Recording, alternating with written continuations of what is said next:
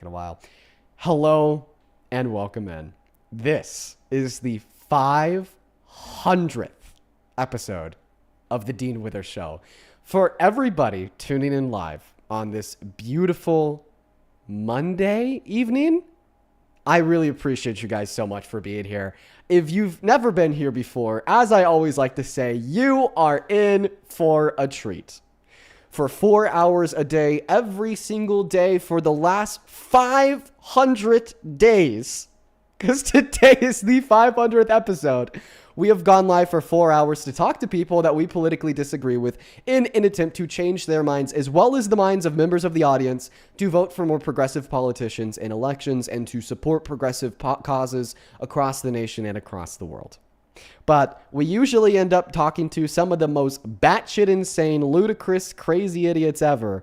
And I usually end up losing my mind. I guess we'll just see how today goes.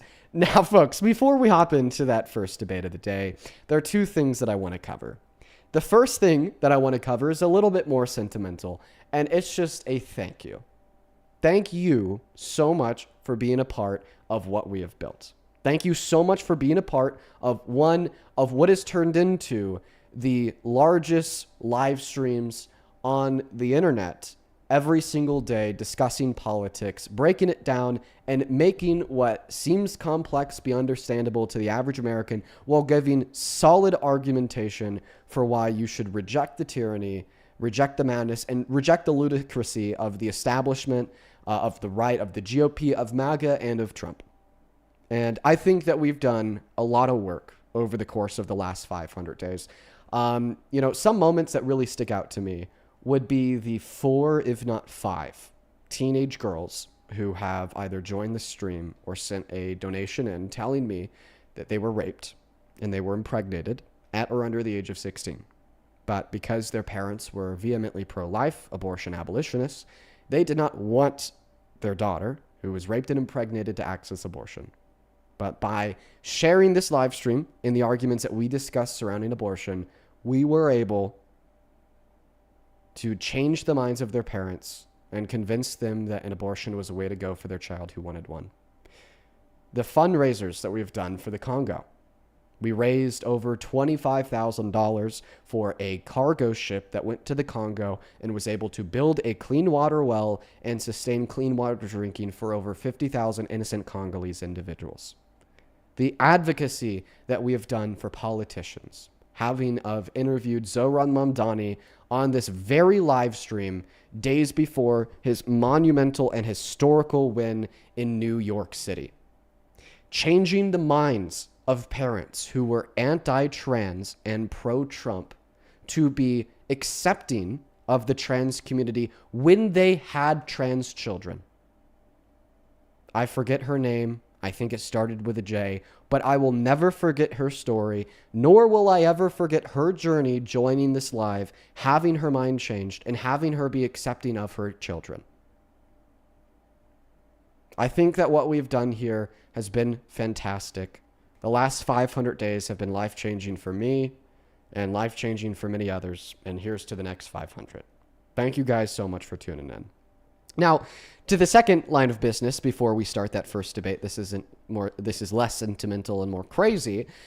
The breaking news of today is that Donald Trump fully and completely fell asleep today in the Oval Office while him and his administration were giving a press briefing to the news about the concerns surrounding vaccines and their change to the policy surrounding the vaccine schedule for children. During Donald Trump's press briefing, he was out. And I mean it. I want you guys to go ahead and take a look at this clip. We'll watch it together.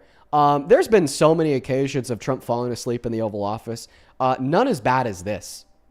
Let's take a look. Extremely seriously, as we have been for the last year and a half. Oh my goodness, he's fully out. And more of the presidency. He's asleep. He's fully out. He wakes up a little bit, looks those over. Those eyes are open, gang. I don't know what you're talking about. Those eyes are open, bro? Sorry, we have the first Trump supporter on this stream right now. I want to clarify, those eyes are open? I mean, that's a long blink, but yeah. Autism Data Science Initiative, which started. Come on, he's literally resting his head back on the chair to get more comfortable. Almost a year, actually more than a year ago. Oh my God, and it just keeps going. A dozen and more major research teams to answer the question of what is the cause of. Oh, look at those puffy eyes. He's like waking up. He can't quite get comfortable in the chair. Maybe this guy over here is just yapping a little bit too much, making it hard for him to sleep. Look at him. Oh my God. To be a simple answer. And then straight back down. As the secretary said. So anyways, that's the breaking news of today. Like I said, we've seen Trump fall asleep maybe more than we should in the Oval Office. Sleepy Dawn strikes again. But this is like uniquely crazy. I gotta say, this is uniquely insane. But like I said, did you know we, that we once a have year, the very first Trump supporter of the day connected to the live stream. We're going to go ahead and pass the mic to them. Why don't you take it away and tell us how the hell you still support Trump as president? Well, I will say that he's not doing as good as he did his last term. He went from like the greatest president since like Reagan to like the greatest president since Bush. But like, he's still in there. I will say he's the better option. I'm not saying he's a great president by all means, but he's the better option. And my God, I hope he does not run for another term, which he actually can't legally. So. Okay, so you support Trump because you think he's a better option in contrast to who he ran against, Kamala Harris. Why is that? Last time we debated about abortion. Can we debate about trans rights? Okay, so you support him and you think he's a better option because of transgender individuals. Well, yeah, a little bit, yeah. I wanted to kind of debate about trans rights. I just want to know why you support Trump if trans rights and or trans individuals are relevant to that reason. Okay, I will happily have a conversation with you about it, but I want you to tell us why you think that if Harris was elected, the country would be worse off today. And frankly, I just think that you have a large uphill battle to fight there. I mean, think about it. The economy's in the shitter, foreign affairs are in the shitter, dignity and camaraderie with our allies is in the shitter. Just the general respectability for specifically, America is in the shitter. I wanted to debate about trans rights specifically. Okay, so if you specifically want to have a conversation with an individual about trans rights, absent a larger conversation about why you support Trump, there are many awesome streamers that do that every single day. But the purpose and the point of this live stream is to convince people to stop supporting Trump as president. When trans rights become relevant to the reason why, I will happily have a discussion with you about them. I mean, last time we debated about fucking abortion. I don't know what's the difference. Because you probably told me you support Trump because you overturned Roe v. Wade and you agree with him as it relates to abortion. I mean, yeah, and we talked about a few among other things. Right. So the difference was you told me that was the reason why you support Trump. Clearly, it seems like you lied if you admitted that I beat you in the debate, but yet you still are here supporting Trump, sir. I don't think I'm gonna. Did beat me. I don't think I'm gonna keep this going if you don't answer the question. I want to know why you think if Kamala Harris had won the election and was president today, the country would be worse off. Due to the fact that you told us the reason why you supported... I'm not pivoting. Due to the fact that you told us the reason... Bro can't debate the prompt. Due to the fact that you told us the reason why you support Trump as president is because you think that he was the better option of the two. Jesus, bro. You can't even debate that shit. That's crazy. What's the prompt? Okay, he left. Okay, that's unfortunate that he left before he was going to leave. I really did want him to read the prompt, but apparently he doesn't want to. Just read that. It's great. Let's go to get the next guest connected. Gotcha. I appreciate you for the super live star. Appreciate you. Welcome in. Do you support Trump? Hey, yes, I do. I have a question for you about abort. Like, why do you think How that... old are you? I'm 18. What year were you born in? November 9th, 2007. Okay, sounds good. Give me one moment here before I pass you that mic. Just a Cartoon Lover. Thank you so much for the $50 over on YouTube Super Chat. That is so kind of you, Cartoon Lover. Cartoon Lover with the $50 says, happy 500th episode. Wanted to share some extra love today for the occasion. Thank you. You're braver than most and not smart enough to follow through. And smart enough to follow through. And you're honestly a beacon of hope. Genuinely full stop. Here's the 500 more. Just a Cartoon Lover. I got a lot of love and appreciation for you in my heart. This isn't your first time tuning in. You've tuned in so much and supported me so so much that I now know you by name. Just know that I really appreciate you. Same thing to you, Rogue Soul. Thank you for the $50 over on Super Chat as well. Same thing goes to you, man. You've been watching for a long time. Rogue Soul with the $50. Thank you so much. Says no chess references today, Dean. Just a massive congrats on 500 streams and here's to 500 more. Thank you, Rogue Soul. Then same thing with you, Lord T. Thank you so much for the $50 donation as well. Who says happy quincentennial, 500 episodes old, man. Fuck TPA, hashtag mod squad. Appreciate you, Lord T, for the $50. I'm so grateful for y'all. And then Borns with the 20 Canadian dollars says, did you hear that Trump signed an executive order on spacing out childhood vaccinations today? Yes, we talked about that as a part of the breaking news. Thank you so much for the $20. Shout out to all the donors. Please show some love to Lord T, Rogue Soul, and just a cartoon lover down below in that chat. And holy shit. What the fuck? I'm sorry, bro. I'll let you hop into the debate after I thank two people. Anne and Heather. Holy fuck, you two. Thank you both for the $500 donations. Anne and Heather. I want to see so much love for Anne and Heather down below in that chat. That is, oh my God, that is fucking ridiculous, you two. And with a $500 says happy 500th episode and looking forward to many more. Thank you again for your voice, sending lots of love from Quebec City. And you know I love you. And you know I'll also put that in the travel fund that you've basically sent every other donation that you've ever given me since you started watching the live stream 4 and 2. I really appreciate you for the love, Anne. I'm so grateful for you. And Heather with the $500 says, congratulations on 500 episodes. I look forward to watching you every day after work. And after all of the amazing things you just listed you've done, I'm so happy to contribute. Heather, I'm so fucking grateful for you. I have never deserved that much love, and I never will. And I accept it with humility in acknowledgement of the privilege that I have doing what I do. And I'm just so thankful for you guys. Please, please, please, please, please, please, to members of the audience, show some major, major, major love to Anne and Heather while we pass the mic to the guests. There's a couple other people that donated, but I'm going to hold those off just because this person has been waiting for a while. Thank you so much. You can do Anne it. You and can Heather. do it. Don't worry about it. Go ahead. Okay. Tell us why you support Trump. No, okay, well, yeah, but wait, can I ask you a question first about, so why do you think that, after like 28 weeks or something, that abortion shouldn't be legal anymore? Yeah, because I think at around 20 through 24 weeks, oh wait, did you ask me why it shouldn't be legal? Yeah. Oh, no, I think that it should be legal in 9 months. Oh wait, but didn't you say that you value the fetus at that age, or? Yes, I begin to morally value the fetus at around 20 through 24 weeks. But the reason why I don't even think that elective lethal abortion should be illegal at that point is because A, they just don't happen, okay? Like women that are pregnant at like 8-9 months, okay? They don't want to electively and lethally abort their child. If they want to electively terminate the pregnancy, they induce labor, get a C-section. And if they need to lethally abort the child, it's because of medical concerns. So I think it should be legal, just so there's not hoops that doctors have to jump through prior to terminating the life of a fetus after that point due to medical concerns with a pregnant woman. Because of those hoops, okay, we have seen so many cases across the country of pregnant women literally dying because their doctors were too scared to perform the life-saving abortion on them. Okay, then what would you do if hypothetically there was a mom who was like, it was like 8 months old now, and she just didn't want it for no reason? It's not like a medical emergency. Do you think it should be legal? Because I think it should be allowed. So What do you think? you think it should be allowed? Yeah, what do you think? Oh, why are you on the stream? Well, that was just one thing I wanted. We can talk about something else if you want, but I was just curious because I thought you said that it should not But be if legal. you're saying that like elective late-term abortion should be allowed, I would definitely assume that you're not on the right, correct?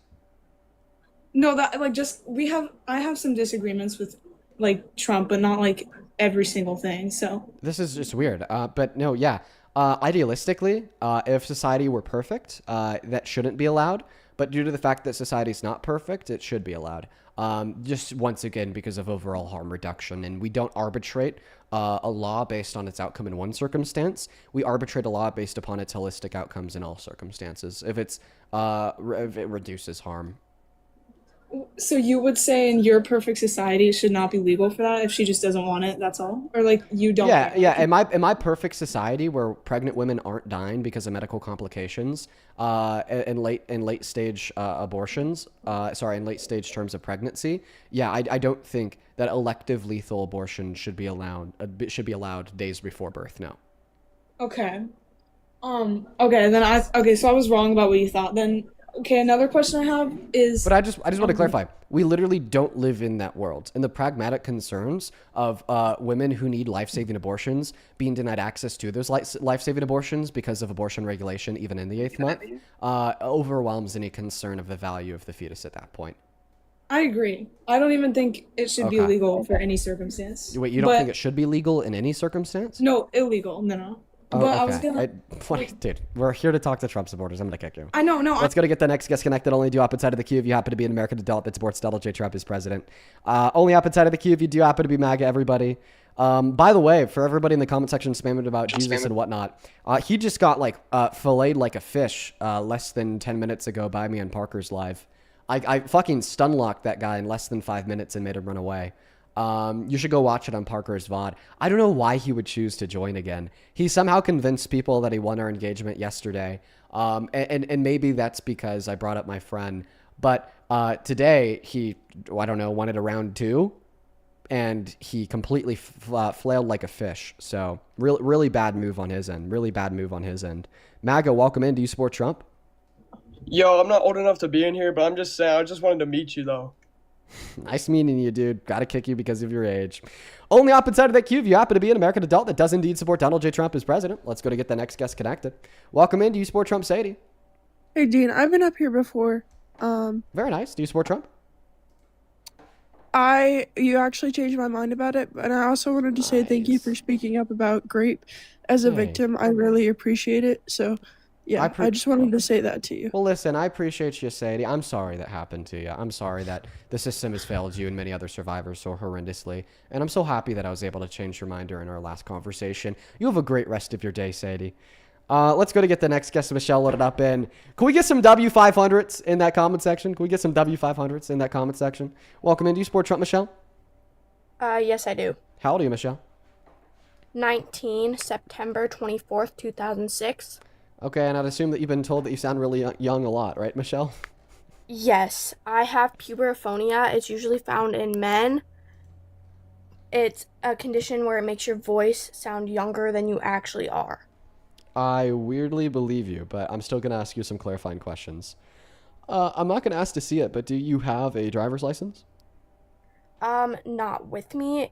I'm I not am going to ask to see it. currently- Okay, I have one. It's just not with me. Yeah, that's fine. So when you're driving on a roadway and there's a dotted yellow line next to a solid yellow line in the middle of the road, and you're on the side of the dotted yellow line, what does that mean for you as a driver? That you can change lanes. Okay, do you work a job or do you go to university? I currently do not. Do Work either of a those two job. things? Are you enrolled at a university? Are you a student? No, I'm not currently. Okay, what are you just kind of hanging out? Okay, well, I mean, to each their own. Well, It's gonna I make it do a little bit more housework difficult. with my mom. Okay, I work this around is- the house for It's just gonna make it a elderly. little bit more difficult for me to believe it. Eek. Okay. What I'll do is I'll tentatively believe you, but if you give me an argument that I feel like a child would give me, I'm going to kick you and move on. Okay? That's kind of the condition. And good luck on that, because I feel like most guests give me an argument that a child would give me. So, yeah, one moment. Let me thank a couple people, then the mic and the floor will be yours. Huge shout out to Jonathan for the $50 donation on Venmo. Thank you, man. Who says you're changing this goddamn world, man. Stay humble and kind no matter how far you go. I'm so grateful for you, Jonathan. I know that you've been watching for a while. Thank you for the $50. Let's get 500 Jonathan W's and another 150 Betsy W's with the $15 who says, my daughter Maddie loves you. We're watching your live stream right now. Congratulations on the 500th episode. Well, Betsy and Maddie, I appreciate you both for being here. Same thing to you, Hayden. Thank you for the $5. And Dina, thank you for the $50 who says happy 500. Thank you, Dina. Jamie, thank you for the $50 who says happy 500. Thank you, Jamie. What the fuck? Rachel, thank you for the $20 who says don't read this. Oh, Rachel, I actually got you. Send like a couple roses, Rachel, and I got you. Thank you so much for the $20. Then Monk Hey, thank you so much for the $50 donation as well, who says happy 500th episode, who says given a little bit more than usual, I convinced my Trump supporting friend to debate you, but while he's researching, he ended up convincing himself not to support Trump anymore. I love that, Monk Hey. You're awesome. Thank you for the $50. Jaden, thank you for the $50, who says I've been a silent follower for a while and always love catching your streams. Congratulations on 500 episodes, my friend. Well, thank you for the love. Oh my goodness gracious.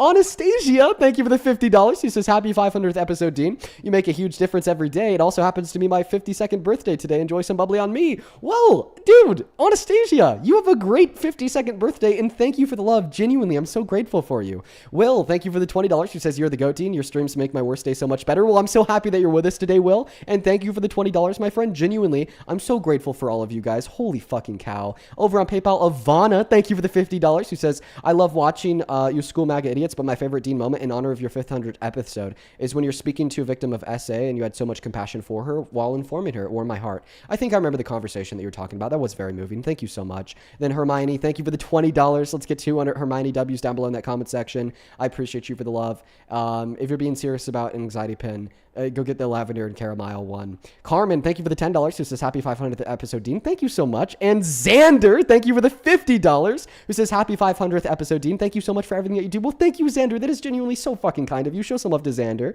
And then Michael, thank you for the $20, who says happy birthday, Dean. It's actually not my birthday, but it is the 500th episode of the show. Thank you for the $20. And then Audra, thank you for the $20 as well. He says congratulations on your 500th live stream. Thank you so very much. And then over on Super Chat, Dixon, thank you for the 50 euros, who says happy 500th, Dean. You're such an amazing person. I absolutely adore your live streams. I look forward to more episodes of your debates in the future. Well, fucking hell. Thank you so much, Dixon. Thank you so much, Audra, Michael, Xander, Alexia, Carmen. Thank you so much, Hermione. I appreciate you, Ivana. Thank you so much, Jonathan, Will, Jaden, Monkey, Rachel. Holy, I'm so grateful for you guys.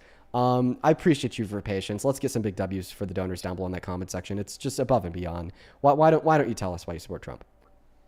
Okay, well, my main reason I support Trump is because all of my family supports Trump, and I have been watching your debates and live streams for a while now.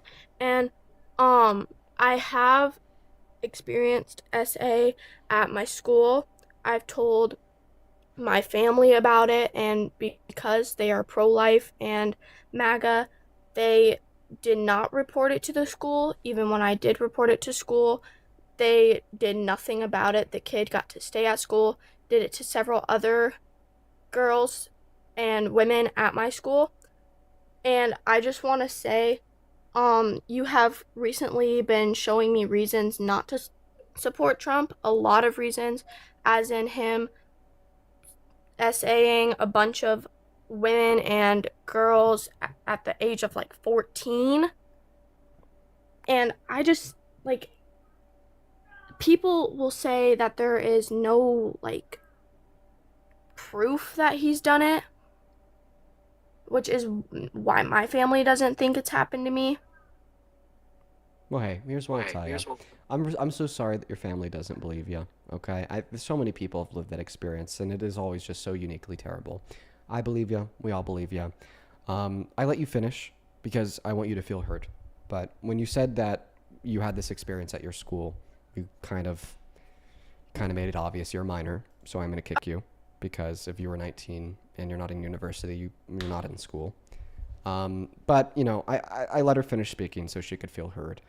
I'm so sorry that you don't feel heard in your life by your parents. I just can't imagine how terrible that is. All right, we believe you. But let's try to follow the rules, everybody. We're looking for American adults that support Donald J. Trump as president. Only hop inside of the queue if you happen to be an American adult that supports Donald J. Trump as president. And definitely take that to your school. Definitely take that to the authorities too. Okay. Who we got here? Michael, what's up? Do you support Trump? You remember me yesterday? Gotcha. Thank you so much for the Galaxy Globe. No. Do you support Trump? This is the water song. Water song, jingle. I actually do remember you from yesterday. Your band. Moving on to the next guest. Only hop inside of the queue if you happen to be an American adult that supports Donald J. Trump as president. I actually do remember him, yeah. Welcome in. Do you support Trump? Yep. They're like 4.5. Moving on to the next guest. Only do hop inside of the queue if you happen to be an American adult that supports Donald J. Trump as president. They're like 4.5. Quite frankly. Moving on to the next guest, folks. Only do hop inside of the queue if you're here for a debate. Welcome in. Do you support Trump? Yes, I do. How old are you? I am 18, born 2008, February 5th. I graduated 2026, June 5th, sorry. Yeah, I don't know. This makes me want to like raise my minimum age to like 21. Please. Because if like you Dean, told me just that you're debate. 21, I want to believe. Yeah, you're telling me you're 18. Yeah. Dean, can we please just debate, bro? Please. Sure, if you admit your real age, I'll debate you. I'll make an exception. Yes, I am 18. No, so we know that you're not 18. We'll make an exception if you tell us how old you really are, though. Dean, I'm 18. I'm gonna kick you because I know that you're lying. But if you tell us how old you really are, I'll make an exception. You have 5 seconds. I just really want to debate. Please, Dean. So how old are you please. really? I'm 18, bro. All right, bro. I was in here before. I'm gonna kick you because you're lying. Please, Dean. I really want to debate you. I put the pressure on this guy. I believe him. Go ahead, Please. take it away. Tell us why you support Trump. Okay, so I like him because of his immigration policy and how he funded ICE, I guess. Okay. I believe. You like him because of something that has only made our country worse? Explain how it's made it worse. Sure. Well, I mean, mass deportation is terrible for the economy. It's terrible for respect and dignity of rights and right bearers, people with dignity. It's terrible for the precedent that it sets for the allowance of terror among citizens and non-citizens alike. It's terrible for rights violations. It's terrible for infractions on the law and of the Constitution. What's a way that his mass deportation has made America better? I believe it's gotten violent criminals, even non-violent criminals, like he's taken out, once you cross the border, it's illegal. It's illegal, I'm pretty sure, in all countries. I believe it definitely should be illegal in America. Okay, you're saying that it's taken violent criminals out of the country? Well, actually, not really. So Trump's mass deportation operation is, of course, of every single undocumented immigrant, including children.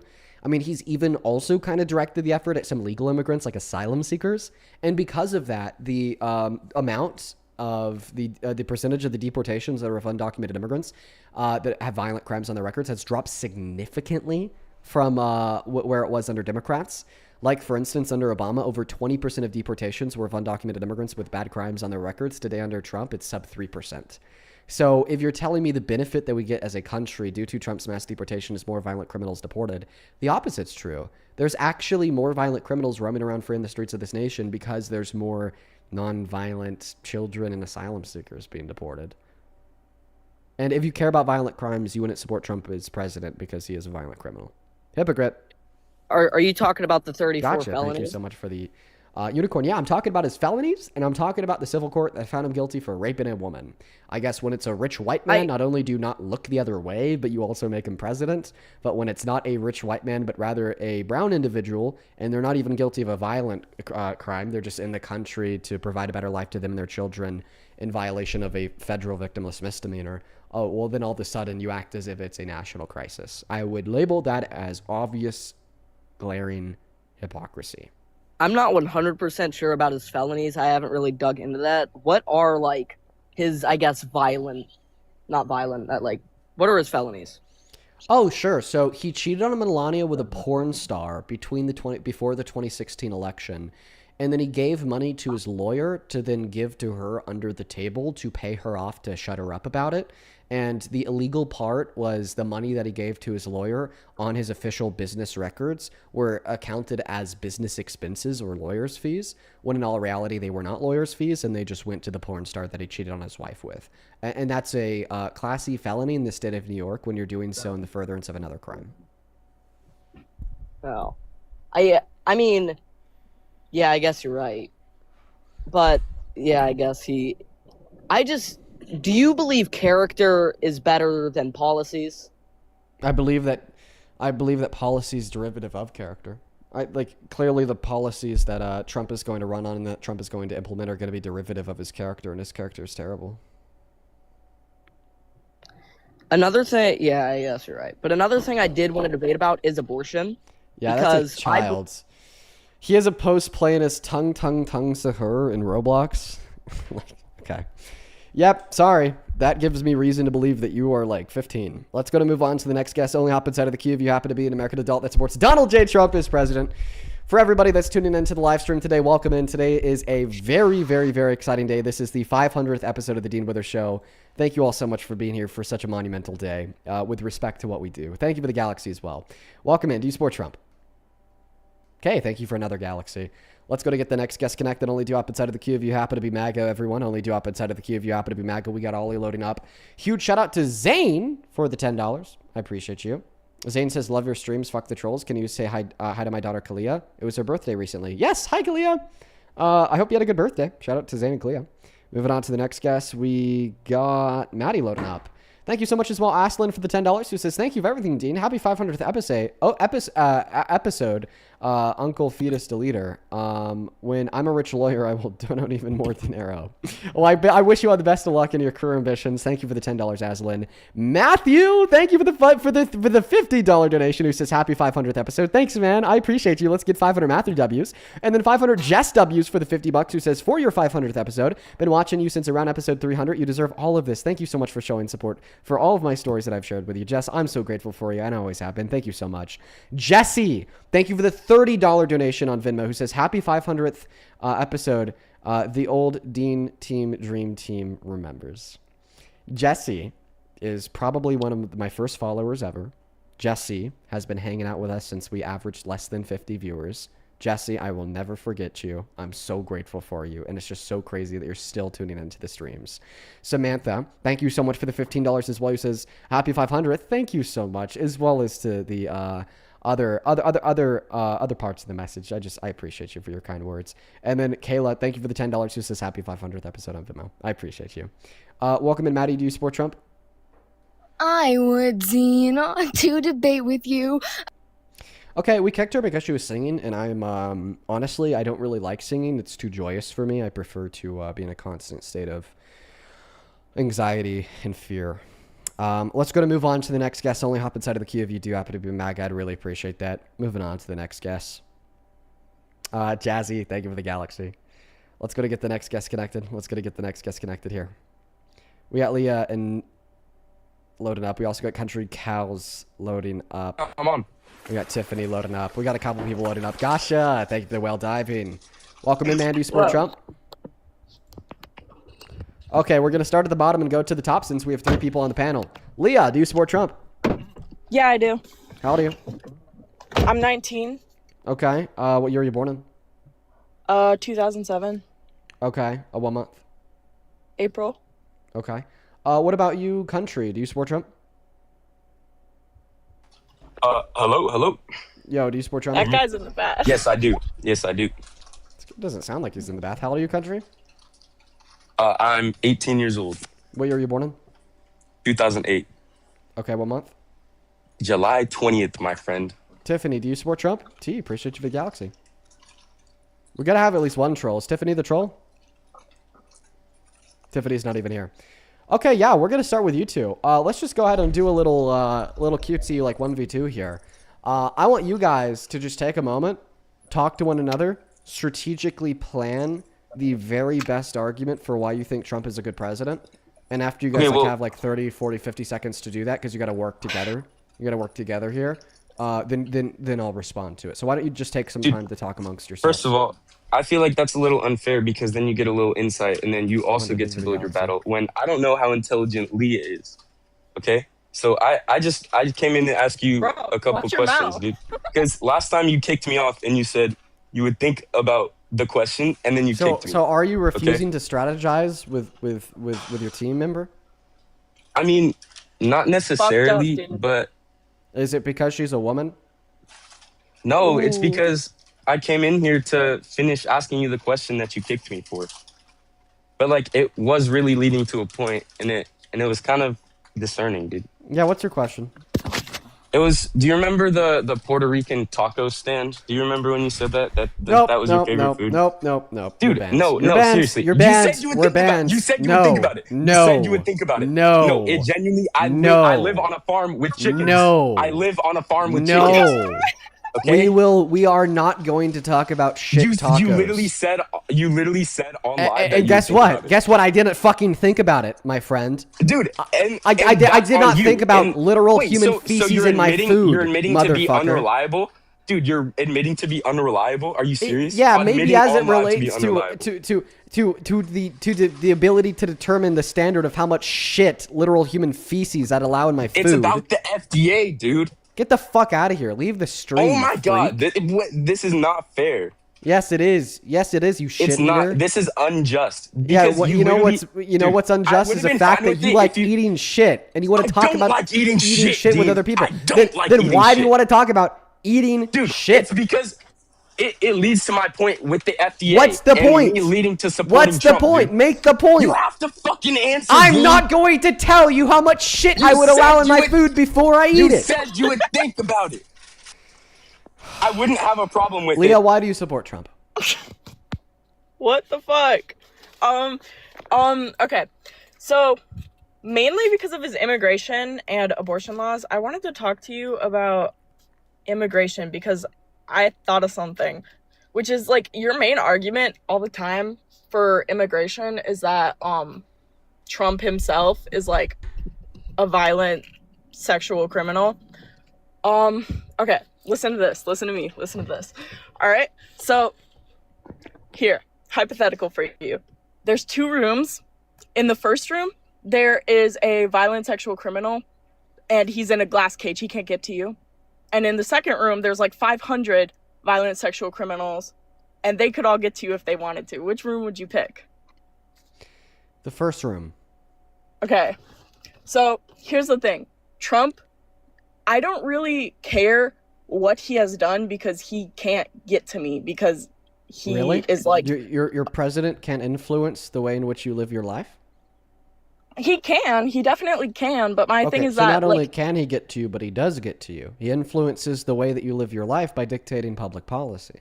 yes, but the thing is him being a criminal doesn't like dictate any of that. Like it's completely irrelevant to the No, discussion. I completely disagree with you. I think the fact that he's a rapist, which means he lacks these core foundational moral values of caring about other people, is very relevant in consideration of the second fact that he's the president. Because I think that the presidency, or really any office, any public office, necessitates that you care about other individuals because they are by nature in positions of public service. Okay? You can't be good at public service if you don't give a fuck about the public. And because Trump doesn't give a fuck about the public, this is probably why he's fucked over millions and millions and millions of people just to further enrich himself and his family. Okay, which is one of like the big reasons why he's a bad president. And that tracks back to the same thing that caused him to rape a woman, which is a complete disregard for the dignity of others and his ability to do literally anything as long as it benefits himself.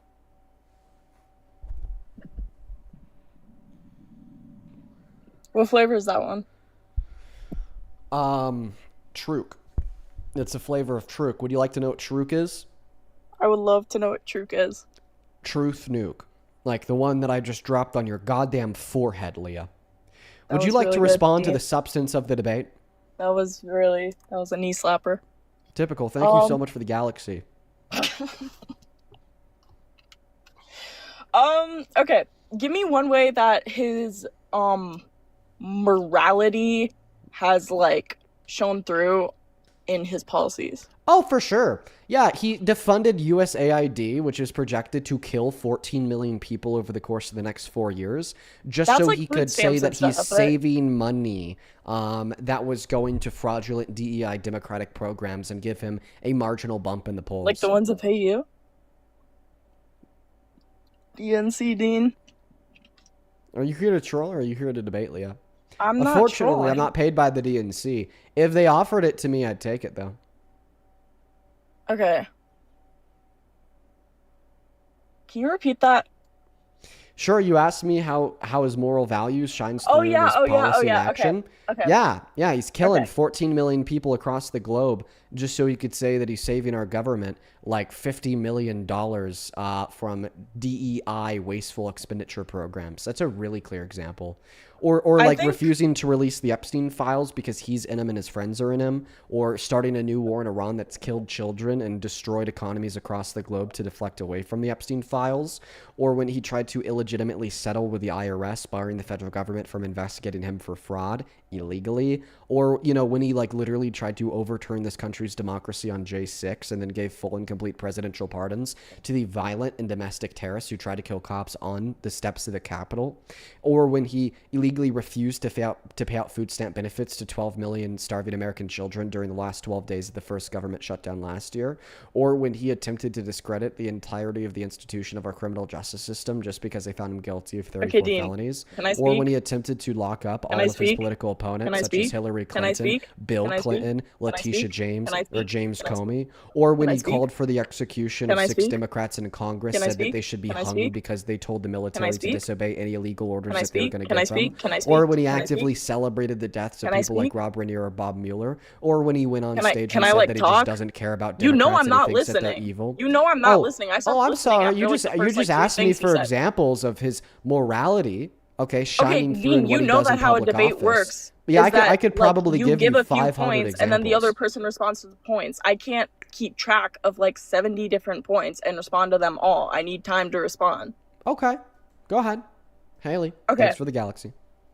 The main thing that covers like literally all of those goes back to my first point, which is that I am literally just an average citizen, and you can call me selfish and you can call me fucked up.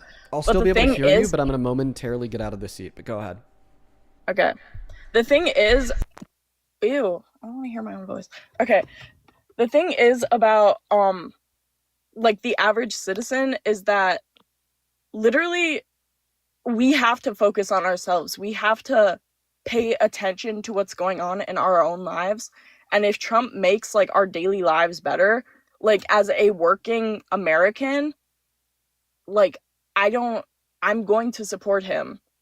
Because all of this other stuff, it doesn't affect me. And I know that sounds really selfish, but like the thing is, I just like I can't really like I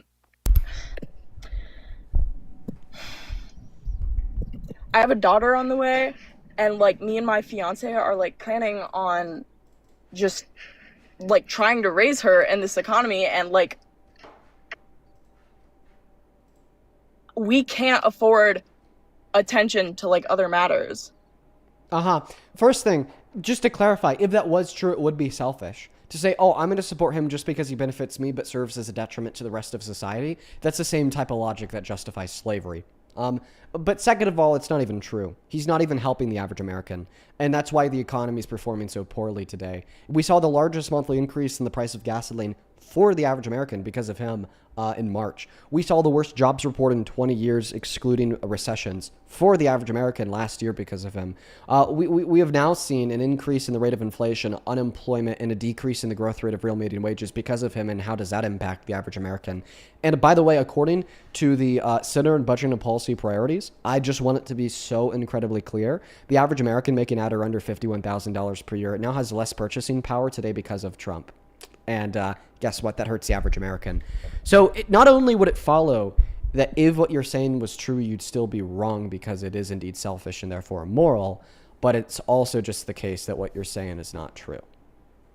That's all because of the war in Iran, and once that's over, it's all gonna go back down. Yeah, we weren't in the war in Iran until February of 2026. Last year in 2025, we had the highest level of unemployment since the pandemic. We had the most layoffs since the pandemic. We had the most manufacturing bankruptcies in 15 years. And we had the worst jobs report in 20 years, ignoring recessions.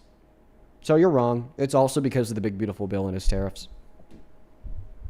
Oh. Well, I actually didn't know that. Well, now you do. That's the awesome... Oh, no! We got banned for 10 minutes.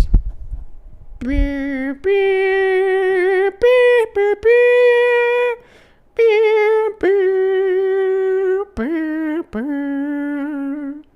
Beep, beep, beep, beep, beep. Beep, beep. I hope that you guys enjoyed my really emotional recap of Amazing Grace. Because what the fuck do you mean? What the fuck do you mean? We are getting a 10-minute ban for being 13 years old on our 500th episode.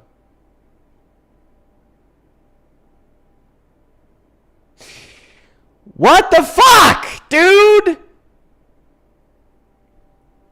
I'm about to crash out.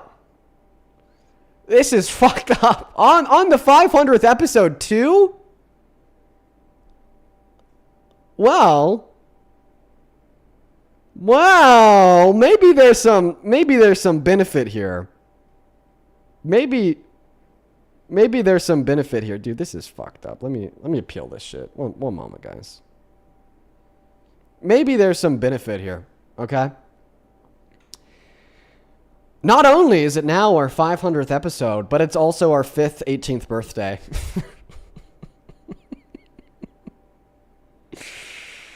Oh, fuck. TikTok, man. It's so fucked up, bro. It's so fucked up, TikTok. Why are you doing this to me on my 500th episode, gang? Just like, why, bro? Why do this on my 500th episode, dude? It's fucked up, man. 1 second. I got to, do the facial identification.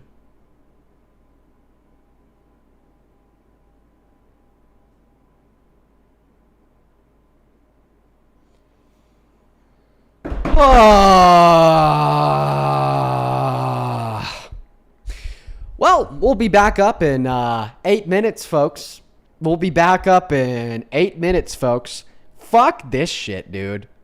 Fuck this shit, dude. Fuck it. Fuck this fucking shit.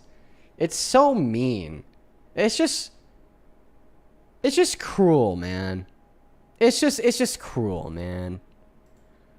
Ugh. Holy fuck. Oh my golly god. MKO, an African warlord. Thank you both so very much for the $500 super chats. I want to see so much love for MKO, an African warlord, in that comment section. That is fucking ridiculous.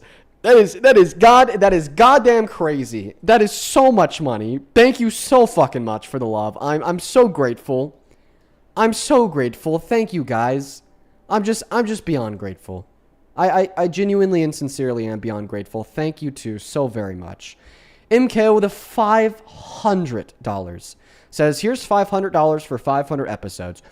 These have been amazing years getting to not only listen and learn from you, I also know a heavy burden comes with your large impact, but please always remember for the lives like mine, you've helped. Cheers to the next 500. MKO, that is so fucking ridiculously kind. Thank you so much for the love and support. Same thing to African Warlord with the $500 who says, hey Dean, it's the DNC. Thought we'd pay you in advance. Thank you so much for the love, African Warlord. Dude, please show some love to them. That is like, I don't deserve that. I never will. Thank you guys. Same thing to Spence with a $50 who says, happy 500. I'm amazed by you. I truly believe that listening to you has helped me recover from a stroke. You and your fans have been amazing. I'm so happy that the live streams have been able to help you out, and thank you for the kind words and thank you for the love. Full band with the $20 says, I've got 5 kids and find a way to not be a piece of shit. Having a kid on the way is the least valid excuse possible. On goodness gracious God. Also, I'd like to give a big ol' shout out here to Scarlett with a $10 who says, happy 18th birthday. Dude, true, I guess it is again. No one with a $10 says, we love you, Dean. Happy 500. I watch every day from Campbell. Campbell, thank you for the $10. You do watch every day. I recognize your name. As well as huge old shout out to Maddie for the $50 who says, happy 500 episode and 18th birthday X5. As a victim of SA and an ex who tried to do it on my period, I've had friends who told me that I wasn't a victim because I ran away from the situation before anything really happened, but thank you for your voice. Well, thank you so much for the $50, Maddie. I'm so grateful for you. Please do show some love to Maddie in that comment section. That is ridiculously kind of you. Nike with the $20 says, I think it was good for you to let that girl be heard. She needed it, and any help to an SA survivor is important, but also to show how MAGA with quote-unquote protect the children is BS. Not believing your own daughter is horrible. It is complete bullshit. You make a really good point there. Squirrely Jules, thank you for the $50. Who says happy 500th episode, Dean, and 18th birthday again. Thank you for changing minds. Here's to many more. Thanks, Jules. I appreciate you. You are fantastic. Thank you, thank you, thank you. As well as Evil Hate-Filled Female. Thank you for the $100 super chat. Let's get 1,000 evil W's down below. That is so kind. Thank you so much. Who says, not everyone gets 3 birthdays a year. We're at 5 birthdays in the last week. Happy birthday. My favorite Dean moment was that woman realizing that she was raped, even if it was just fingers. I hope that she's healing today and moving forward. Oh, I do remember that. That was deep, man. Nix NYX, thank you for the 70 Canadian dollars. Who says, congratulations on 500 episodes. Your dedication to this is so inspiring. It's been inspiring me to learn more about the politics in Canada. Well, I appreciate you. Thank you, Nix. Show some massive love to all the donors. You guys are ridiculously kind. I am so fucking grateful for you all. Genuinely and sincerely. Genuinely and sincerely. By the way, if you do want to support me, now that I'm on YouTube, I could just kind of say this freely. YouTube takes 30% of the super chat, and if you're on an iPhone, Apple takes another 30% of the super chat. So in literally all scenarios that you support me over super chat, I'm either only getting 60% of it or 30% of it. So if you want to support me in a way where I literally get 100% of the proceeds, you can use my Venmo and my PayPal. There's a link to both of those in the comments, in the description of the YouTube stream, as well as the handle's always in the pinned comment. We do know that TikTok is down, everybody. We are a couple minutes out here from being ready to go. Let me just double check that. Yeah, we are 3 minutes out from that being ready to go. We got banned for Go Live minimum age requirement, which is basically TikTok saying they think that we're 3. We get an unreal amount of these minimum age requirement bans. I don't know what it is, but it sucks. And honestly, this really sucks. You know, on the big 500th episode. On the big ol' 500th episode, it's pretty terrible, guys. It's pretty terrible, you guys. It's pretty terrible. They banned me because they think I'm 3 years old. Oh boy. Whatever. It is what it is. We're gonna be back up soon. But when we do get back up, folks, it's just really important to keep in mind here that I can't really say anything about the ban. I can't really say why we got the ban. I can't make a joke about it. Because like whenever I say, oh, like TikTok banned me because they think I'm 13, then they'll just ban me again because I said the words, and I quote, I'm 13. They just look for any excuse. They look for any excuse. We're going to be back on live here in 2 minutes. I'm actually just going to quickly use one of my 2 minutes to go pee real quick. So for everybody hanging out with us, appreciate you for being here. I'll be right back. When we're back, we're going to go to get that TikTok broadcast restarted.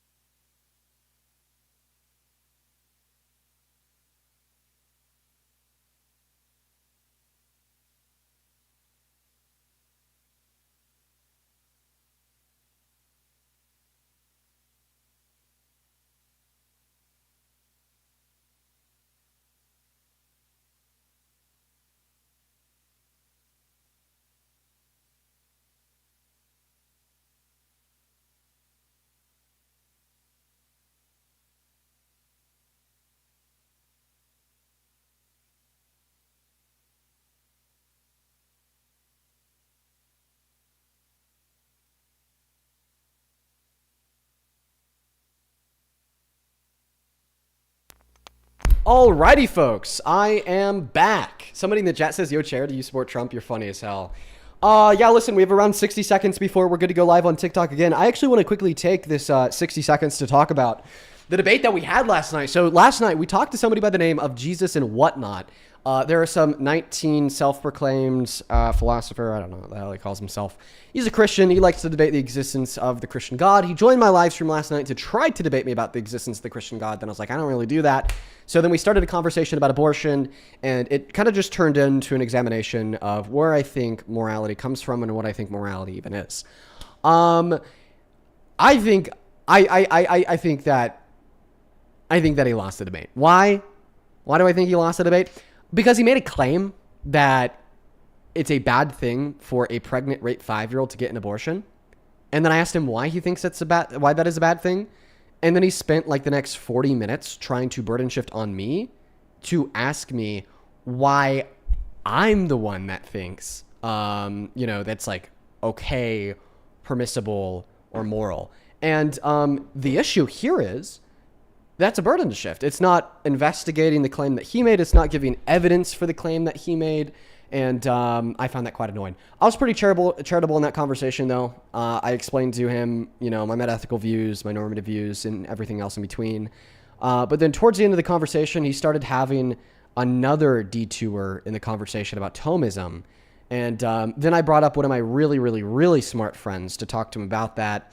He saw that as like a pivot. His fan base saw that as me losing. And then people just started spamming videos all over the place about that.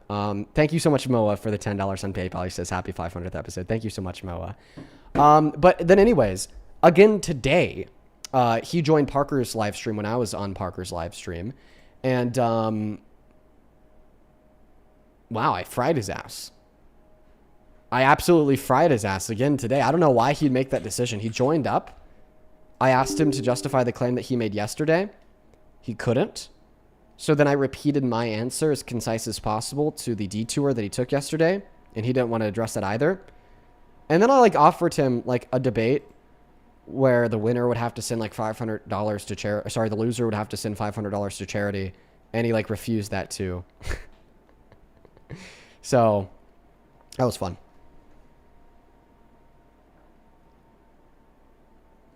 You should go watch Parker's stream to see that in action. We're all good to go on TikTok. Let's go and restart that stream.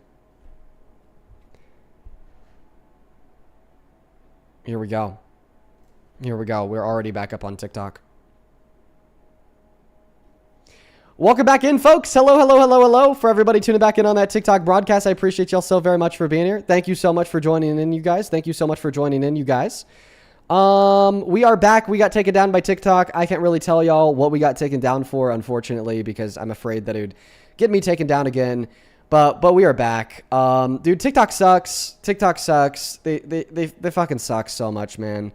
This shit just pisses me off, man. Like I what a disappointment. You know, today is our 500th episode, and we can't even just like have debates in peace. Like they just have to take us down for things that we didn't do. They just have to ban us. They have to silence us. But you know what? Maybe that's like an important attribute of the 500th stream, getting banned by TikTok. Because, I mean, I really think that symbolizes a large part of the nature of the relationship that I've had with TikTok over the past 500 days. It has been me constantly fighting the platform that I make money, that I stream from, that I bring notoriety, that I bring publicity, because they disagree with my political opinions. And I can't really tell you guys exactly what we got banned for because I'm afraid that it's just going to get us banned again. But if you are interested, just go watch the YouTube stream. And I'll give you a hint here. Apparently today was my birthday again. If you get why that's a hint, you do. If you don't, you don't. Let's go ahead and try to get that next guest connected. Only do up inside of the queue if you happen to be an American adult that does indeed support Donald J. Trump as president. We got Max Bonnell loading up in the box. Here we go. Only do up inside of the queue if you happen to be MAGA, everyone. Welcome in, Max. Do you support Trump? Max, get the fuck out of the bath, bro. Get the fuck out of the bath, bro. What are you doing? What are you doing? No, we chut out here. We don't bathe. We don't clean ourselves. We chut out here, bro. We chut out here. Let's go to get the next guest connected. Only do up inside of the queue if you happen to be an American adult that supports Donald J. Trump as president. I'd really appreciate it so much if you guys would do the very best to follow the rules. Okay, that's really gross. Let's go and get the next guest connected. Only up inside of the queue if you do happen to be MAGA, everybody. Only up inside of the queue if you do happen to be MAGA, everybody. Only up inside of the queue if you do happen to be MAGA, everybody. I wonder how many times I have to repeat it in order to make people follow it. Okay, I'll leave Hello. right now. I just really wanted to say I love you so much. I appreciate you for the support. Unfortunately, we'll be banning you because you seem to know the rules. Kyan, thank you for the roses. We got Wes Johnson loading up in. Welcome in, Wes Johnson. Do you support Trump? Give me one second. Okay, all right, no worries, man. Do you support Trump, though? Yes, I do. Okay, well, that guy's taking a moment to do whatever the hell he needs to. Let's go and thank a couple people. Appreciate you, Catherine, for the 20 Canadian dollars, who says, happy 500th episode. Appreciate you, Catherine. Let's get, so let's show some love to Catherine down below in that comment section. As well as, I'd like to give a big shout out to Abigail for the $5 over on Venmo, says, happy 500th. Can you say hi to my sister, Scarlett? Hello, Scarlett. Kaylee with the $10 says, happy 500th. Thank you, Kaylee. Payin with a $14 says, me and my brother are watching right now. Can you say hi to Xander and also 500th episode? Happy 500th episode. Thank you. Shout out to Xander. Hello, Xander. Hello, Ben. Sam, thank you for the $10. I appreciate you so much. Let's get 100 Sam W's, as well as I appreciate you so much as well for giving me that reference. Chris, thank you for the $10 as well. You says you changed my mind a long time ago and I'm still holding strong. Dude, I remember you, Chris. I straight up remember you, like, on God. I really appreciate you so much for the $10. That is very, very, very kind of you. Same thing to you, Mia. Thank you for the... I support Trump. I support Trump because whenever he was about to be elected, you know, they came to him and they said, you know, Mr. Trump, how high are you going to raise this tax or this or this? And he said, you know, I don't need America's money. I've got money. Like every other president has just raised the roof on all the taxes. And as far as I can remember, he's the only one that really hasn't raised anything too awful high like everybody else. Okay, well, I was kind of in the middle of thanking my donors, but whatever. You just said that every other president has raised taxes. So when did Biden raise taxes? Back in 1823. So Biden was president starting in 2021. No, he was president back in World War One. Do you think that World War I was in 1823? I think it was in 1776. Okay, alrighty. So we do have a minimum requirement of at least 2 brain cells. I'm unconvinced that you even have 1. Let's go to move on to the next guest. Thank you, Tracy, for the galaxy. That's very kind of you. All on the opposite side of the queue, if you are here for debate, everybody, thanks, y'all, for following those rules. Thank you, guys, for following those rules. Let's go to get the next guest, Landon Connected. Thank you so much, Mia, for the $10. I appreciate you. Let's get 100 Mia W's. And Miss Beth, thank you for the $50 donation over on Venmo. Says, hey, Dean. Americans will not get the jobs vacated by undocumented immigrants because American employers would have to pay them more. Happy 500th. Happy 500th, Beth. I appreciate you so much for the $50. You're always hanging out with us. I'm very grateful for you. Show some love to Beth while we're looking for the next guest. Please and thank you. Please and thank you. That is very, very kind. Abigail with the $15 saying happy 500th. Appreciate you. Appreciate you. Looks like we're all caught up on Venmo and Super Chat. Welcome in. Do you support Trump? Nah, don't worry. I got 3 brain cells. Guys, we are just looking for some Trump supporters. Today is the 500th episode of the Dean Withers Show. I would really appreciate it so much for this monumental occasion that you could follow the rules. Like, today's a big day. Today's a massive day of celebration, everybody. Like, I'm not going to lie. 500th episode is a majorly big deal. So just please honor, respect, and follow the rules of the live stream. I think that we would all really, really appreciate that. You know, if you're just going to not troll on one day, I ask you that day is today. Over on PayPal, thank you, Bailey, for the $5. L, thank you for the $2. Then Marius, thank you for the $24. Who says, congratulations on the milestone with your streams. Well deserved. Random side note, have you heard of the Colorado video production songs about you? I have heard about that. I appreciate you for that $25, Marius. Same thing to you, Mo. Thank you for the $5 for the 500th episode. Thank you. Welcome in. Do you support Trump? Would it really be your 500th episode if it weren't me being here? You need a cameo. What do you want? No, let's just Mr. Puss Puss, let's just cut to the fucking chase. No, you don't get to call me that anymore, Puss Puss. I don't get to call you that. I'll call you what I want to. Puss Puss. No, just because you have these like weird erotic fantasies. Don't do it. Don't do it. You're doing it. You're bringing up the back shots. You're bringing up the big back shots. You're doing it. I'm not even going there, man. You just went there, man. I'm not even going there. Okay. You've done it every time. Nope, you just did it. What did I do? The words weird erotic fantasy leave your slimy little mouth. Dude, you indicate it every single time, and I'm trying to go in a different direction, but you always rope me in back to this, like, hysteria. Like, is this something mythical that's going on that controls you? Okay, well, what is that direction, Push Push? What direction would you like to drive the conversation into? I'll tell you, puss, if you can like genuinely let me speak. Without going in. Speak with that slimy little mouth of yours. Why don't you go ahead and speak? Yeah, are we forgetting who fucking stutters? Yeah. Dude. Hey, fuck you, man. It's not funny. Sorry. I know that strikes a nerve. I'm sorry. I didn't mean it. Shut the fuck up and speak. Yeah. You have nothing to say. That's fucking right, puss. Nothing to say. Get the fuck out of here. Yeah, because if it's not weird, erotic, political fantasies that you recap from your notes app at 3 a.m. last Saturday, then it's nothing. For you, Mr. Puss, it's either you talk about giving me back shots or you have nothing to say in the slightest. Get a grip, take a shower. Not online. You brought that, but in your own in time. I think you've got too many people taking showers on your live. That's why I said not on my live. People taking showers already. That's why I said not on my live, you heathen. Go clean yourself and clean your mind, you dirty, freaky fuck. Do you realize when you say this, you're just inviting more bath guests to take over your live? Because you're going to say go clean yourself and you're going to have more people in the bath.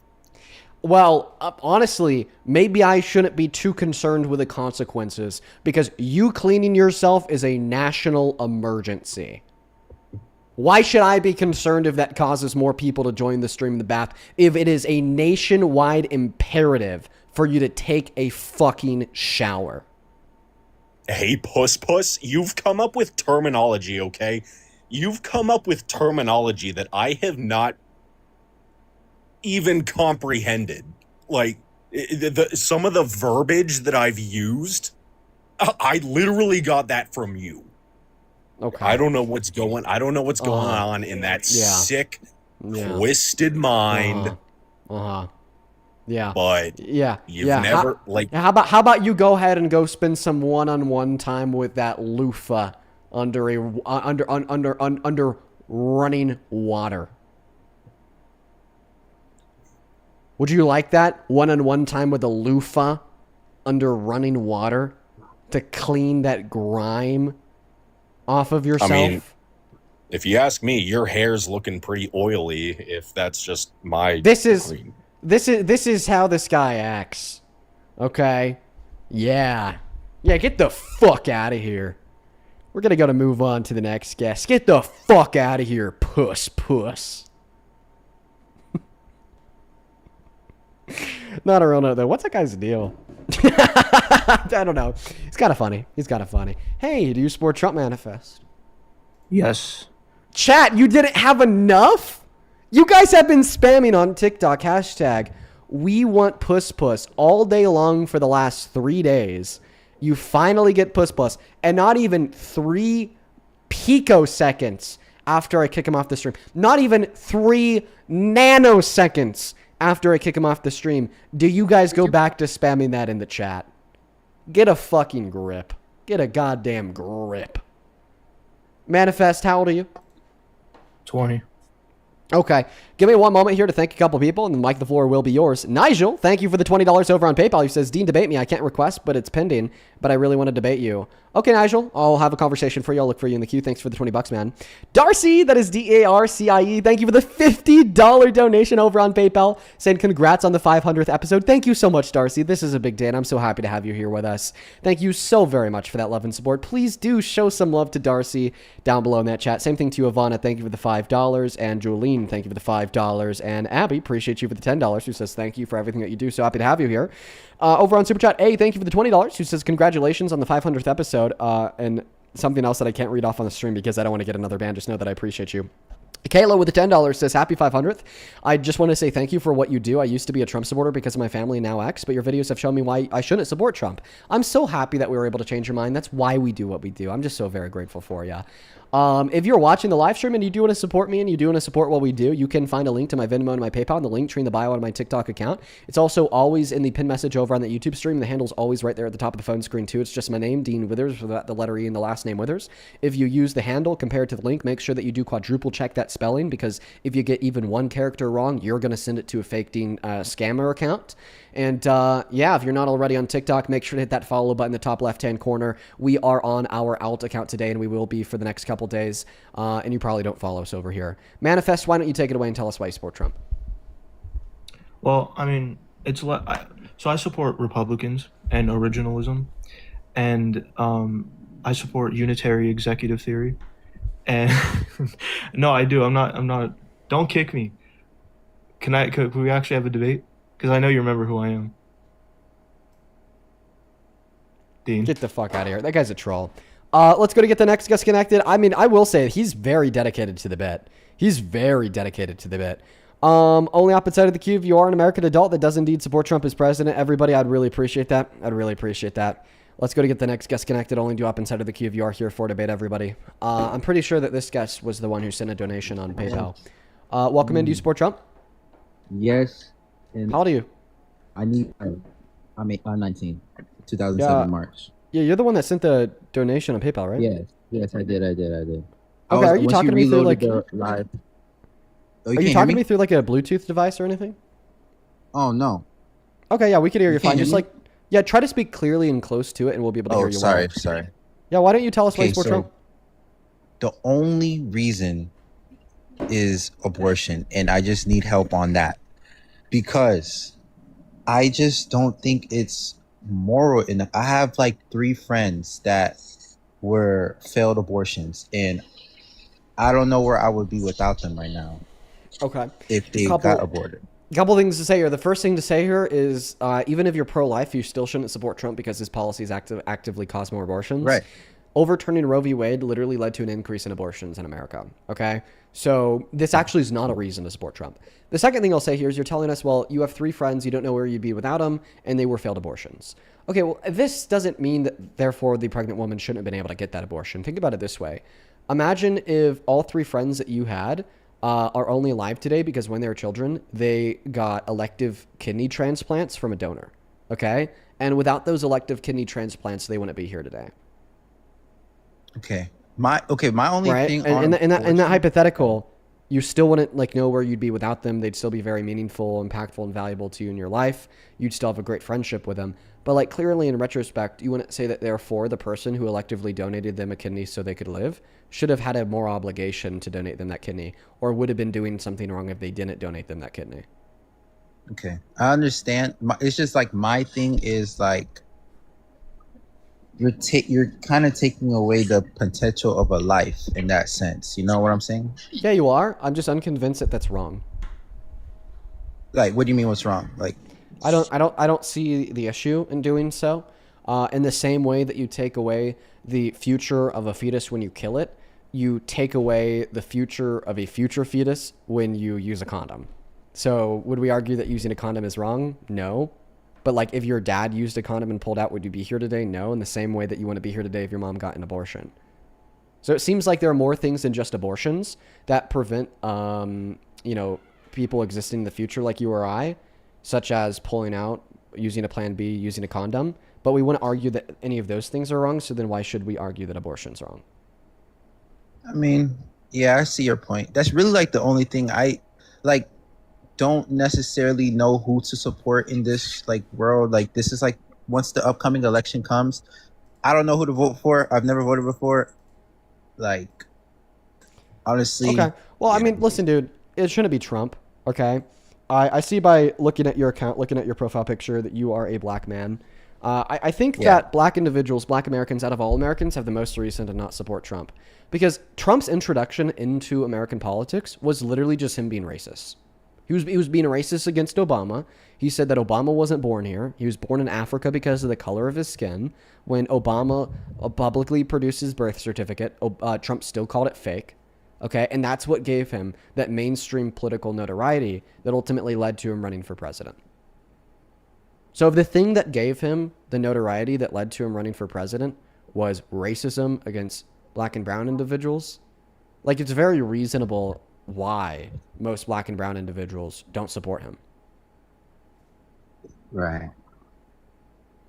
So, who do you think I should vote for in the upcoming future?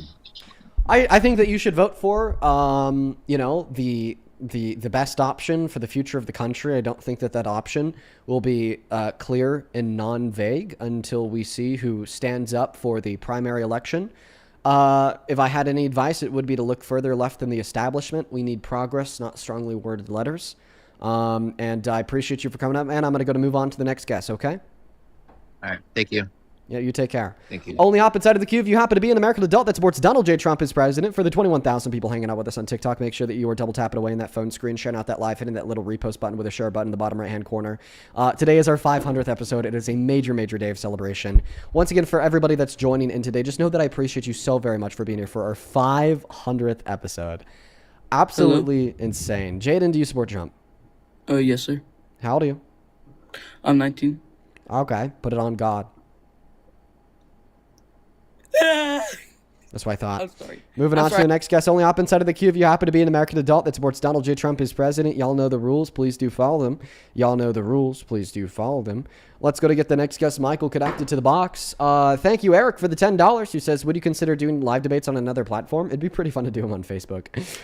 Brian, thank you so much for the $50. Who says, here's 500 dimes for 500 streams. Congrats, Dean. You're a fabulous debater and an effective educator changing minds. Stay safe. Well, thank you so very much. I really appreciate you for the $50, Brian.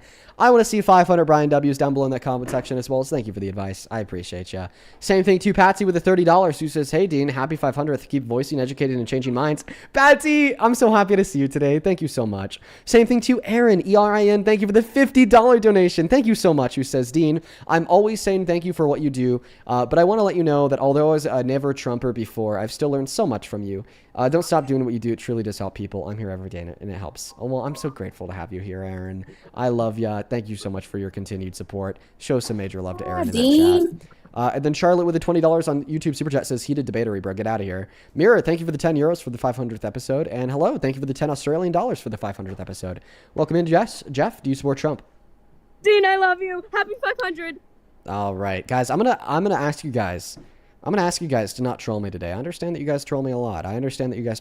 But trying to give me some grace here for the 500th episode. I think everybody watching. Would really appreciate that. I know I would. Give me some grace. Give me a break. Welcome in. Do you support Trump, dude? Dean. Give me some grace. Cut me some slack today, guys. Cut me some slack. Moving on to the next guest. Okay, we got Donald Trump loading up inside of the box. Who's next? Let's see. Alexandra, Aiden, and Hunter. Appreciate you guys for the $5 donations. And Alex, thank you so much for the $25. Who says, have you seen this quote from Trump today? Quote unquote. I saw this early on and I've seen proof of it. Where they have a vaccination that looks like the size of a bottle of soda poured into a little child's body, and bad things happen in too many cases. What? He's lost his mind. How is this man still president? How is this man still president? He has just completely lost his goddamn mind. Holy cow. Welcome in. Do you support Trump? Yes, sir. Okay. What is it like to be a member of a ever-dwindling political minority because the vast majority of Americans are waking up to how terrible and lousy of a man and president Trump truly is? Oh, hey, man, thank you for having me up, and congratulations on your 500th episode, man. It's cool seeing what you do up here, and wish you continued success, man. But yeah, as one of the sexiest men in conservative politics, I think I'm especially qualified to explain immigration economics to you. You ready? Did you just say that you're one of the sexiest men in conservative politics? Yeah, mostly because I passed 8th grade supply and demand. Okay. Can you turn your camera on? You'd like to see me?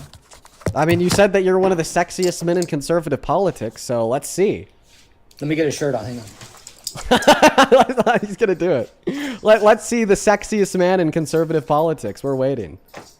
And by the way, thank you for putting a shirt on first. I'm pretty sure that myself, as well as many other members of the audience, really appreciate you for that decision. Yeah, no worries, dude. Maybe you I don't could wanna put get you like a banned. mask on too. I'm sorry, that was weird. All No, right. I know how to laugh. I know how to laugh at a joke, Dean. Unlike some liberals.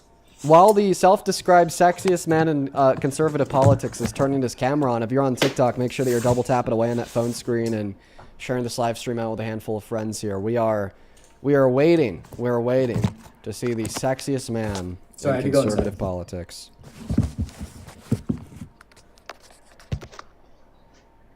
How long are you gonna keep us waiting? Hey, what's up? Okay.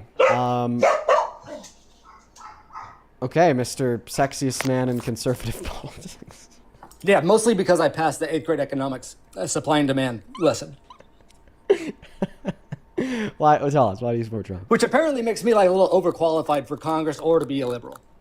Oh, okay. Why do you support Trump? Well, see, I actually support unlimited cheap labor, right? I think it's beautiful. I'm a billionaire, and I want the border looking like the entrance to Six Flags on a free ticket day. Okay, should I kick you because you're not giving us a serious argument? Well, but you get where I'm going with this, right? No.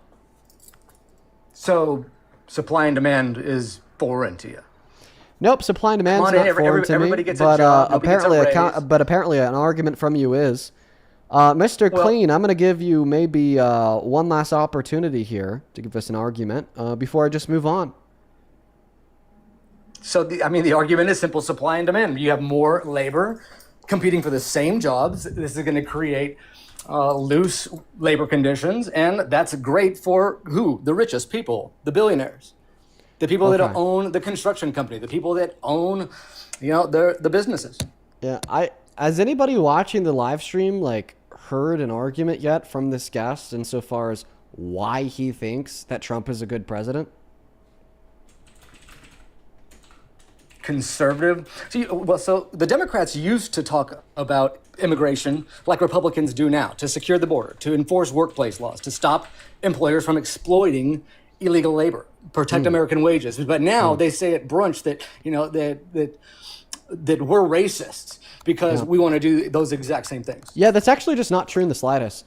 So a lot of labor absolutely is. protections are not from the right at all. Just look at the minimum wage in red states versus blue states, for instance. I would argue that a minimum wage is definitely a labor protection.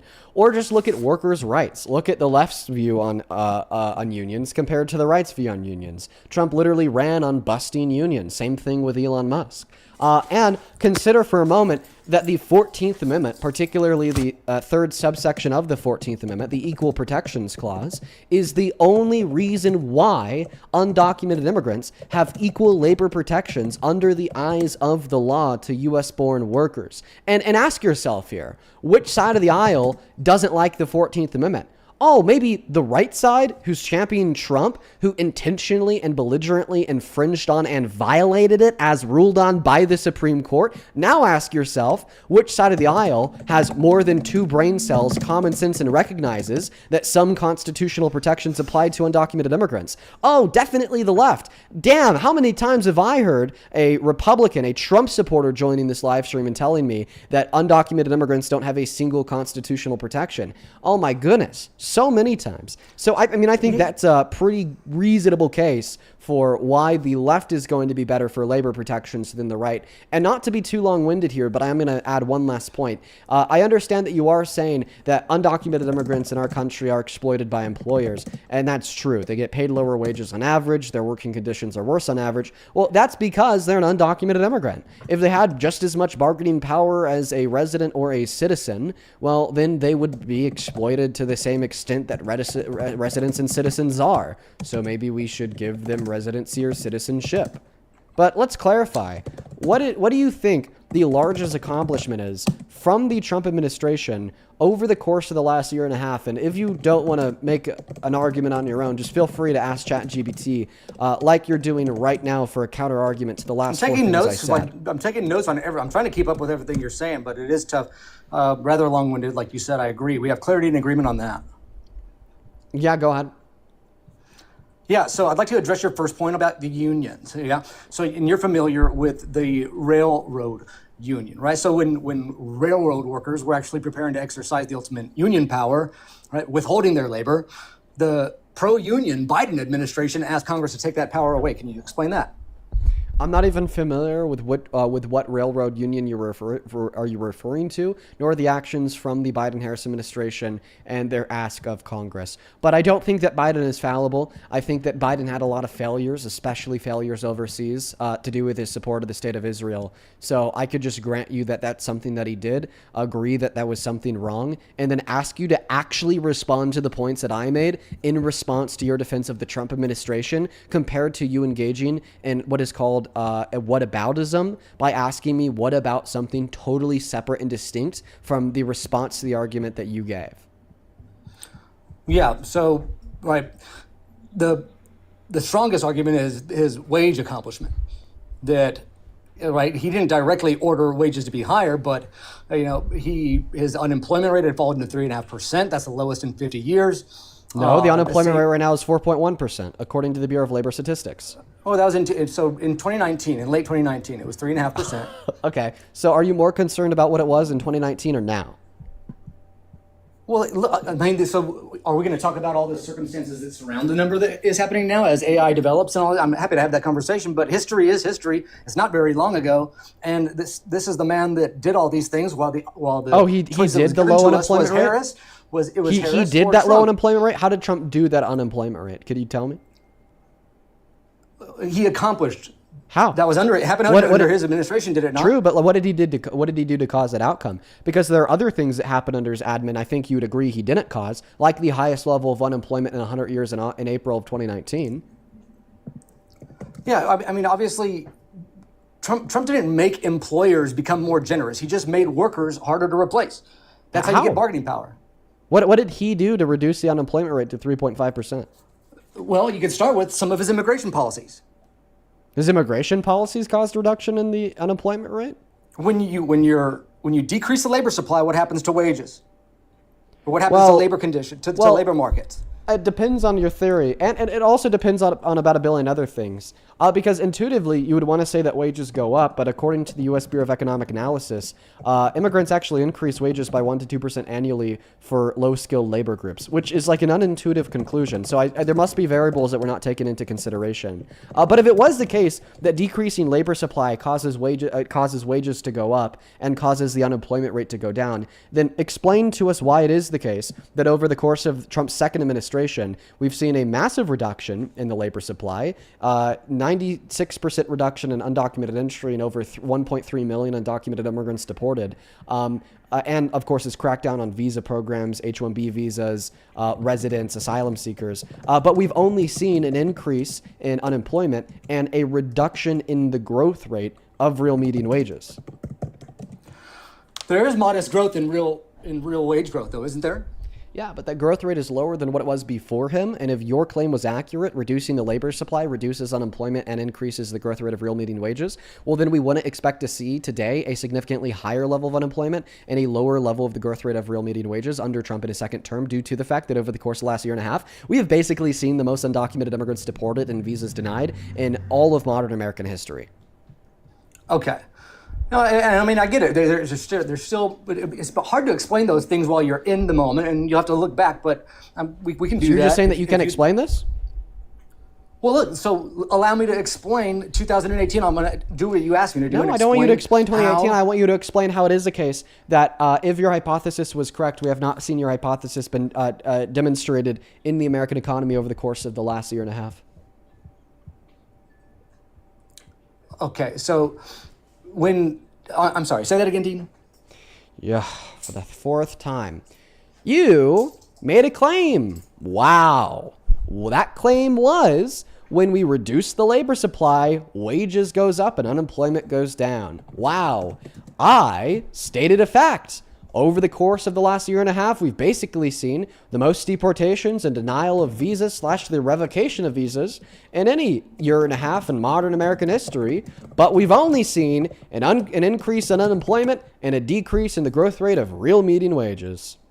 So there is a lag effect, right? So, I mean, we have real wages going up. We have AI that are taking jobs away, right? That are shrinking that jobs. And we did have a bunch of federal workers that got laid off from U.S. aid and other agencies that were dismembered, coming back into the private market. So yeah, there's a lot of factors at play that lead to wages kind of growing stagnantly. I guess you want them to be, what number would satisfy you in real wage growth? DB, I appreciate you so much for the 2 galaxies. Well, I want you to, before I answer that, prove one of the claims you just made. You just said one of the largest factors at play for why the economy has been so stagnant over the course of the last year and a half has been AI advancement. Point me to one economic study that would agree with you. I mean, I have to go find one. Okay, do it. Sure. Good boy. Good boy.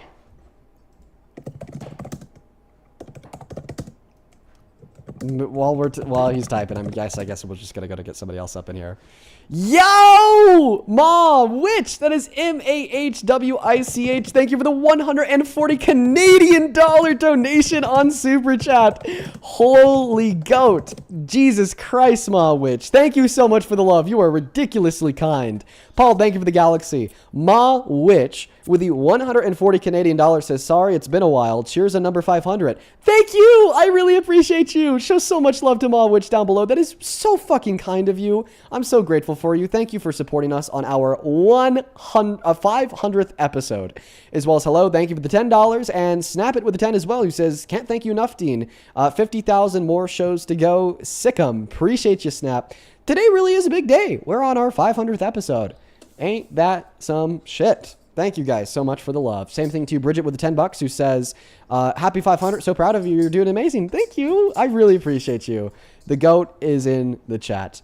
Barda, thank you for the $50 donation over on Venmo, who says happy 500, bro. Appreciate you so much, Barda. Let's get 500 Barda W's. That is beyond kind of you. Seriously, Barda. Same thing to Adam with the $10. Thank you so much. Nikolai with the $10. This guy's just in the bath, who says happy 500th episode, Dean. Thank you so much, Nikolai. Harmony with the $15 says happy 500th episode. You deserve every bit of money people are sending you tonight, no matter how much you say otherwise. You're the GOAT. Oh, thank you so much. I really appreciate you. I thank you so much for the kind words and the $15 donation, Harmony, while we're getting that next guest up here. Same thing to you, Erica. Thank you for the $5. You ready, Dean? Hello. Yeah, Adriana with the $1 says he's bald. He's bald and he's torturing people with hair. It's pretty funny. Go ahead. All right, the title, you ready for it? It's the short-term effects of generative artificial intelligence on employment, evidence from an online labor market. This is short-term from the effects American of generative Economic AI? Association. The short-term effects of generative artificial intelligence on employment. You can search that. Okie dokie. All right, so so the thing is that this study is from 2023, before we saw the widespread implementation of generative artificial intelligence. So I don't think that this study is going to be too relevant, regardless of what it concludes, due to the fact that it operate off of pure hypotheticals, and it wouldn't be in reference to any like real world outcomes, such as the actual impact of the actual development of AI and the actual implementation of AI in this country over the course of the last year and a half. AI adoption and labor market responses, evidence from job postings. This is from 2026. So that's a different title. Is your study AI by? adoption and, Oh, you got a new one? yes. Okay, what is it called? AI adoption and labor market responses, evidence from job postings. So across different industries. Here's what I'll say. It's funny. After the rise of ChatGPT, it all of a sudden became about 3 billion times easier for people to find sources for their claims. But anyways, yeah, it looks like is that a problem for you? No. Looks like I have it pulled up. All right, what do you think this is?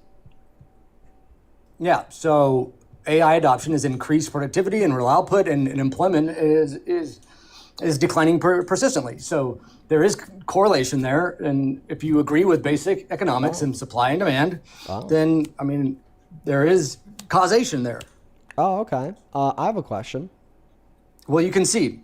I have a question about your study. So my question about your study is, what years were taken into consideration as a part of this study? Yeah, 17 through 25. 13 13 through 25. industry. Now I have a question. Do you think what has happened to employment from 2017 to 2025? Well, under Biden, for instance, we saw two 50-year historical record lows. Now, your claim is that the displacements of AI are attributed to literally the worst jobs report in 20 years, are attributed to a massive increase in unemployment, and can also be attributed to an increase in productivity. Well, it seems like your study is not studying the outcome of AI in 2025 and 2026, but actually looks back over the course of the last 8 years. A couple of things I'm going to say here, too, just about the impact of AI on the market over the course of the last year and a half, would be if it was true that the reason why we see this massive shakeup in macroeconomic variables concerning unemployment is because of AI, well, then we wouldn't see a reduction in the growth rate of the GDP, because we would also see a massive increase in productivity, which would lead to probably a massive increase in GDP growth, or at least not a decline. The second point that I'll make here is if it was also true that this decline in employment was caused by AI, well, then we wouldn't expect to see... I'm sorry, you're typing. How about you just respond to that first point? So, okay, you're saying that because this study, took into account 17 and the COVID era numbers, that this data is not reliable. Well, I'm just saying I don't think it's testing the relevant data that you want it to test, because the relevant data that you want it to test would be 2025 and 2026. And then I also gave you reason to just not believe that AI is responsible for the macro decline in unemployment. And the reason why I say that is because if that truly was the case, well, then we'd expect to see a macro increase in productivity. But we don't see a macro increase in productivity because we see a macro decrease in the growth rate of the real GDP, as well as we see a macro decrease in corporate profits. And with more productivity comes faster growth rates in GDP and faster growth rates in profits. Well, I think we're having productivity is growing, Parker, and I've taken some of your guys' lives, and I think you said this. I know Parker has said this. Why is the growth rate of GDP manufacturing slipping? numbers are going down, but in fact, the productivity is up, and he's always saying that structures and builds, that is the investments in the structures and the builds is going down. Therefore, manufacturing is down. Why are you not responding to the last thing I said? That these numbers don't reflect what's happening in 2026. So my point is, we can rule AI out from being the macro level cause of a reduction in unemployment because we don't see a macro level increase in productivity. And my evidence of that is a decline in the growth rate of corporate profits and a decline in the growth rate of the real GDP. Productivity equals more profit and more GDP growth. So we can, I guess I can agree with you that it may not be like the macro or the largest factor, but if you're saying that that's the case, then what is? Oh, yeah, for sure. Tariffs. Tariffs. Mm-hmm. Can you expand? Yeah. On how tariffs, go ahead, is a greater effect than AI? Yeah, they destabilize the market and cause companies to make less profit by illegally taxing them on their imports and by shaking up investment. That one's a really easy argument to make. So who's doing most hiring here? Big corporations or small businesses? Big corporations. Okay, and so your claim is that tariffs have affected these big corporations and who make it's affected big corporations profits. and small corporations, and it's actually impacted the small corporations more. So let's see if I can back that up. Do you have a study to support that? Oh, well, I have common sense to support that. And if you dispute the next thing I say, then I could go find a study. But the reason why they've impacted small businesses disproportionately more is because they have less money to invest into production plants to make the raw materials they require to build their goods in America. Therefore, small businesses are probably going to be more likely to import the raw materials that they use for the production of their goods compared to larger businesses, meaning that they're going to disproportionately pay more of that tax. Not to mention that they just usually have less of a buffer of retained earnings. Like obviously, like a big company is going to have a pretty big buffer of retained earnings to dip into when they're in the red. But smaller businesses aren't going to have that buffer. So when they're in the red, they're significantly more likely to go out of business. But once again, I'd also like you to consider the very simple and obvious fact that this has shaken up the investor environment for manufacturers, which is why we've seen a significant reduction in investment into American manufacturers, which is another contributing cause of a reduction in employment and an increase in bankruptcies. Now, I'll let you respond to all of this, but I'd like to also clarify that my top level claim is we just simply have the most reason to believe that this would be the cause of this outcome. Now, I'm sure that you're going to be able to point out some holes in my argument, and I actually accept that because I'm not arguing with certainty. I'm just simply arguing from the basis that it is the most reasonable thing to believe that this caused the outcome, because there's literally nothing that you could point to as an alternative cause. No, and I'll concede that we have a much clearer picture of the effect on real wages right now because they've affected the prices already. And AI is still kind of emerging and developing, but it has disrupted specific labor markets more so than tariffs. And it's kind of, we're still kind of gathering that data and analyzing it. But like in software development and coding, in customer service, in administrative work, in freelance writing, like how are tariffs affecting those things greater than AI? Okay. Well, once again, I'm looking at this from a holistic macro level. And the reason why we know that the largest cause of these inefficacies and or inefficiencies in the market is not AI is for the reasons I already stated that you already conceded to, of us not seeing an increase in corporate profits or GDP growth, rather seeing a decrease in the growth rate of corporate profits and a decrease in the growth rate of real GDP growth. You already conceded that AI is not going to be the main cause. And if it's not AI, then clearly it's the tariffs. Clearly. Wait, so hasn't one of the Democrat desires been for the corporations they're making too much money, they're making too many profits, and so now they're making less profits, and you're still unhappy? Well, I mean, what you're confused on is the means to achieve the end. So it's like, I agree with the end of, these big companies making less profit, but I just think that the means to get there should be them paying their employees livable wages or reducing the price of their products to not price gouge American consumers.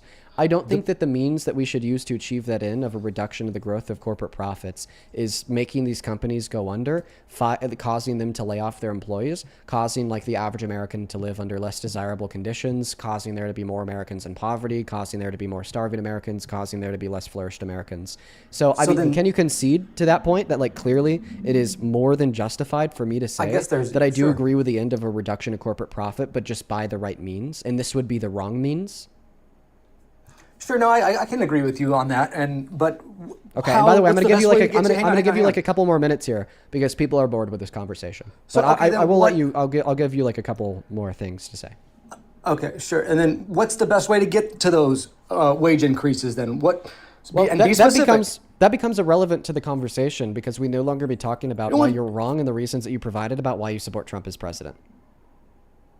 Okay. Well, I was trying to go into how Trump created a tighter labor market in his first administration. Are we living under his first administration or his second administration? Has Donald Trump been good for the economy in his second administration, sir? So far, has he been good for the economy? Yes. Okay. What's one macroeconomic variable that's better off? Real wage growth is growing. At a lower rate than it was under Biden. So that's actually not an example of a macroeconomic variable that's better off.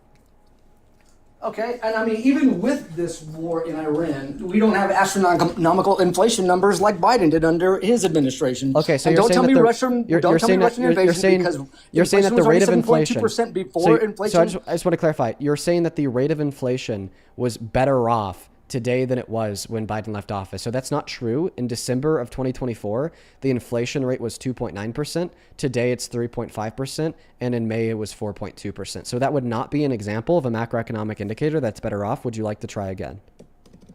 No, what I said was that even with us being at war, we've got a lower inflation number than what Biden had, and what you guys say was because of the war with Russia. So then what you were saying was not an answer to my question? What macroeconomic data figure What is managed macroeconomic better data point is under better the off today conservatives? than it was a year and a half ago under Biden? Okay, so the conservatives have obviously managed the inflation number much better than the liberals have, and you just have to look at the numbers. I don't know even Once how again, you're arguing once again, against you're that. wrong.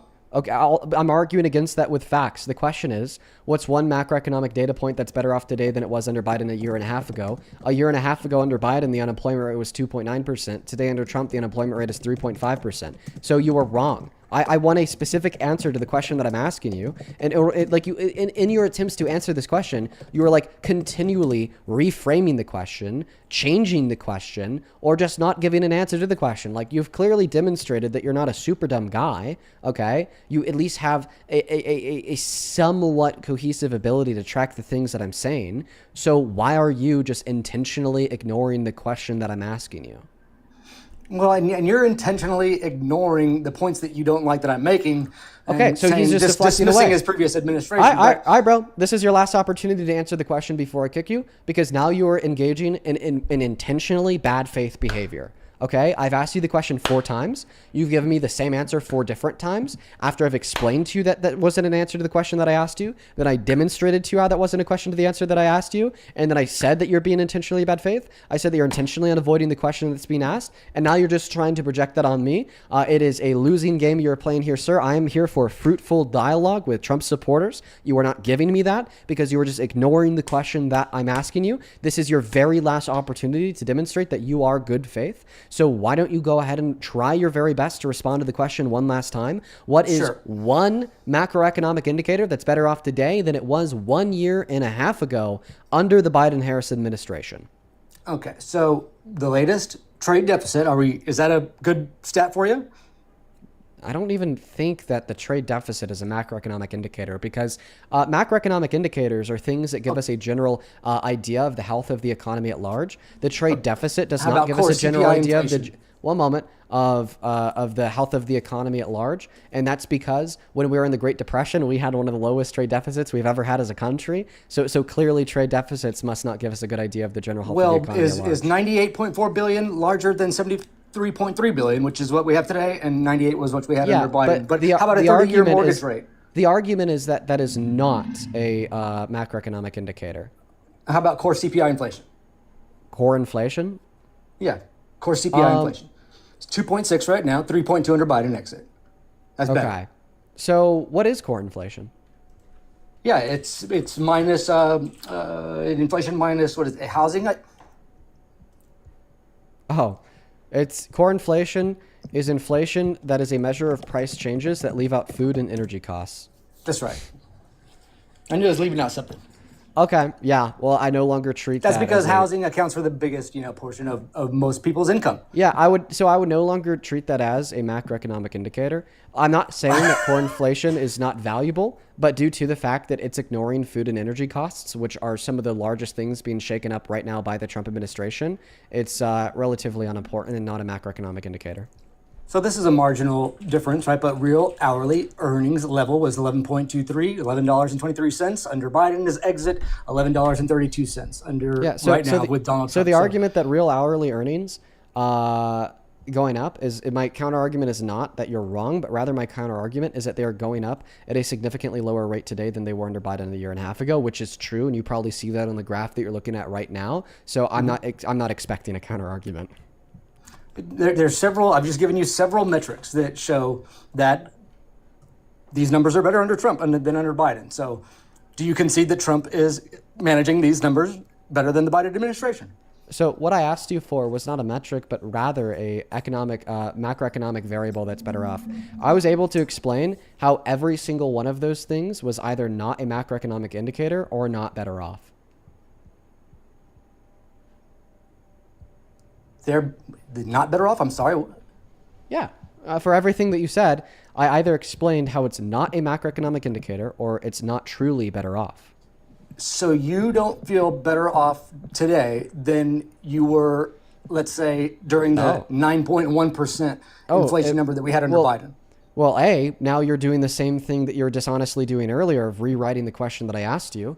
I didn't ask you to name a macroeconomic data point that's better off today than it was at the peak of the inflation onset by the pandemic and global, you said you were doing better. events/wars, but rather, what's one macroeconomic indicator that's better off today than it was a year and a half ago at the end of the Biden-Harris administration? And B, you asked me if I was feeling as if I'm doing better off. I am not a macroeconomic indicator. It seems like we've reached the natural end of our dialogue. Sure, I guess the GDP is what's most important to you. When did I say that? Well, it's the number you're always throwing out. Because I talk about something frequently means it's important to me. Okay. The most important to me. Okay. Do you care that your president is a violent sexual predator? Oh, here comes the emotional appeals. Do you think it's emotional to have a discussion on if violent sexual predators should be in public office? So you're saying Answer if you that break question. the law... Do you think it is emotional to have a conversation on if violent sexual predators should hold the most important public office in the world? Do you think that that is a purely emotional conversation?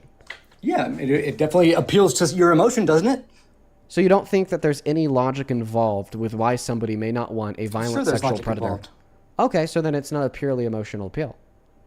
Well, yeah, and I'm not an absolutist. What does that mean? Like it's not everything's so black and white, Dean. So why can't we agree that violent sexual predators should not be in the most important public office available to any human alive? Why can't we agree on that? Why can't we agree that that should be saved for a criminal conviction and not a civil conviction? I'm not even referring to a civil conviction. I'm referring to when he admitted to barging into the dressing rooms of naked beauty pageant contestants to look at them. And that's violent? Yeah. Would it be true to How say is that because he violated them? How is walking into a room violent? Well, the violent part was walking in the room in violation of their right to privacy away from men, their dignity, autonomy, and consent. Do you agree that that was violating them? So because if you agree that's violating or them. violence, are you conflating a violation with violence? Yeah, so a sexual violation is violent. Yeah. I mean, obviously, I can agree that some things are violent, but walking into a room and there being no act of aggression, there being there was aggression. There was aggression and people were hurt. Violence. There was aggression and there was words. I'm not saying that words are violent. At least in this context, I'm saying that the outcome of his action was violent. Like, why can we not agree? I think you're stretching. Okay, define violence. Yeah, I'd normally probably just define violence as like a physical act of aggression that causes bodily harm to somebody else. Okay. Now, when you say it's a physical act of aggression that causes bodily harm to somebody else, are you saying that the thing in which causes the harm has to involve physical touch? I mean, I haven't really thought that through, but can you give me a scenario where it wouldn't and it'd be violent? Yeah, a 30-year-old man... Besides the one that you're... A 30-year-old man texting a 13-year-old girl, telling him to send her nudes or he was going to hunt down her family and unalive them. And then after she did send him nudes, him telling her to unalive herself. So the unalive threat, I guess, that's a clear case of violence where no physical touch occurred. Do you agree? Do you agree that that was violent, even though no physical touch occurred? Yeah, like a threat of violence. Sure. No. That's not even what I'm saying. I'm not saying that there was a threat of violence. I'm saying there was something that occurred that was actually violent in of itself. And that thing in and of itself is a text message. Yeah, it would be the communications, the coercion, the violation of their consent, the violation of their dignity, and the responsibility for the causal outcome of that minor self-unaliving and sending nudes. Yeah, that in of itself is violent. Do you agree? No, I don't think I agree that it's perverted. Is what it is, but it's not violent.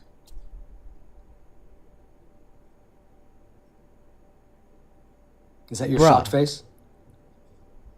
What? Yeah, that's a pervert sending a message of a sexual nature and violence is a separate category. That's obviously so violent. Wow. You're a monster, dude. Let's take this one step further. Okay. Sure.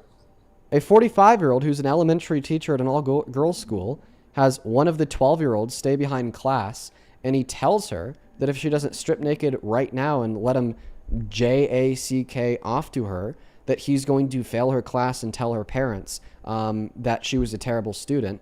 So coercively, she does it. I would say clearly that's an act of violence, even though he never touched her. Would you? Act of violence. Like that is a No, violence. again, I think that this is just like sexual perversion. It's not These guys violent? are mentally ill. That's not violent. So what's your definition of violence? Yeah, being responsible for causing harm. You don't think that that's violent? I think that coercion could be, considered to be violent, I guess. There's a threat there. But yeah, I think physical force, right, is typically accepted in that definition of violence. That would just be an example of violence, not an all-encompassing necessary account for violence. So, I'll give you like another example of this. A bunch of racist white dudes find the nearest black child at a public park, and then they scream the hard R at him until he self-unalives every day for 3 years. Did they do something violent?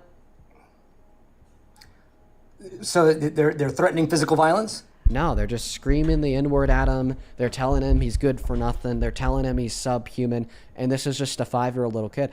And after this happening at the park Yeah, I don't at think that's school, violent. No. I mean, so is there such a thing as violent coercion and then non-violent coercion? Or is all coercion violent? If it's unjustified coercion, then it is violent. Because remember, my criteria for justification violence is your standard. was unjust harm. Yeah, because violence is analytically bad. By the way, some people disagree with me. Some people think that there's violence for good, meaning that it wouldn't have to be analytically bad. I maybe hold a minority opinion here, but that's just my personal reading on violence. But I'm sorry, I think I'm done talking to you. You're saying that it's not violent for an older man to coerce a little girl into taking her clothes off to jack off to them. It's not violent for 30-year-old men because you said if I fail your class, to cause a child. That's coercion and it's wrong.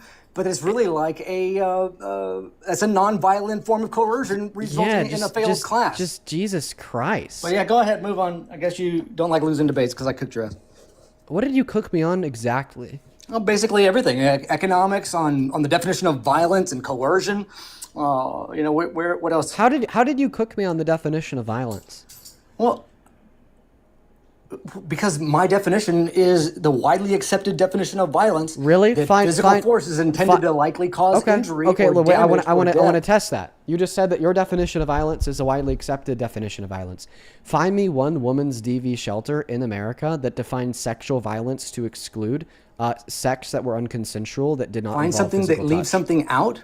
You said find one woman's DV shelter in America that does not define sexual violence to include forms of unconsensual sexual conduct that don't include physical touch. Yeah, find me one woman's DV shelter in America. Yeah, like sexual violence includes non-physical sexual conduct that's unconsensual because the violent part would be the unconsensual nature of the violation. Okay, I feel like we just shifted the goalpost a little bit, but yeah. There wasn't a single. I guess there was not a single shift of the goalpost because you made the claim that everyone agrees with you. So let's see. Let's see if even one woman's DV shelter in America agrees with this guy's ludicrous take that women's DV shelters define sexual violence as only unconsensual sexual acts that involve physical touch. By the way, for like 3 people in the comment section saying JW cooked me. Well, actually, no, he didn't. He ended up running away from me. And then today, I spoke with him for another 10 minutes. You could go watch it on Parker's stream. And it was brutal for him. It was so brutal for him. The first thing that happened... No, I'm not talking to you. The first thing that happened in today's conversation was I gave him my account of metaethics. I asked him if he had any pushback with it. He said he didn't. So then I asked him to give an argument for the claim that he made close to 24 hours ago, saying that raped 5-year-old girls have an obligation to maintain pregnancy. And he once again refused to give that account. And then I called him out to a debate today. He said no. Then I asked him when would he be free because he said he'd plan it. He didn't give me a specific day. He refused to. And then at the end of the conversation, I actually offered him a debate where the loser has to send $500 to charity with a couple friends of mine. And he said, no, I won't do that and I'll never do that. And then he asked Parker, because Parker was like telling him to respond to what I was saying because he was so clearly running away. And then as a response, he tried to ask Parker to debate him on the existence of the Christian God. Then Parker was like, yeah, sure, I'll do that if you respond to what Dean's saying. And then he backed off. He didn't respond to what I was saying. And then he never responded to Parker's request to debate him on the existence of the Christian God. All of this is public. Everything that I just said is public on Parker Get a Job's most recent stream VOD on YouTube. It was one of the last conversations of the day, so just scroll to the last hour. And frankly, you could go watch it yourself.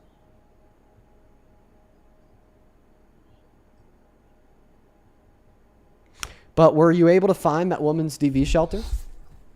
So, I mean, I'm looking up what the DV organizations usually define it as. And it's definitely more broadly than physical violence. And so, yeah, Right. I'd say that you definitely shifted the goalpost because we were talking about like, No, is I coercion violence was our I discussion. didn't shift the And then goalpost. all You of a made the sudden you're like, claim. well, go find a domestic violence. You And made the claim domestic that violence broadly in society itself is a agrees with very you. different One moment. situation One moment. I could than explain violence to you. by the I president, could right? explain to you very easily why you're wrong. The reason why you're wrong in accusing me of shifting the goalposts is because you explicitly made the claim that most people agree with you, that most institutions agree with you, most of society agrees with you. Okay? I'm literally just proving that claim wrong. Right now, And then what I'm domestic doing violence is yeah. proving that claim wrong. Do you Is admit that violence- right now I'm proving that claim wrong by giving you the ability, or more so asking you the question, to go find me a single woman's DV shelter that defines sexual violence to exclude physical touch, and you can't do it? No, because you pivoted to a different category. Domestic violence and violence are two different things. What? What the fuck are you talking about? The first thing I said Domestic violence is its own type of absolutely violence. not. That's why it's called domestic Absolutely not. violence. What's if you'd argue that physical touch would be a necessary prerequisite to all violence, then you would say that all subcategories of violence, such as domestic violence or sexual violence, would include that same necessary prerequisite of physical touch. Because if they didn't, well, then it wouldn't be necessary to physically touch somebody to engage in violence. So then your original claim that it is necessary is incorrect. And B, this whole time we've been talking about sexual violence, my evidence for this is the reason this conversation started is because I asked you why you think it's okay for people who engage in sexual violence, violent sexual predators, to be president. And then I gave you a case of Donald Trump engaging in sexual violence by barging into these dressing rooms. And you say, oh, that's not violent. So actually, this conversation is completely consequential of you disputing that sexual violence can include non-physical forms of unconsensual sexual conduct. And B, I'll just repeat my first point. Even if you were right here, this would still mean that you would be conceding, because you are just conceding that physical touch is not necessary for violence, unless you would argue that sexual violence is not really violent. So, in these domestic violence organizations, we're talking about right, sexual violence, yeah. So domestic violence or abuse is a pattern of like power and control and coercion, and it's not just hitting a person, and it's not just physical, but it's in addition to, with all those things, right? True. And so, Everything that you just said is right. Yeah. You could be violent with power and control. You could be violent just with any unconsensual sexual action. Yeah. Everything that you just said was right, and that's why you're wrong. No. Okay. So in a legal or crime context, right? What's the key idea behind violent? Wait. Are you just pivoting away from the fact that what you just read disputed your own claim? No, all right, Dean, domestic violence in and of itself is a different category than regular violence. Okay, wait. So I want you to answer this question. Is domestic violence violent? Yes. Okay, so then in order for X to be violent, X doesn't necessarily include physical touch? Yeah. Okay, that's why thanks for the concession. So domestic violence. Thanks for the concession. That's why it's domestic violence. Thank you for conceding. So did Donald Trump get You just convicted conceded. of domestic violence? Do you Did admit Donald that you Trump just get convicted of conceded? domestic violence? Do you admit that you Is just walking- conceded? is walking into a room in a building that he owns with a pageant going on, One is moment. that domestic violence? One moment. Do you admit that you just conceded? To what? To your argument that physical the touch was a definition of necessary domestic prerequisite of violence? No, so just to the definition of the word violence. CP, thank you for the galaxy. Do you admit that you just conceded? I concede the definition of domestic violence. No. We're not just talking about domestic including violence all as of its these own other things. subcategory. We're talking about violence as a holistic term. Okay, I'm going to repeat the way that you just conceded. Your argument is that in order for X to be violent, okay, X must include physical touch. So, but then you conceded and admitted that domestic violence or sexual violence does not include physical touch necessarily. So then I asked you a very simple question. Does domestic or sexual violence include physical touch? You said not always. So something can be domestically or sexually violent without including physical touch. So then I asked you the question, is domestic/sexual violence always violent? And you said yes. So this means that you think that X can be violent without X necessarily including physical touch, which means that you concede your first claim that in order for X to be violent, X necessarily must include physical touch. No, you moved from a definition claim to a classification claim, and those are not the same argument. Wait, so expand on that. Explain to me the issue with the last argument I gave you, which demonstrates with certainty that you were absolutely wrong as it related to your claim that all violence must include physical touch. Are you asking me to reduce something that can't be reduced? You're saying that you can't reduce the definition of the word violent? Through anything but through moral, what were the words you used earlier in the live? The moral deliberation. Right, because this is a moral topic that we're talking about here. No, it's not. It sure is. No. How is it not? Because language is amoral. Like what? Like it could be like immoral to like use certain words in virtue of like their outcome or history. So violence but it's is not not immoral immoral. to use certain words in virtue of itself. Is violence immoral? Yes, but we're not talking about the actual substance of violence. We're talking about the language in which we use to refer to violence. And okay, so language, right? And domestic violence. Okay, I'm gonna explain violence, this. I'm gonna explain this to you one last time. Is domestic violence always actually violent? Usually, there's these other things in addition to. Just answer the question. Is domestic violence always violent? Yeah. Is it yes or no? It's violence with these other things. Is domestic violence always violent? Yes or no? Yeah, as part. Okay, as part perfect. of the, Okay, the whole, Andrew, thank you for the galaxy. So you just said that domestic violence is always violent. Does domestic violence always include physical touch? Okay, hang on. Does domestic violence always include physical touch?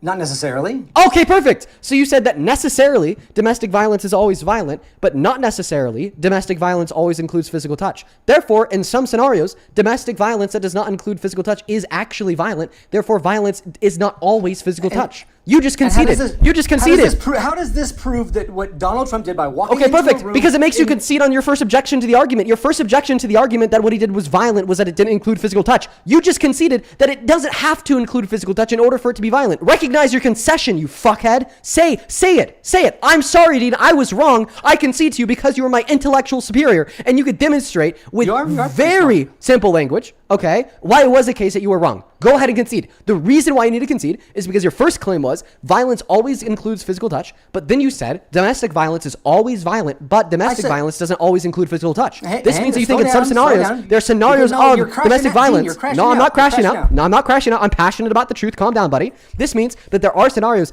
of domestic violence that do not include physical touch that are actually violent, meaning that in order for things to be actually violent, they don't actually need physical touch in all scenarios. Why don't you go ahead and concede? So what I said was that the widely accepted definition usually includes violence. Oh my goodness, he's so fucking lost in the sauce. By the way, what you meant to say was that the widely accepted definition of violence usually includes physical touch. And that's actually not true, because now you're pivoting again. So your first claim was that it necessarily includes physical touch. Now you're just saying that it usually includes physical touch. So even if it was true that violence usually included physical touch, this does not entail the conclusion that if it doesn't include physical touch, it's not violent. Therefore, you are changing your argument because your first counter argument, because your first counter argument against the fact that Donald Trump engaged in sexual violence was that he didn't engage in physical touch. So go ahead and concede that claim, because he doesn't have to engage in physical touch in order to engage in sexual violence. Concede the claim. Why would I concede that claim when in a legal context or Perfect. in a courtroom? Oh, wait. I'll tell you why. I'll tell you why. I'll tell you why. Once again, you're back to using certain terms such as usually. If it's not an absolute, then you cannot argue that because it didn't include physical touch, therefore it wasn't sexually violent. Okay, concede. Sure, I'll concede that. Good. Holy fucking shit. All right, moving on to the next guest. We got his concession. Now we're moving on. Why are we moving on? Because it took me 30 minutes to get a concession that he should have been able to make in the first 3 seconds. Let's go to get the next guest up here. You really, listen, folks, in order to get these people to concede, you literally have to, and I mean, you literally have to cut them off from all avenues to respond 5 times over. You have to show them why any possible counter argument that they could have is false 5 times over. And after you do that 5 times over, they'll finally concede. And when I come across people like him, I don't want to debate him. I get my concession out of them because I've been working so hard for it, obviously, and then I move on. They're obviously not fruitful conversations. They're obviously not good faith interlocutors. They're clearly not here to discover truth if they're just going to be so hard-headed. Welcome into Sports Trump Monster Van. Hey, Dean. Let's go to get the next guest up here. Only opposite side of the queue if you happen to be an American adult that supports Donald J. Trump as president. Only opposite side of the queue if you are here for debate. By the way, once again, for the 19,000 people that have joined us today on TikTok, today is a very special day. It is our 500th episode. So welcome into the 500th episode of the Dean Withers Show. For everybody that has been hanging along with us for the long haul, tuning into the streams multiple times over, I appreciate you so much.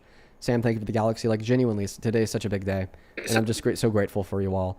I think how far that we've come over the course of the last couple of years is just awesome. It is so cool. I'm so happy that we have this platform and we're able to change minds with it. Ruby, do you support Trump? Yes, I do. How old are you, Ruby? I am 18, September 17, 2007. Yeah. Okay. Think about your argument. In the meantime, I'm going to think a couple people, okay? All right, you just do that. Battery, thank you so very much for the galaxy. Over on Super Chat, Gay Uncles, thank you so much for the $50 donation on YouTube Super Chat. I want to get 500 Gay Uncles down below in that chat. That is very kind of you, and thank you so much. Gay Uncles with the 50 says, Jamie and I wanted to wish you a happy 500th episode. Jamie enjoys screaming along with you, so here's another to 500. Well, shout out to you and Jamie. I really appreciate you guys for the $50 donation. Fam Cam, thank you so much for the $100 donation over on YouTube Super Chat. Thank you so much for the love, Cam. You have been watching forever, and I'm so very grateful for you. Cam with $100 says, happy 500 episodes, Dean. Thank you, Cam. You are the very, very, very best. Huge shout out to Cam in that chat. Thank you for the galaxy as well, Battery Boy. On Venmo Casey, thank you for the $25. I appreciate you. Thank you so very much. And I'll check out that resource. Thank you for the love for the 500th episode. Rachel with another $20. Dude, I'm sorry, I totally forgot last time. Send a couple of roses, Rachel, and I'm going to try to click on your account and give you mod. Tiffany, thank you for the $1. Lindsay, thank you for the $15, who says, do these guys not listen during sexual harassment sessions at work? Quote unquote, hostile work environments aren't necessarily physically hostile. These girls were a part of a hostile work environment and victims of sexual violence. I could not agree with you more. Thank you for the $15. Ben, thank you for the $25. I appreciate you. Who says, brother, if the event starts with, well, he didn't technically touch the child, maybe stop and reconsider which side of this argument you're working too hard to defend. I could not agree with you more. I think that is a very simplistic reduction. It's just clearly the case that he was wrong. And Han, thank you for the money gun. As well as Michelle, thank you for the $100 donation on Venmo. Holy fuck, Michelle. Let's get 1,000 Michelle W's, who says, I just started watching recently and I have no idea how you do this every day without losing your shit. These people who call it are fucking unbelievable. Damn. Happy 500th episode. You deserve the support, and I hope you get off, and I hope you get some time off soon to decompress. Well, I really appreciate you. Thank you so much, Michelle. And I'm so happy that you're enjoying the show. Huge shout out to Michelle. Shannon with a $15 says for Momo's 500th episode. Jonathan with a $10 for the 500th episode. Jamie, thank you for the $20 for the 500th episode. Thank you, Jamie. Show some love to Jamie. Dale with the $10 for the 500th episode. Thank you. Then Callie, thank you for the $15 for the 500th episode. Timothy, thank you for the $25 for the 500th episode. And Mary, thank you you so much for the $50 donation on Venmo for the 500th episode. I want to see so much love for Mary in that chat. So much love for Timothy, Callie, and Ellie. So much love for all the donors. And then one last one on Venmo for now. Thank you, David, for the $15, who says, happy 500th. Your work is so very impactful, and I'm so glad you're on the right side of history. And remember, only 875 days until Donald Trump can no longer be legally allowed to serve as our president. Well, thank you for the reminder. Thank you for the love. You are incredible. Over on PayPal, Barbara, thank you for the $50, who says congratulations on 500 episodes. What a milestone. Thank you. I appreciate you for the $50, Barbara. Gregory with the $20 says, I normally listen to the VODs while I walk my dog 4 hours a day. Congrats for 500. Thank you. Travis, thank you for $8 for the 500th episode. Ellen, thank you so much for the $100 donation over on PayPal. Holy shit. Who says, love what you do, Dean. And I got you, Ellen. I will happily share that with him. Thank you for the $100. I want to get so much love for Ellen down below. Thank you so much. And then Catsby, thank you for the $10 for the 500th episode. Monica with a 2, Colby with a 6, Jaden with a 5, Alexandria with a 3, Aiden with a 5, Hunter with a 5, and then Alex, thank you for the 1. We're all caught up on PayPal, one more over on Super Chat, and then we're ready to go. Mask, thank you so much for the $100 as well. Who says, happy stream birthday, beloved as you are, happy 500th. Thank you so much, Mask. Please show some major love to all of the donors down below. You guys have been ridiculously kind to me today for in honor of the 500th episode of the Dean Withers Show. I'm so fucking grateful for you all. Thank you all so much for the love and support. Huge shout out to all the donors. Savannah, thank you for the galaxy. Thank you all so much for the love and support on our very special occasion today. Ruby, thank you for your patience. I just sent you an invite to turn your mic on. Why don't you tell us why you support Trump? Okay, Dean, so I believe that Trump should be in office due to his immigration policies and gun rights because living in this country, like I live in California and there are lots of Hispanics, and not to be racist or anything, I respect everyone, but I see that there are mainly more crimes and criminals due to the Hispanics that are causing them. And the gun rights are because as a woman, I want to feel protected and I want to always carry a gun on me because I, protect myself from all the harm and crimes. Okay. Yeah, we have a couple things to say here. Holy moly. So with your first claim, you said not to be racist, but I'm going to be racist. Sorry, that was racist. Looking at somebody, identifying that they're Hispanic, then saying, I'm scared of them. Yeah, that's racism. It's actually classical racism. It is overt racism. I don't know what to tell you there. But what I can tell you is that you're wrong about the nature of crime rates in association with immigrants. Undocumented immigrants are 2.5 times less likely to commit a violent crime in American soil compared to U.S.-born citizens on average, 4 times less likely to commit nonviolent crimes, and then legal immigrants are even less likely to commit crimes. So you couldn't have been more wrong. To your second thing about gun rights. Well, you started off your statement by saying you're a woman and you want a gun for self-defense. Yeah, I want you to have a gun for self-defense too. I think I want anybody who thinks they want a gun for self-defense to have a gun for self-defense. The priority and the prerogative of the left is not to take your guns away if your guns are necessary for self/home defense, but rather to either restrict, control, license, or make it more difficult to get guns that are not necessary for home/self-defense. I am a gun owner. I have a gun sitting less than 3 feet away from me. Why? Because I've had the FBI show up at my door and tell me that they stopped somebody trying to come to my house to kill me. Why? Because every so often I get swatted and I have people call me and they tell me that if I don't give them money, they're going to break into my house and try to hurt me and my girlfriend. I am a strong believer in self and home defense. But a fully automatic long-barreled AR is not necessary for home defense. Maybe we should ban it. That's all I'm saying. And that's all the left is saying too. Well, Dean, I'm very sorry that you have to go through that, but to be honest, the immigration policies, I'm not even I promise I'm not racist. I have many Hispanic friends, but I do see that in this country, we have lots, and I'm not even saying assuming just by their face or their appearance. I'm saying that I've seen many, and I don't know. I feel like they shouldn't be here because this is not their country to begin with, and Trump is this is his country. I don't know why they can't just go back to their country. I don't know if their country is so good, why they come here. It's I don't know. I don't understand that. Oh, wow, you're so racist. Jesus Christ. I really am not being. It is absolutely racist to say immigrants shouldn't be here because this isn't their country. If it wasn't for immigrants, this wouldn't be a country. Do you understand that? Do you understand that? This country was founded on undocumented immigration, and this country was built on documented immigration. From the 13 colonies to Ellis Island, immigration has made this country what it is.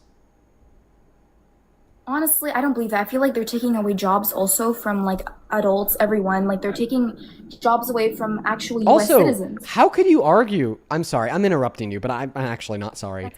How could you argue that for many Hispanic people, this isn't their country?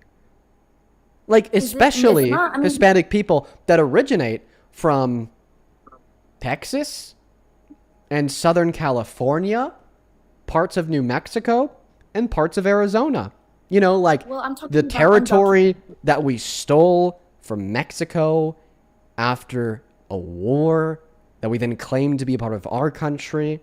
That there are, in fact, even some, I forget the indigenous phrase, some indigenous individuals from. Are you saying this isn't their country? Honestly, I mean, I'm talking about undocumented ones that are just causing crimes like daily in our country, and like it doesn't make sense. Like if I don't know. Dude, what's so funny, bro? Come on. Whoever told me to check her bio, I love you. You guys want to? Oh my goodness. People on TikTok are just going to be able to click on her account and see her bio. People on YouTube, you will never fucking guess what her bio says. Let me read it out loud. Oh my god. Quote unquote, treat people how you'd want to be treated. So just to clarify, if you are the child of an undocumented immigrant brought into this country at the age of 2 years old, and you've spent your life, working to become a doctor, going to school, you're in a DACA program, and you're here to make a change for the world around you, you would want other people to call you a violent criminal that needs to be removed today. Just to clarify, that's how you would want to be treated? Okay, but come on, like undocumented. Is that how you'd want to be treated? Yeah, I'm talking about an undocumented if I'm an illegal immigrant, what? yeah, I'd love to be treated like that if I was an illegal immigrant, but obviously not. So. Yeah, this guy's crazy, dude. Okay, all right. Listen, we're gonna sidebar this conversation about immigration. I want to continue it, but I really want your response to my comments on gun control. The left doesn't want to take guns away from you that are necessary for home and self-defense. All right, well that's good to hear. I had a question about that, and so what gun control do you not like? To be honest, like the ones that are done, like not for self-defense, just to be there, like for crimes, like criminal ones, like guns that are crime/criminal ones would not be an example of gun control that you don't like. Specify the gun control from the left that you don't like. The ones that are used for like crimes, like I don't know, AK-47s and stuff like that. Those can be used. Wait. So you're not okay with bans on fully automatic weapons? Could you repeat that, please? You're not okay with bans on fully automatic weapons? I'm not. I mean, I'm okay. I'm not really. I don't know. To be honest, no. Okay, you're not okay? I'm not okay with it. No. So you think it should be legal to own a quad machine gun that could shoot 60,000 rounds a minute? Why? Yeah. Because it can, if it's used for wrong, then absolutely it should be banned. And I'm glad that you need guns, like for a license, you have to have a license for a gun. So, in my opinion, I think you don't need a license to own a gun. You're wrong. You should though. That's what I mean, just explain to us why you think it should be legal to own a quad minigun that can shoot 60,000 rounds a minute, please. For self-defense, but unless it's for like a bad cause, I feel like it should be. Bro, you think you need a quad minigun that could shoot 60,000 rounds a minute for self-defense? Only, but if it's used for wrong, then I disagree. Can you give me? Listen, please. I have to ask. Can you give me a scenario where that would be used for self-defense? Okay. 3 intruders break into your house, and you're alone. You're alone.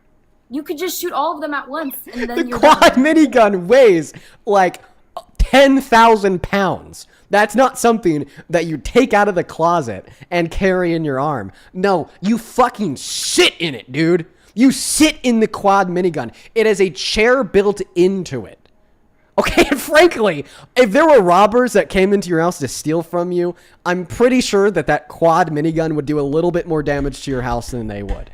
Like, are you telling me you're just gonna like galvanize the flooring in your bedroom so it could support this like 10, 20, 30,000 pound quad minigun, and then you're gonna position it in a corner of your room where so whenever somebody breaks in, you just go fucking Terminator mode. You sit down in this quad minigun and you point it at a door, and the moment you hear a creak in the hardwood floor outside, you just fucking blast them to kingdom come, right? Like that's the application. Now let me ask you, do you think that this is a realistic application of the usage of a quad minigun or an unrealistic application of the use of a quad minigun? But it could be. This is any scenario. Okay, would you rather be without a weapon or have at least a weapon on you? You're saying it could be in a very unrealistic sense. I would like to have a weapon on me. I don't think that weapon needs to be a quad minigun. Do you agree that a fucking tank could be unrealistically used in a scenario of self-defense? Okay, obviously not a tank. Like, what are we doing at this point? What? Where's the line? Wait, why does the line fall between a quad minigun that weighs 10,000 pounds that could shoot 60,000 rounds a minute and a tank? Like, I would argue that it's just as unrealistic to use a quad minigun for self-defense as it would be to use a tank for self-defense. Okay, forget about the quad minigun. Just a regular gun for self-defense. I don't think that, in my opinion, I feel like we should have them for self-defense. And I mean, it should have a license. I agree with you. And that's why we should ban fully automatic weapons. That's why we did ban fully automatic weapons. That's why we should limit the magazine size for ARs. That's why, I don't know, maybe we should throw out a ban for ARs because you don't need an AR for home/self-defense. You understand what I mean? I get it. Can we go back into the immigration policies thing now? Sure, Ruby. Pretty complicated. All right, thanks. What argument would you like to make, Ruby?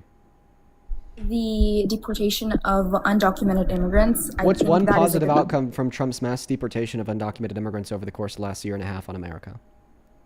Okay, well, the migrants are gone. That's one thing. And honestly, how does that positively impact the country? Less crime rates. And I'm not. False. Don't PNAS tells us it'll actually increase the crime rates. How? How? Because undocumented immigrants are disproportionately less likely to commit crimes compared to natural U.S.-born citizens. So by fiat, when you remove them from the country on paper, crime rates go up. Well, Dean, I don't know where you live, but I live in California, and there's lots of like immigrants here that cause many crimes, especially in a town called. There's lots of immigrants that cause many crimes. Yeah, thank you for the rational, cohesive response to the argument that totally makes sense. No, that actually is not an argument that makes sense because it doesn't respond to the institution that I just granted you that conducted a study and yielded the conclusion that you're wrong. I'm wrong? Yeah, Donut. I just gave you a source that proves it. Okay. Still, I think they shouldn't be here. I mean, to be honest, I don't know why they're here. It doesn't make sense. Could you at least explain why they're here? Why are they here? Because they think they'll have a better life here. Is that true? Dean, do you physically do you feel safe in this country? I literally just gave you like the literal descriptive motivation for why they decided to come here. If that motivation was not because they think they'll have a better life, what would it be? They had to have some motivation because they came here. What do you think that motivation would be outside of them thinking that they'd have a better life here? Why are they here? Like, it doesn't make sense. Maybe it makes sense because you're like unintelligent or something. But it's so common sense. Yeah, clearly they came here because they think they'll have a better life here. What other reason would they have to come here? Okay, well, Dean, I just want to say you dodged my question when I said, do you feel safe in this country? Do you feel safe? Do I feel safe? I would say it depends on where I'm at and when I'm there. Okay. That I guess. But it does, like, I don't, personally, as a woman, I don't feel safe here, especially with all the undocumented people here. I don't feel safe. Oh my God, didn't we just, dude, would you feel safer in a room with the average undocumented immigrant or Donald Trump? Bringing back on Trump again, is that all you have? Answer the question. Would you feel safer in a room alone with the average undocumented immigrant or Donald Trump? Donald Trump. Donald Trump. Why? Well, I mean, Donald Trump, to be honest, I mean, where's the proof? Where's the proof that he did anything? Whoa. Why are you asking me for proof? I'm asking you a question about the last thing you said. Why would you feel safer alone in a room with Donald Trump compared to the average Well, undocumented he's an immigrant? old man. He's an old man, first of all, for first and foremost. And the second of all, he's in office. He's good enough to be in office, so why wouldn't I feel safe with him in a room alone? Okay. Well, the average undocumented immigrant is 2.5 times less likely to commit a violent crime than the average U.S. citizen. And Donald Trump actually has committed a violent crime multiple times. I know that, definitely. But, like, he's old. Like, that was the past. Like, maybe Oh, people that was in the change or past. something. Maybe people change. Do you think that rapists can change? Yeah, anyone can change. Drug addicts can change. Anyone can change. What's the argument that changed, rapists yeah. can change? Why not? I mean, they're Why could they not they could- change? Because I think that in order to volitionally rape somebody, especially in very extreme scenarios, it lacks a core fundamental value of caring about other individuals. I don't think that you could get that value back. I don't think that you can just grow that value. I don't think that you can get that value. Uh-oh. Guess what it is? We just got another fucking restriction. That's so much fun. I've been live on my backup for 2.5 hours.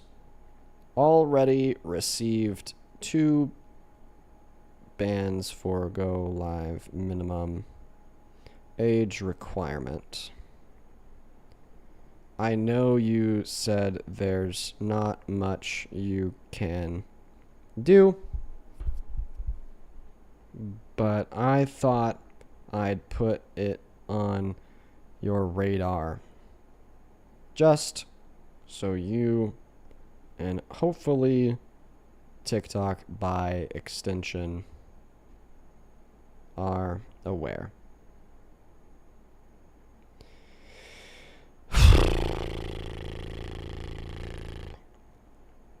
Fuck TikTok, bro. I hate them. I hate them, man. Oh, yippee. Yippee, we're turning 18 for the 5th time. I'm kind of over it now. It was fun the first time. It was fun the second time. It was kind of fun the 4th time. The 5th time, no, it wasn't really that fun. The 6th time, oh my god. Now I'm just pissed at turning 18 once again. Thank you so much for the $20, Gay Uncles on Super Chat, who says, being a 9th generation Texan on both sides, raised and born in San Antonio, I cherish the migrants, especially the food culture and the family dynamics. Thank you for calling out that Texas used to be a part of Mexico. Of course, Gay Uncles. Thank you for the $20. Paula, thank you so much for the $50 donation over on Super Chat. God diddly damn, Paula. I appreciate you. You are the GOAT. You are the GOAT, Paula, with the $50. Appreciate you. Show some love to the GOAT, Paula, in that chat. And Alice, thank you for the $100, who says, happy 500th episode. A long-time lurker, first-time commenter. I appreciate what you do because I do not have the patience. Well, I appreciate you, Alice. That is above and beyond. Very, very kind of you. Show some love to Alice in that chat for the $100 dono. Very, very kind. Very fucking kind. I'm pissed. I'm pissed. I said nothing to warrant this violation. I said nothing at all. Oh, somebody with the $10 says, what did you do to get rid of Freddy and Falcon? Dude, true. Where do they go? Oh, by the way, TikTok told me that they actually can't help me out with my second account. They're telling me that they can't help me out with my second account because it's technically not my main account. Fuck. It's so stupid.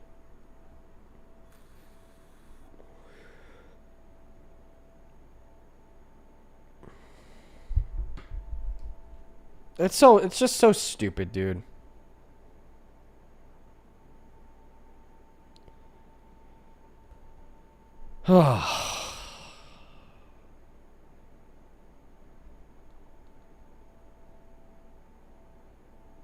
Whatever. Alrighty, guys. What do you guys want to talk about for the next 3 minutes? before my 18th birthday for the 6th time. Somebody in the chat says they're trying to silence Dean. Bro, that's at least what it feels like. That's at least what it feels like. Somebody else in the chat saying that the girl that you were debating was underage. Well, even if that's true, that wouldn't cause me to get banned. Because they just banned what they do is that they just ban the guest.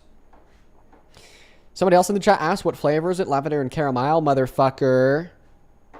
Lord T with the $10 says, when is the video coming out? With you going after Ellison talk and them suppressing your content? I'm still collecting data. Jesus Christ.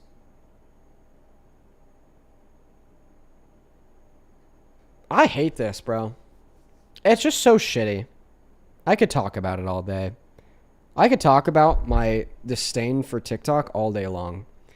And it won't do a damn thing. So, I have to choose to be the bigger person.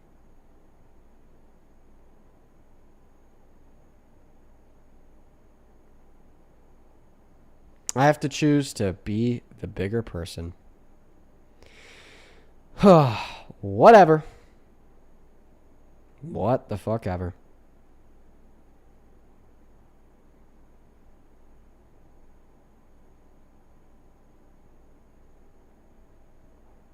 Oh, a vegan wants to debate me, chat.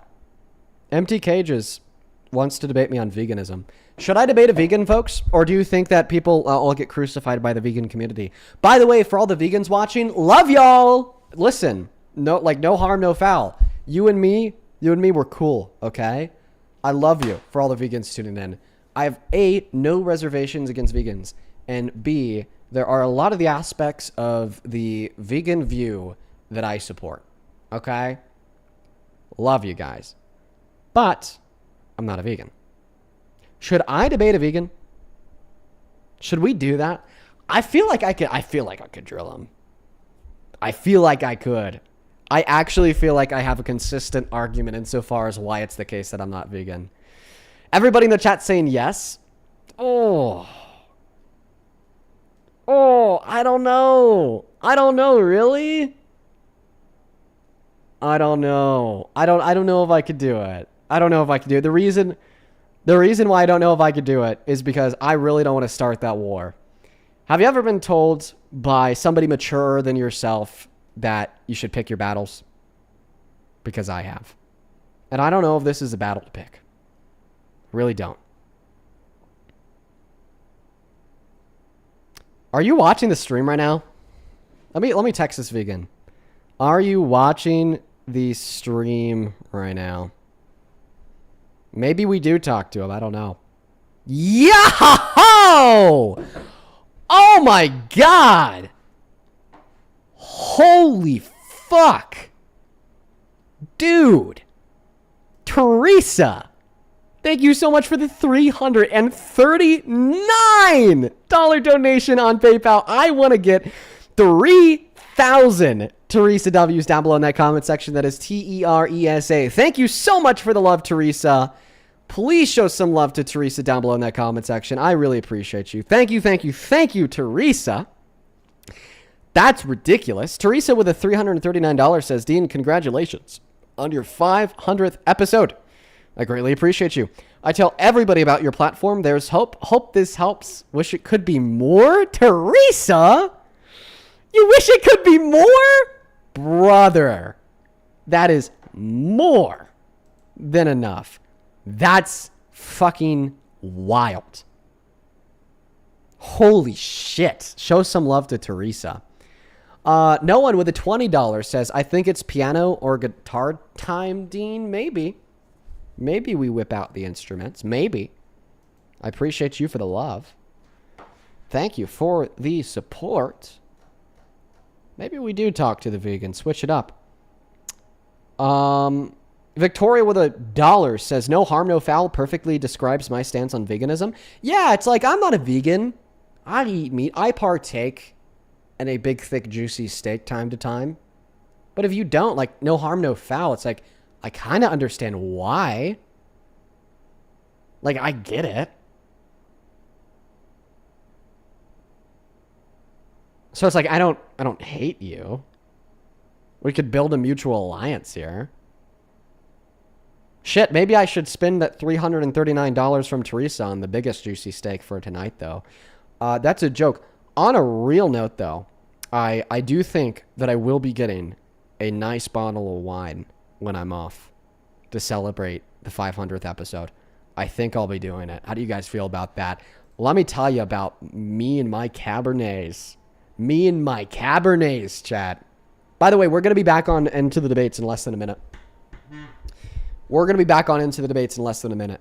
We are moments away.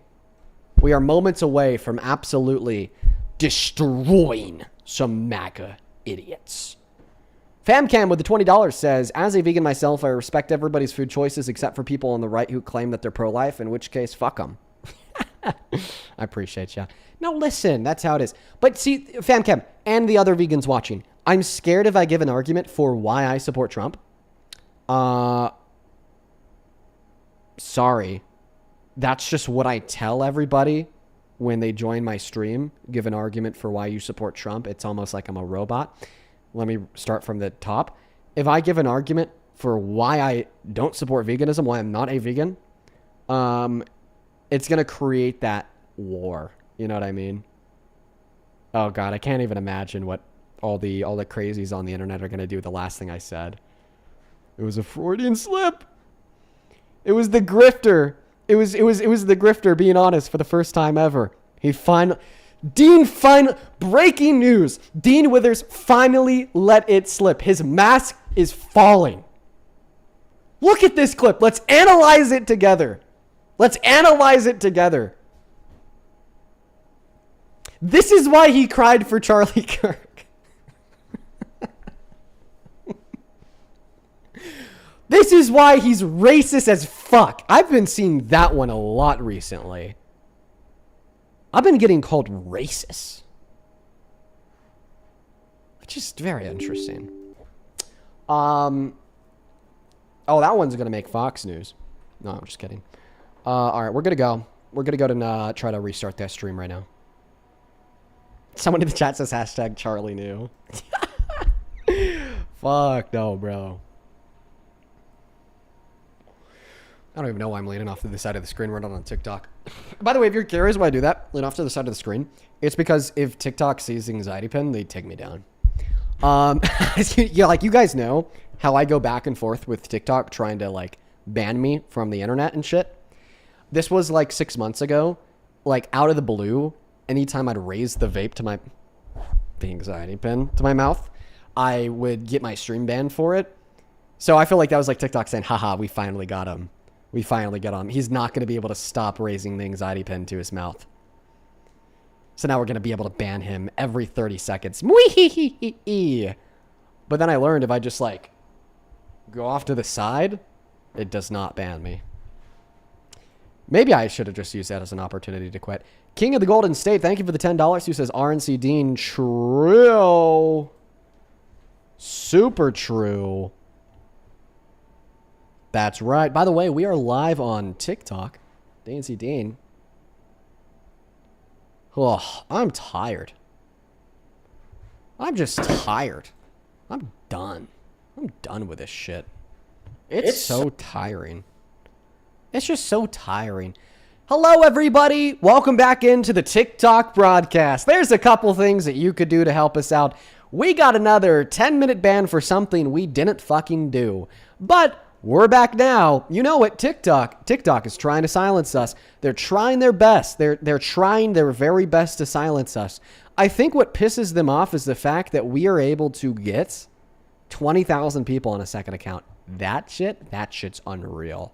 That shit's unheard of, by the way, folks. And, they're trying to punish us for doing it. But we're back now, everybody. Make sure that you were double tapping away on that phone screen. Spam that comment section. Say what's good down below. Hit that little share button at the bottom right-hand corner of that TikTok UI. Then hit that repost button. If you want to know why I got banned, take a look at the comment section. People are telling me happy birthday. Make the inference yourself. I can't say it out loud. Welcome in. Do you support Trump, Kaylee? My dad does. Dad, she's putting you on. Dad, she's putting you on. Dad, please. Dad, please. Dad, please. Please, Dad, please, Dad, please. Please, Dad, please, Dad, please. Please, please, please. Aw. Sounds like that dad has a lot on his hands. I understand. Let's go. Let's go to move on to the next debate. Only opposite side of the queue if you happen to be an American adult that supports Trump as president. Oh my goodness. Maybe the first time I've ever felt an ounce of empathy for a Trump supporter. No, I'm just kidding. Let's go to get that next guest connected. Only opposite side of the queue if you happen to be an American adult that supports Donald J. Trump as president, folks. I have quite a few of you guys to thank before the restart, as we'll call it. We got banned by TikTok for everybody tuning back in. And we're going to get around to that here just in one moment. I do just want to allow a moment for everybody to tune back into the stream. Only hop inside of the queue if you happen to be an American adult that supports Donald J. Trump as president. I'd appreciate that so very much. And yeah, welcome in. How we doing, Autumn Lynn? Do you support Trump?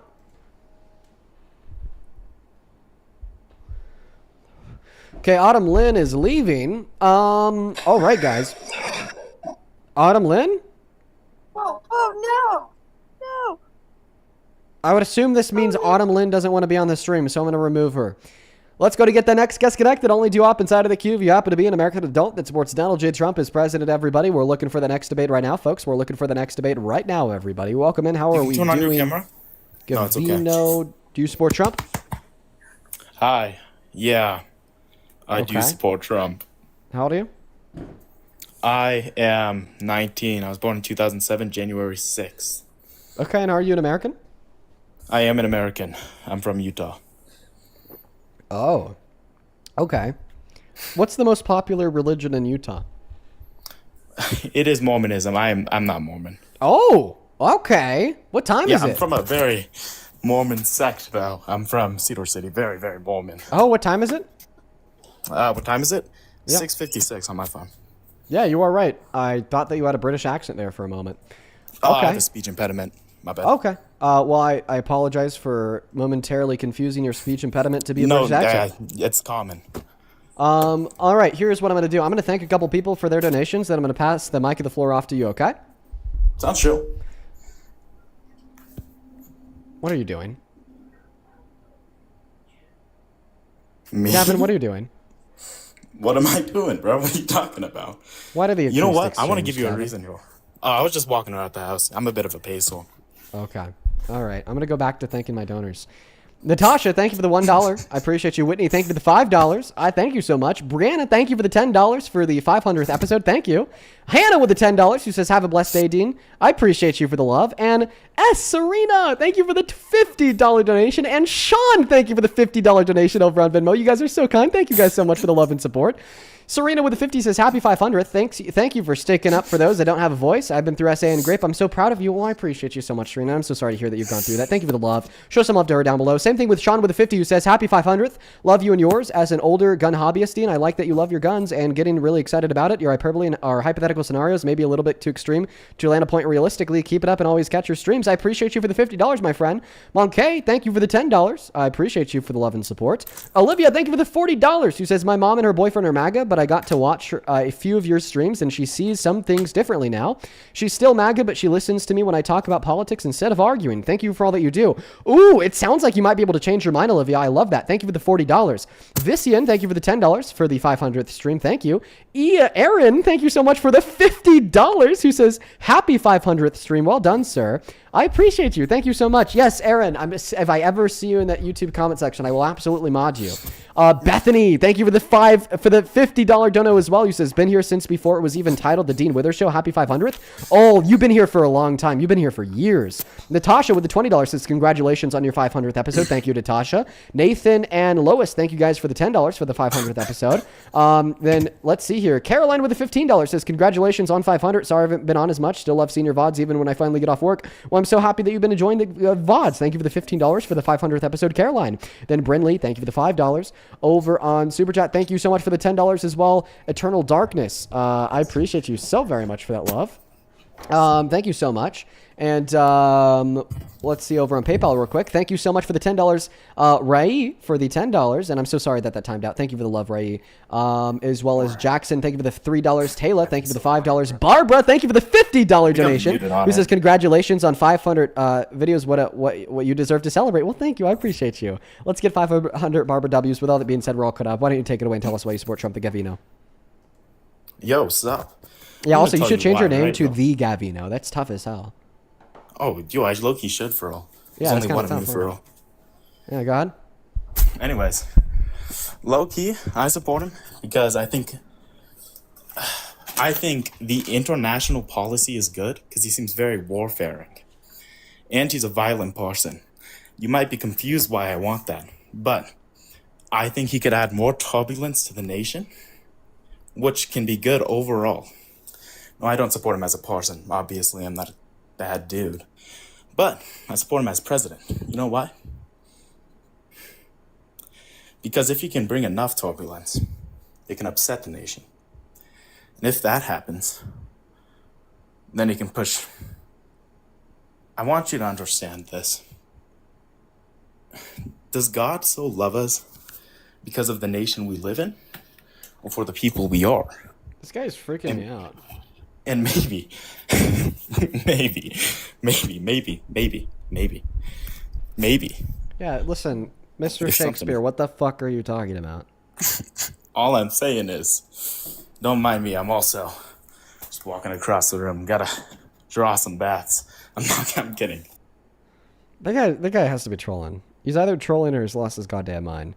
We're going to assume the latter and move on to the next guest nonetheless. Only hop inside of the queue if you happen to be an American adult that supports Trump. We got Randy loading up into the box. Thomas, thank you for the $50 donation over on YouTube Super Oi, Chat. Huey, Thanks, Thomas. Homelander's done nicked me wife and took my Becca. That's funny. Thomas with a $50 says, happy 500th, man. Sorry that TikTok is being shitty. My theory is that since it's getting close to the midterms, they want to censor anybody calling out the admin. Israel committing genocide in Epstein. Yeah, dude, this censorship is getting bad. Quite fucking frankly.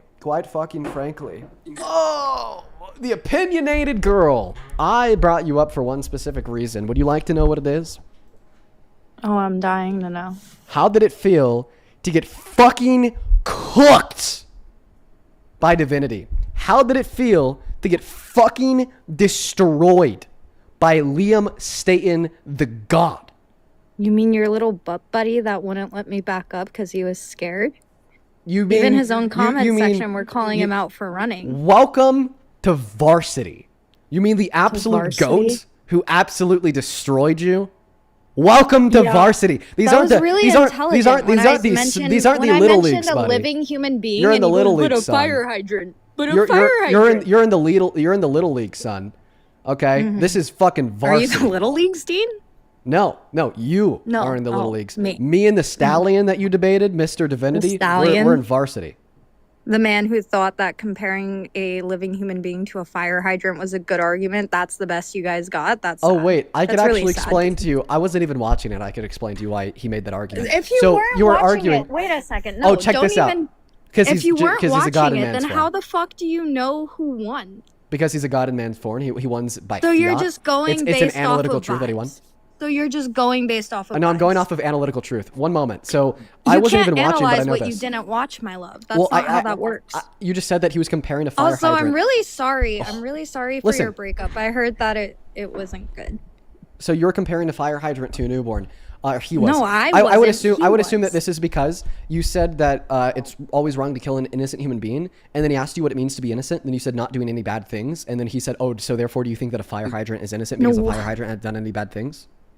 No, that's not what happened, my love. He actually tried to rewrite the definition of what innocent meant, and then I called him out for it and read the dictionary definition verbatim. My friend, and then he my tried friend would to like to debate keep you. interrupting me. I have Your a friend. That, I actually do. I have a friend that would like to debate you. Who? About what? His name is Breege, and he would like to debate you about abortion. Why is it always about abortion? Your background says, "How do you still support Trump?" I come up expecting to talk about why I support Trump. Would he be down to do that with Breege? When? Right now? No. No, you wouldn't. Why? Because I didn't come up here to debate abortion. Well, actually, he's willing to bet you $1,000. I don't want. Oh, like the $1,000 you still owe me from when I answered your question, and you and Parker were throwing a hissy fit. Where's my $1,000? I don't remember what you're referring to. The very first time you and I spoke. No, it's on video. Are you down to do it? No. You're not down to talk to Breege for $1,000? How about this? I don't need your $1,000. How about this? If Breege wins, okay, you don't have to send him $1,000. But if Breege loses, then he has to send you $1,000. I didn't come up here to talk about abortion. I'm abortioned out. You didn't come up here for $3,000? I don't need your money, Dean. Well, it's not my money. It would be Breeze's money. I don't need Breeze's money either. How about this? $2,000. This was the exact conversation How about this? had. How about $2,000? You're not even letting me speak. This was the exact conversation we had the very first time I spoke to you. We were speaking about illegal immigration, and you changed it to being about Jan 6, and you brought up your butt buddy Parker because you were getting your ass handed to you. Oh, and then you guys started screaming, answer my question for $1,000. I don't want your money. I don't need your money. Oh, wait, I want to talk about what I have another friend that would like to debate you on your political views for $1,000. Which political view? On any of them. I'm sorry? I have another friend that's down to debate you on any of your political views for $1,000. Would you be down? Why is that funny? Would you be down? Yes or no? Which political view? Literally any of them. Also, why did you and Puss Puss broke up? Shut up. Break Would you up. be down to debate him on literally anything? Do you think that you should be telling women to shut up? That's not very feminist of you. That's not very live, laugh, love. I think it's okay for me to tell women to shut up that say that it is a moral thing to brutalize and torture and kill Palestinian people. Oh, is that what I say? Yeah, you're fucking nutty. You're out of your goddamn mind. Well, first of all, the Palestinians aren't a people. You fucking my point. You are a member of the Hitler. Palestinians don't exist. They are fucking my point. You are a member. Unironically, I say this with a straight face, a member of the neo-Hitler youth. That's really ironic because you know what Hamas ran on? They ran on unaliving Hamas Jews. this, Hamas that. We're not talking about Hamas, we're talking about you. Why don't you go ahead and repeat what you said in your video about how it's a good moral thing to cause the Palestinians more harm? Oh. You want me to repeat that? Yeah, I do. Okay, great. Palestinians deserve to suffer more. Maybe if they hit rock bottom, they'd learn their lesson. I stand by it 10 toes down, Dean. So, if you're a Palestinian, would you deserve to suffer more? So, nobody is a Palestinian because they don't exist. Okay, so then no one deserves to suffer more? So then what did you just mean when you said that Palestinians deserve to suffer more? Sure. So they are a made-up people that are predicated on the erasure of the Jews from their indigenous homeland of Judea. Wait. Actually, I just thought of this. So you just said that Palestinians deserve to suffer more so they'll learn their lesson. But then you said that no one's a Palestinian, so therefore no one deserves to suffer more? I'm trying to explain it to you. Do you want to let me? I just think you're going to pivot. I'm just not trying. pivoting. I'm just trying. Listen, are there a group of people, regardless of what you want to call them, that you think deserves to suffer more? Yeah. Okay. Why so? Right. So, you know how there are certain people that you just simply cannot help until they hit rock bottom? Those happen to fall under that category. So, if you look, it is an So who extremely exactly falls under this category? The Arabs who are LARPing as a Palestinian. Okay. And when you say LARPing as a Palestinian, what do you mean? So I mean that they made up an identity, specifically an Egyptian man by the name of Yasser Arafat found out that he could weaponize an identity and kill two birds with one stone. Okay, so he just could make. clarify. I'm Just trying to clarify. finish. Oh, Okay. sorry, are you you want saying to that clarify people- in the middle of my sentence? You're saying that people... Yeah, I don't really care. You're saying that people who Yeah, I claim know. this identity... You're saying that people who claim this identity deserve to suffer more? Sorry. Yeah. Okay. So do they need Could to you suffer let me more in finish virtue my of the sentence? fact that they claim the identity? Could you let me finish my sentence? Oh, somebody in the chat says Dean is rude, bro. Oh, do you think I think that this person has a sufficient moral consideration for me to care? No, I have no morals. I'm so sad. No, listen. You have some moral consideration because unlike you, I don't completely devalue people that I hate. But you definitely don't have enough moral consideration for me to care about being rude to you. I think Could that you you're let me finish irredeemable speaking scum. I mean, I'm going to ask you to answer my question. Are you I saying think that I you did deserve answer to your suffer question. more in virtue of the fact that they claim this identity in which you argue is false? So adopting the Palestinian identity is inherently predicated off the erasure of the Jews from their indigenous homeland. By participating in that, what you are actively doing is trying to rewrite history, is trying to commit a genocide against the Jewish people. And I just certainly don't stand for it, right? Like I was trying to explain to you, historically speaking, the Arabs, prior to the establishment of the state of Israel, the ones that lived there, you could look at what was stated by the Arab Commission. So listen, you're just doing your like You're little gonna note let me cards. finish? You're just doing your Note little note cards. You want me to that turn got- on my camera? One moment. You don't seem to be You understanding want the me to question that pull I'm what asking you did on Parker's? You I don't- will you talk don't about seem- this with you you with don't- my you don't eyes seem- closed. You're you just don't- you don't embarrassing seem- because you I don't can s- run circles around you on this topic. Well, you seem to not be understanding the question that I'm asking you. So the question that I was asking One second, you, my why love. is it the case that in virtue, okay, of the fact that they claim this identity that you think is false, that you think that they deserve to suffer more? And you're just reading off the note cards you got paid $7,000 for by saying that Palestinian people aren't real, Jews, yada, yada, yada. No, I want you to be succinct, okay? You feel me? I want you to be succinct. I want you to be straightforward. And I want you to condense your words into easy to understand lines of argumentation with no extra flubber. All right? What is the specific reason why it is the case that individuals in which claim the identity of being Palestinian deserve Great. to No note suffer cards. more? No note cards, right? No note cards. Yasser Arafat is an Egyptian man who's founded the terminology of Palestinian despite the fact that it never existed as an Arab identity. It was established by the Romans who conquered the land of Judea and changed the name to Syria Palestina as a way to mock the fact that they had taken the indigenous homeland of the Jews. The Arab Commission in 1937 openly stated to the UN that there was no such thing as an Arab Palestine and that it was a ridiculous claim. What they advocated for is to become once again part of Syria. Even the Arab League, who initially did the invasion into the newly founded state of Israel, stated that there was no such thing as a Palestine. And the reason why they lost the initial war was because these Arab countries kept sabotaging each other because they wanted to take pieces of land for themselves. Meanwhile, the Jewish people didn't care if it was called Palestine, they didn't care if it was called Israel, they didn't care if it was called Judea. They wanted to be in their indigenous homeland, which they have every right to. But an Egyptian man named Yasser Arafat found out that if he could coin this terminology of Palestinian, he could rewrite history and find a way to make anti-Semitism trendy and make himself a lot of money. I'm sorry, how were those note cards? Oh, yeah. So I don't just know of like you're like stupid or bad faith, but the question was, what about claiming the identity of being Palestinian, regardless if you think said identity is historical or ahistorical, justifies your normative claim that you think they deserve to suffer more? Like, listen, like this is why I called it note cards. Like you have your pre-scripted statements about how you think it's the case that Palestinians aren't real because of the identity of the history. No, we're having a conversation about ethics, motherfucker.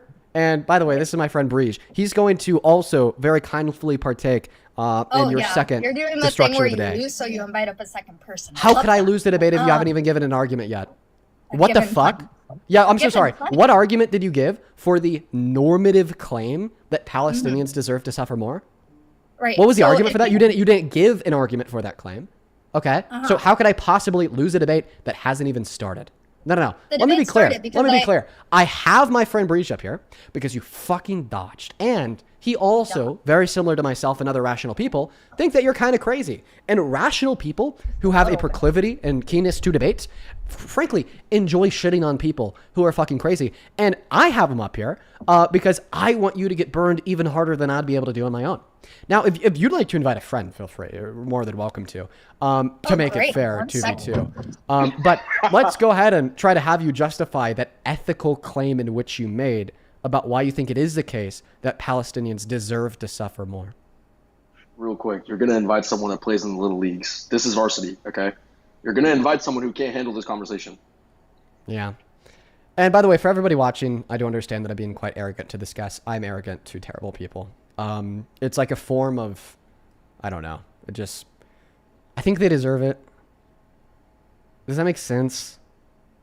Mr. Breach, the GOAT, does that make sense? It absolutely does make sense. Also, as a boundary in this conversation, please don't call me my love. I don't like you. And you're nasty. True! Don't call me that either. You've done that to me No shit too. like I that. love you Don't so call me, much. No, Oh don't my call gosh, me my no heart. shit like that. Please don't ever call me any shit like that. Do you respect consent, bro? Don't call me any shit like that. Please, Dude, I don't you want to think be she called that. respects consent? No, she doesn't. That's what No I'm saying. way. Obviously not. Pro-life all Yeah. the way. That's what she is. So Yeah. Okay, great. response. So yeah, I have a response. I love. So what's the argument for the ethical As I claim was that about to Palestinian say, individuals deserve to right, suffer more? The debate had started because I had already laid out the groundwork for you that proves historically that this is a made-up people. So then Yeah. one might wonder, why did they make up this identity? Well, they made it up because they wanted to erase the Jews, inherently creating an existence based off of ethnic cleansing of the Jewish people. Has anybody heard a fucking ethically salient reason insofar as why it's the case that people who are Palestinian deserve to suffer more? Do you think that Yahtzees deserve to suffer, Dean?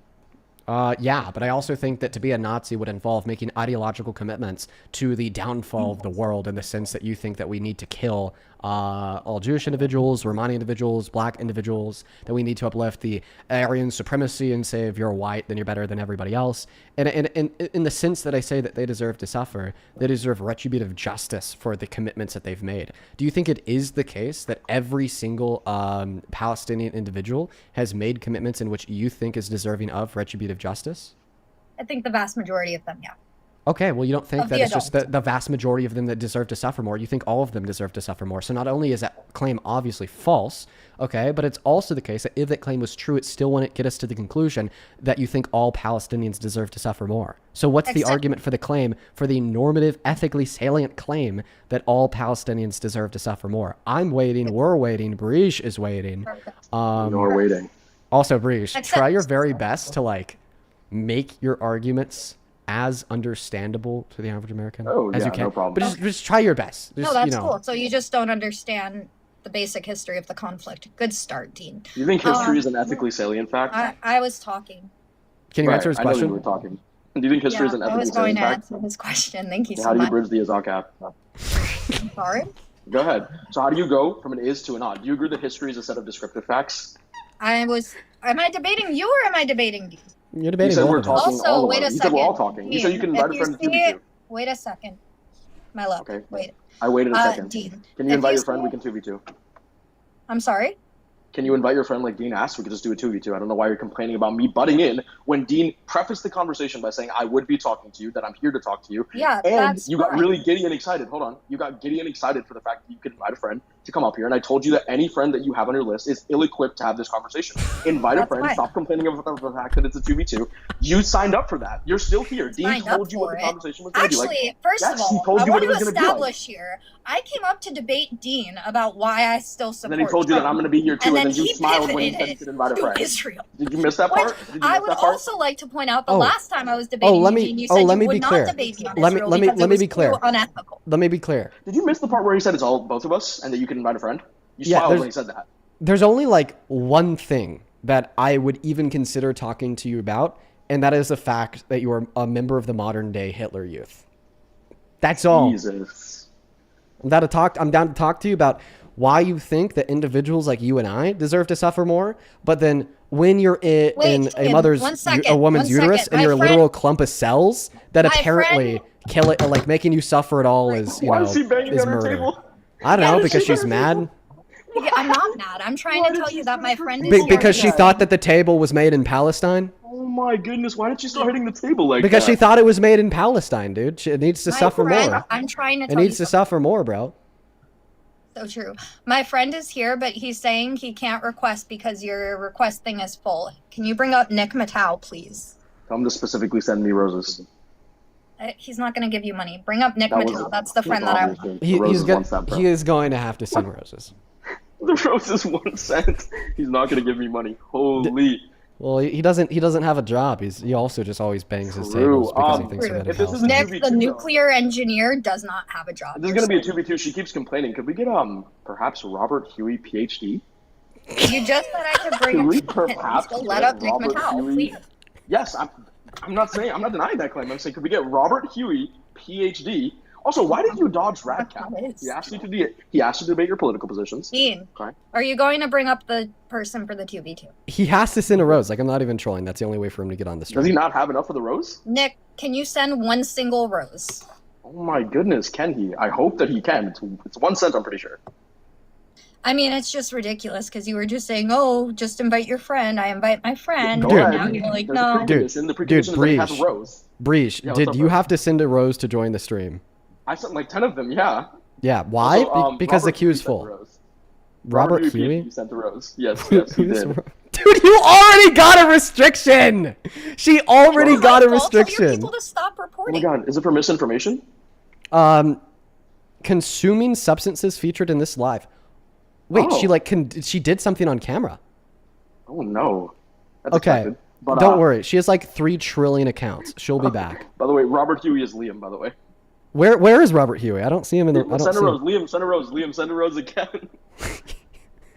Either Liam or Radcap, one of them. Just send a rose, bro. He's on Robert Huey PhD. It's like it's an account with a horse as the PFP. Okay, and by the way, guys, she is gonna come back. She is gonna come back, everybody. Yes, and she's gonna get that friend of hers. Yeah. So in the meantime, guys, make sure that we're just double tapping away on that phone screen.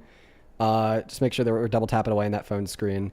I would really appreciate it if we could like just leave the roses to Robert Huey, Nick, and the opinionated girl. I would actually really appreciate that a lot. Also, guys, Robert Huey, Nick, and the opinionated girl, try your best to hop inside of the queue by spamming that button and by spamming that chat. Those are pretty much the only means that we have.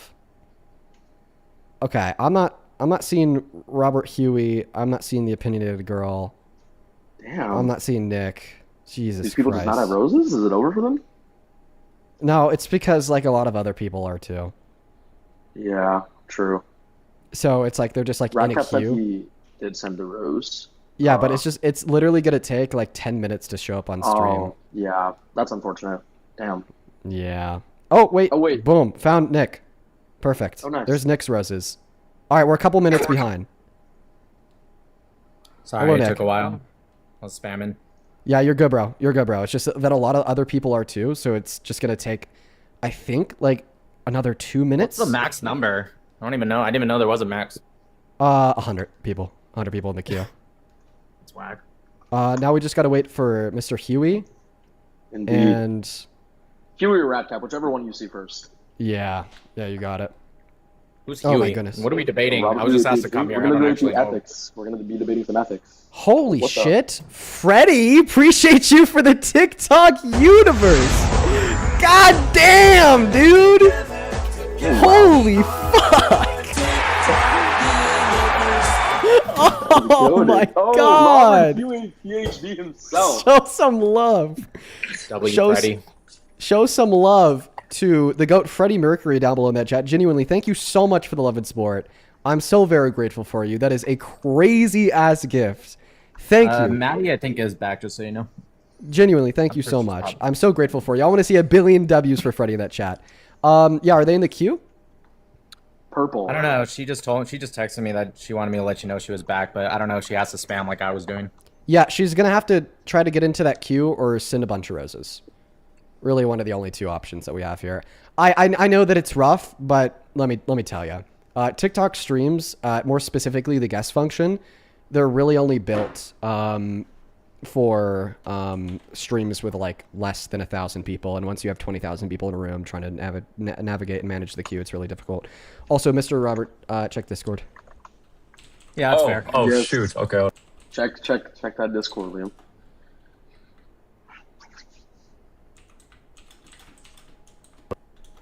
Of course. My God, are you Odysseus? Oh my God. Sorry. I've never seen these animations a day in my life. I've never seen this stuff. Wait, Liam, are you aware of... Hold on. Someone turned Dean into Agamemnon. My fault. Sorry, I'm freaking out a little bit. We're just waiting for her to send a rose. Then I'm gonna leave y'all to it. Nick, I saw you debate Sneeko, I think.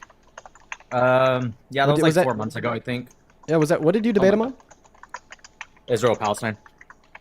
Okay. Yeah, I think I remember seeing something about that. I more folks- recently debated Myron Gaines, though. Okay, folks, we're still waiting for the opinionated girl. I think I was maybe the Myron Gaines ones that we saw. Is she in the queue? or not?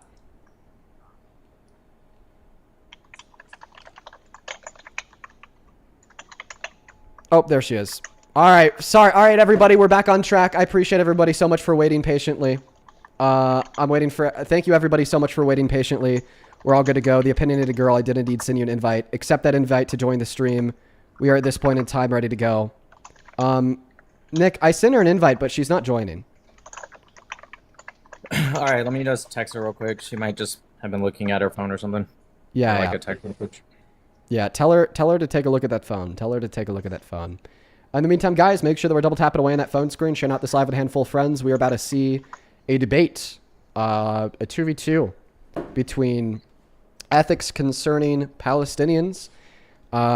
Nick and the opinionated girl are making the claim that Palestinians deserve to suffer more. Wait, whoa. I just got here. What are you talking about? I'm making a claim. I That's the didn't even claim know she what... made. She said she was inviting you to defend that claim. Are you ill-equipped? It's not about being ill-equipped. I just think it's kind of insane to put a claim on someone who literally just got here. I mean, isn't that fair? What does ask you then? What does ask you like? So she like invited you under the pretense that you were supporting that. Like, are you not? Like, you could totally reject it. It's cool, but like, are you willing to defend the claim with her? Like, Bro. whether you said it or not. Like, are you willing to defend that claim? She's actually dodging. Okay, well, let me ask you, just to be fair to her, because I wasn't here. I just came because she texted, hey, can you come to Dean's Live? I said, sure, and I just got here. Did she say Nick Mattel thinks that... What was the claim? All Palestinians... No, she made that claim, and she equipped you to defend that claim with her. Wait, guys, guys, I just want to clarify that she's actively dodging. I've sent her 4 invites, and I'll actually show them to you guys right now. She just texted me right now, like, tell him to send another invite. Like, she's not getting them. Okay, look at this. Look at this. I'm going to hit the little multi-guest button. Invite sent. No, I believe you. Invite sent. I just sent her an invite. There we go. There we go. Finally. It wasn't showing me the invite before. I wasn't dodging. Are we camming up? Oh, you're not ready for this. Well, he tried to accuse me back. before. He tried to accuse me before of using notes. So. Okay, Leo. Can we just have like a normal debate? It's already getting like kind of weird. Okay. It All right, started no, off you're good. kind It's of just- weird. I didn't even just come here to like- debate Israel, It but just seems Dean like there's a lot of originally- side comments. Just real quick, Dean originally told me the last time we spoke he wouldn't debate me on Israel because it was too immoral. But now all of a sudden, I guess it's not anymore. So go for it, Dean. Okay, well, I mean, so actually, you joined the live stream, and I wasn't going to add you up because I think that when you made that video arguing that Palestinians just deserve to suffer more, you kind of went beyond that threshold of being somebody that I would consider giving any platform at all. And when people go beyond that threshold, there are 2 options. Don't platform them at all, or fucking humble them. Okay? So it looks like we've gone the route of fucking humbling you. So down at the bottom right-hand corner, we have my friend. His name is Breach. Okay? He's a great guy, very intelligent. And on top of him, more so on top of Nick, we have my other friend named Robert. Robert is also a pretty great guy, very intelligent. Now both Breach and Robert have many contentions with you, and I would assume with Nick too. So they're on the panel today to talk to you guys. Now, I could talk with them, but that would be a 3v2. I don't want to make it unfair. So It's fine. It's not unfair. You can speak. We can have a You conversation. didn't I don't even know mind. who Yasser Arafat was, so it's not like it really already unfair. Go for it. Is that Okay. not Hey, the we'll see it unfair. Let's. Okay. We don't have to add the side comments, you guys. Let's just have the conversation. Okay. So do you affirm And the if Dean, claim? if you want to speak, you're the host. Feel free to speak. It's not Perfect. a big deal. So the opinionated girl, do you affirm the claim that all Palestinians deserve to suffer more? That was never my claim. Okay. Do you affirm the claim that generally Palestinians deserve to suffer more? Generally, yeah. Okay. And what is meant by generally? So I think that unfortunately, if you look at the polls that are coming out of both Gaza and Judea and Samaria being done by the Palestinian Research Survey Center, which is owned and operated by pro-Palestinian groups specifically located in Ramallah, you would see that over 70% of Gazans support Hamas. You would see over 80% of Palestinians in Judea and Samaria support Hamas. And together, over 90% support the atrocities that were committed on October 7th. Now, the same way, that doesn't mean that every single Palestinian is guilty. There were plenty of Germans who didn't support what the Yazidis did. But at the end of the day, unfortunately, the only way to get them to stop their tirade of hatred and pain and suffering was to make make them ultimately suffer and hit rock bottom. Okay. Now, what about you, Nick? Do you also affirm that same claim that generally Palestinians deserve to suffer more? I wouldn't use the word deserve at all. My understanding of general warfare, not just in World War II, but overall. So you don't affirm the claim? I'm sorry? What? So just to be clear, you do or you don't affirm the claim that the opinionated girl affirms? It's just what I just said, what I said. It's not about... I'm saying I would not use the word deserve just because I find it to be a word that you chose to try to, like, kind of appeal to emotion a bit. That's the word that she used in a video that she made. I didn't see the video. Maddie, you said that people deserve to suffer more? Oh god, bro, there's infighting now too. Okay, so they're just gonna infight? Yeah, no, does it need to be 1v1? Like, do we even need a debate? Like, okay, this isn't a debate if we keep doing like side commentary. This is, I don't understand. Is this supposed to be like a debate platform? It's not a debate until you affirm the proposition you were on the team of defending, bro. It's like, I'm simply, so just like in normal... Okay, He was asking his opinion, so let him give his opinion. I don't understand. What is this like a... Is this how the debates run? I mean, this isn't like a Socratic seminar. This is like a debate about a proposition your friend equipped you to defend with her. Like she hired you and recruited you for the purposes of defending the claim you're now disagreeing with. Okay, I don't disagree. I'm just like every other debate, we define our terms, and I'm simply so you don't disagree? Okay, can I speak? I don't understand. Yes, go ahead. Please finish, Nick. Yeah, sorry. This is insane. Is there a moderator? Like, yeah, I'm sorry. Yes. Sorry, I'll moderate. Go ahead, Nick. Anyways, my bad. I failed you, Nick.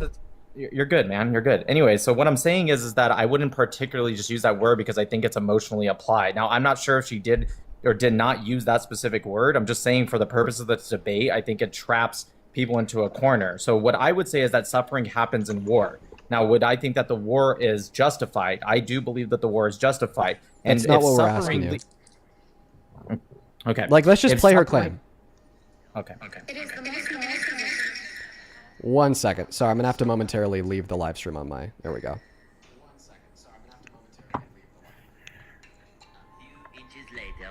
It is the most moral position to take that the Palestinians need to suffer more. Oh, fuck.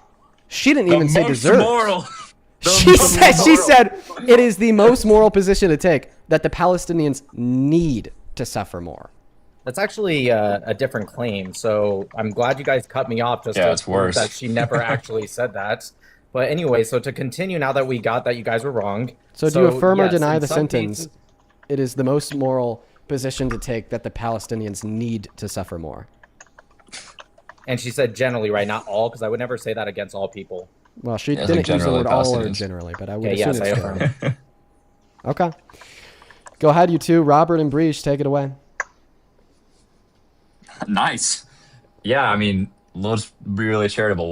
Why do you think that it is the most moral that they need to suffer? Are you talking to me? Oh, sure. So, like... It's like whoever wants to take that, yeah. Yeah, overall, I would say, like...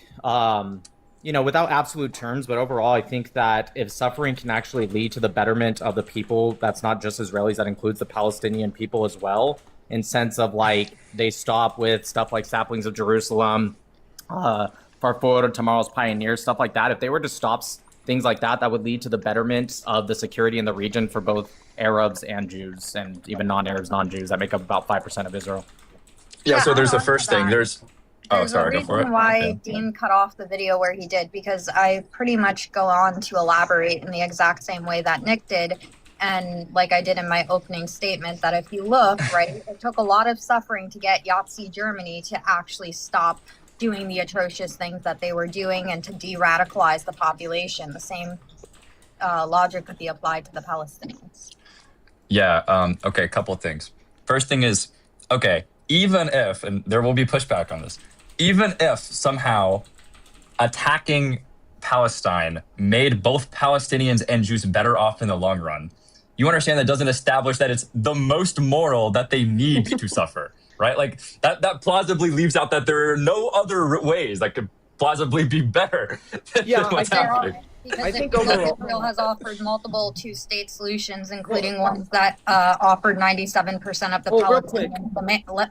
Oh, sorry. Is the claim that it's the most plausible while being the most moral? Or is it the most moral? Wait a Yeah, second. that's- You guys so, can't hold on. stop interrupting. Wait, I just want to pull out. I just want to say something real No. quick. If we're gonna No, get you're interrupting into her.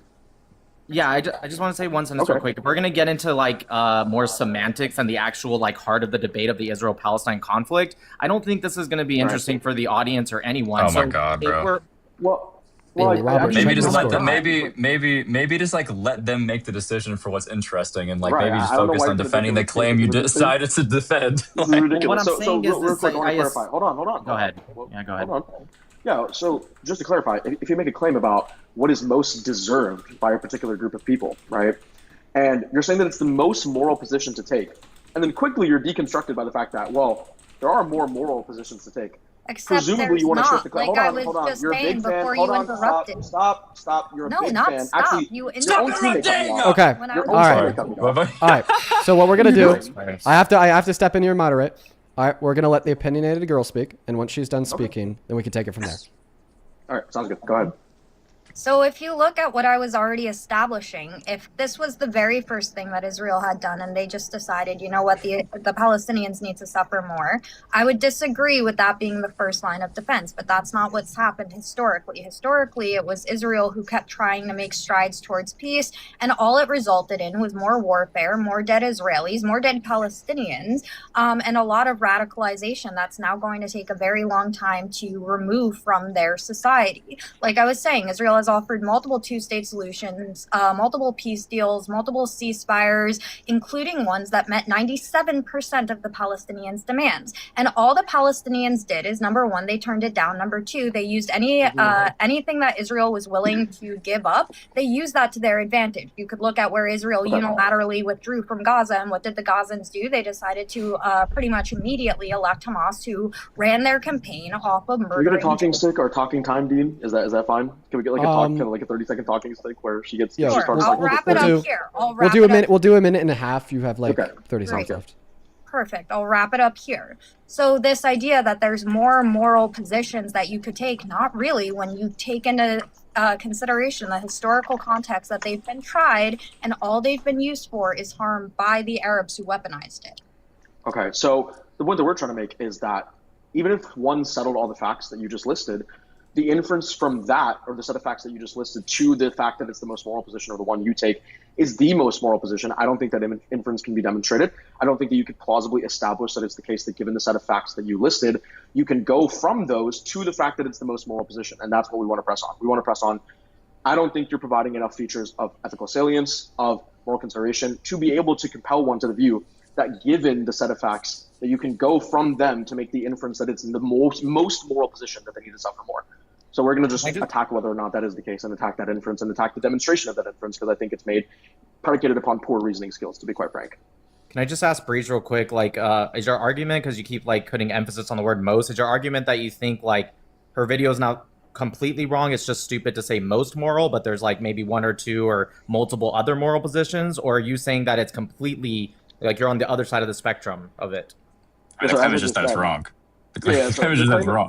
The claim is that the specific inference that you're making from the set of facts that you presented to the position that it's the most moral, or the one that's laid forth is the most moral, that the inference is faulty, you cannot demonstrate that the inference is valid, and that's what we're going to be pressing for. So any other strong position, any other strong commitment that you're trying to give my position, I mean, you could keep trying, it's not working, right? So we're just going to stick to the claim that I just made. If you want me to repeat it again because you can't track well, I can, or Liam can do it for you. I'm not, okay, geez, you guys are like angry. I'm not trying to like play semantics we're here. angry at people who have ridiculous positions. Yeah, that's right. You are absolutely correct about the fact that we are angry at people who hold ridiculous positions, such as the ones that it's the most moral position to think that Palestinians should suffer. Yeah, you're absolutely correct that we are. I got it. People We who don't even understand morality, people who don't have moral education, are making these robust claims. So of course we're mad about that. Okay, thank you. Anyways, so what I'm going you made the claim about me being angry, so I responded to it. Okay, I got it. Anyways, so I'm just trying to understand, because you keep putting emphasis on the word most. Is that your contention? So I'm going to step in here and clarify this. Oh, sorry, Mr. Robert. I'll clarify this real quick. They're saying that the claim that was made is false. And what they're saying is that one reason why the claim that was made was obviously false is because even, it seems like they're arguing, that we assume the commitments made by that Zionist girl to be true, that doesn't entail the conclusion that therefore the most moral take is to cause more suffering to Palestinians, or that Palestinians need to suffer. So you, Nick, you continue to like double back and say, well, are you saying that maybe you agree that Israel's in the right of the ethnic cleansing? Are you pro-Israel? Are you pro-Palestinian? Well, what they're saying claiming ethnic is cleansing that right now? What they're saying is that those any commitments beyond the claim that it is not entailed reasonably by the data given, that it is not the most moral position to cause Palestinians more suffering, or that they need to suffer, is false. That's all that they're saying. So do we agree that suffering happens in war? And if we do we agree that sometimes war, not necessarily this one, but sometimes war is justified and can lead to the betterment of a people? Yeah, let me jump in there. So really quickly, I just want to reiterate this, right? We're not poetically interpreting what was said. Like I just like when the claim is that it is the most moral that Palestinians need to suffer, the claim we're responding to is that. We're not responding to like the heart and passion and soul of the person making the claim. Like we're not responding to like the plausible interpretation. I know. I'm just clarifying. Yeah, I'm just clarifying though, because Nick is trying to say, well, what about the meat and potatoes of the IP issue? And You mean the actual claim that was made? Yeah, we're talking about the claim, not the meat and potatoes of something that somebody that said something competent possibly could have said. Okay, hold on. Yeah, we're talking about the plot. We're talking about the claim that was made. Wait a second. Okay, wait. Because of the warfare that here we go. Palestinians keep committing against the Israelis, the only way to get it to stop at this point in time, in my opinion, is that they need to suffer. That is what Nick has dissected to you. So Yeah, keep okay, engaged but with yeah, okay, yeah. First thing, if we're gonna do all this thing where like we do talking stick and we're nice and diplomatic, like let's be consistent. And second thing is, I'm just saying this because I'm preempting the fact that Nick's moves the entire time has already just been trying to change the goalpost of what exactly the claim is. Like, oh, but are you just pushing back on the most? Yeah, that's why I said I'm preempting it based on what you've said. I'm just further clarifying. Oh my God, are you people unable to listen to a single coherent thought? Relax. I'm listening. I'm just saying that you have Well, you to can't be listening while you're talking at the same time. So wait to respond to him until he's done. I'm not responding. I'm just saying it's disingenuous. So what are you doing to then? Like, what are you doing when you're up me? Like, what? Fine, just let him go. I just want to get to the debate. I'm just but saying real quick. It's I'm disingenuous. just. Oh, okay. You can't interrupt me and then say real quick. Real quick, I'm gonna interrupt you and proceed with what I was saying. Yeah, really quickly. The point is that I'm just making it explicitly clear that we're responding to the claim, not the meat and potatoes, not the spirit of the claim, not a plausible interpretation of somebody who takes your position and would say something more competent than it's the most moral that they need to suffer. That's what we're pushing back on is the exact claim. Okay, I will say just real quick that I'm not going to, and I said this at the very beginning, maybe, I don't know if there's a way to rewind, I don't know if you're live on YouTube, but I said this at the very beginning. What I will attribute to the claim, Maddie's claim, is that without absolutes, I would say, and that's why I said, like, this idea if we're just going to argue, and this is why I asked Breege, and you guys made it seem like it wasn't, but you're doing it again. If the whole argument is focused on the word most, like, hey, is it actually the most? Then it's ridiculous. We're not ever going to get into the debate. So You're literally talking about the spirit of the claim right now, bro. Right. We're not interpreting poetic. I'm literally a prophet. I'm literally a prophet. You're interrupting Nick. Okay. All right, let Nick finish I just want to speaking. get, my point is I just want to get to the debate, right? So I'm saying that the debate, Jesus Christ. Sorry. This is impossible. I didn't mean to say that. Sorry, continue. You're fine.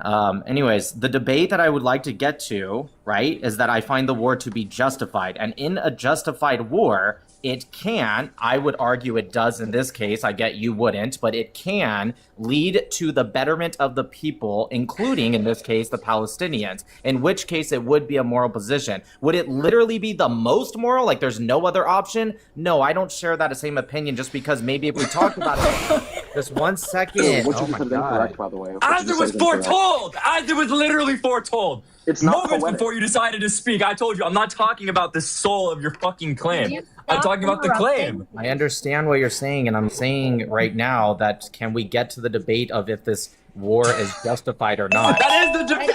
Okay. Wait a second. All right. I'd like to So point there out- was two interruptions. There's the timer for a minute and a half. There was 2 interruptions from Robert. So if you want to quickly finish your statement uninterrupted, Nick, feel free. You have 30 additional seconds on the clock if you want it. Uninterrupted. Yeah, I believe that this is a war and it is justified and it'll lead to the betterment of the security in the region. That's what I would like to go forward with. Okay, so thank you for conceding. By the way, I just want to make it clear for the audience. This guy just conceded the claim that we're supposed to be debating. Because if you guys roll back the VOD, like literally 10 minutes, I asked the opinionated girl, do you affirm the claim that it is the most moral position to take, that Palestinians need to suffer more? She says yes. Then I asked Nick, do you also affirm that same claim that it is the most moral position to take, that Palestinians need to suffer more? And he said yes. And then I was like, okay. Just FYI, just real So quick. you gave pushback on deserved. I said without absolutes, I would generally. Well, I asked, did she say generally? You said yes. And I said without absolutes, I would. So if you don't believe me, you guys can go back and hear it again. Yes. But real quick, yes. When I say that the Palestinians need to suffer more, that's a generalized statement. And then you said yes. That's you would correct. affirm that the claim that that is the most moral position to take. Different than you just said 5 minutes ago. And then Well, you the asked me, wait a emphasis. second, I'm almost can done. I I'm almost clarify done. my own position? I've kept them from interrupting you guys. Can I speak I just uninterrupted? think it's funny that you changed the statement just from the last statement you made to the new one, and you agreed that I said yes to both. Yeah, so I don't think that there is any difference between those two statements, because when you make the claim that it's the most moral position to take, that Palestinians need to suffer more, there's an implicit generalization being made of Palestinians due to the lack of a word like all. But anyways, so you guys both affirm the claim that it is the most moral position to take, that generally Palestinians need to suffer more. And now, less than 10 minutes into the debate, this guy Nick is conceding the fucking claim. He's saying it's ridiculous to argue if that is the most moral position to take, and it's possible that that's not the most moral position to Let me take. say something real quick. So first of all, if you're trying to debate off of the basis of this video, which is what you said you wanted to debate based off of, you taking the first 10 seconds of it and completely removing the context in which that claim is substantiated on and elaborated on, then that's just instantly disingenuous. Okay, so are you saying the rest of the video you contradict that claim? Wait a second. Have you watched the entire video? I'm so curious. Yeah, I remember watching it a couple weeks ago, but are you saying that towards the end of the video, So you then you contradict would and know. negate the claim Then you that would- it's not then what actually did I true that's say the in most it? moral position Then to what take? did I say in it? I don't remember anything but the intro. Great, perfect. So this entire claim is predicated, which I've already explained, on the basis, like Nick has also said in different words, that sometimes the only way to get a war to end and have everlasting peace is through human suffering. Is that I agree with that, unfortunate? yes. Is that something that I like? No. Is it the reality of the world we live in? Yes. So debate Yes. off of that if you want to with me. Yeah, Okay. Natalie, we're can I gonna ask you a quick continue- question? I just want to say can I ask one you a quick- sentence, please. If we're gonna just like completely just like, which we're like 15 minutes into this, if we're just gonna completely focus on thing that, by the way, Dean, I'm not gonna say you're lying. Maybe you just misheard me, but I never once said that that was my claim, so I can't really concede something if I never said that. I literally said without absolutes, but we're gonna keep focusing over and over and over on that. And Maddie's right. The rest of the video does absolutely say that. I've seen the video, and I do agree with that statement that she just clarified right now, which is also in the video. So if you want to debate that, great. If we don't, we're all adults. I'd be more than glad to leave. We can come back another day. But if we want to debate the like substance of the argument instead of just, well, she said most, ha ha ha, then this is pointless. I hope we can agree with that. Yeah. So Robert, go ahead. Then after you're done, I'm going to say something. Oh, yeah, I was gonna say, we can shake hands on that about being mature. I did want to say that as it was foretold and prophesied previously, you did exactly what I said you were going to do, which is you would try to dodge around the claim that you came up here to defend, and in fact assented to defending by saying, well, that's not the heart and soul of the claim, though. Like when she said that from her heart of hearts, her heart posture was different than what she said. I never said heart and soul. The pretense you were invited under. You were speaking poetic. Yeah, whenever you guys said I was going to defend the claim that the suffering of Palestinians is you morally necessary.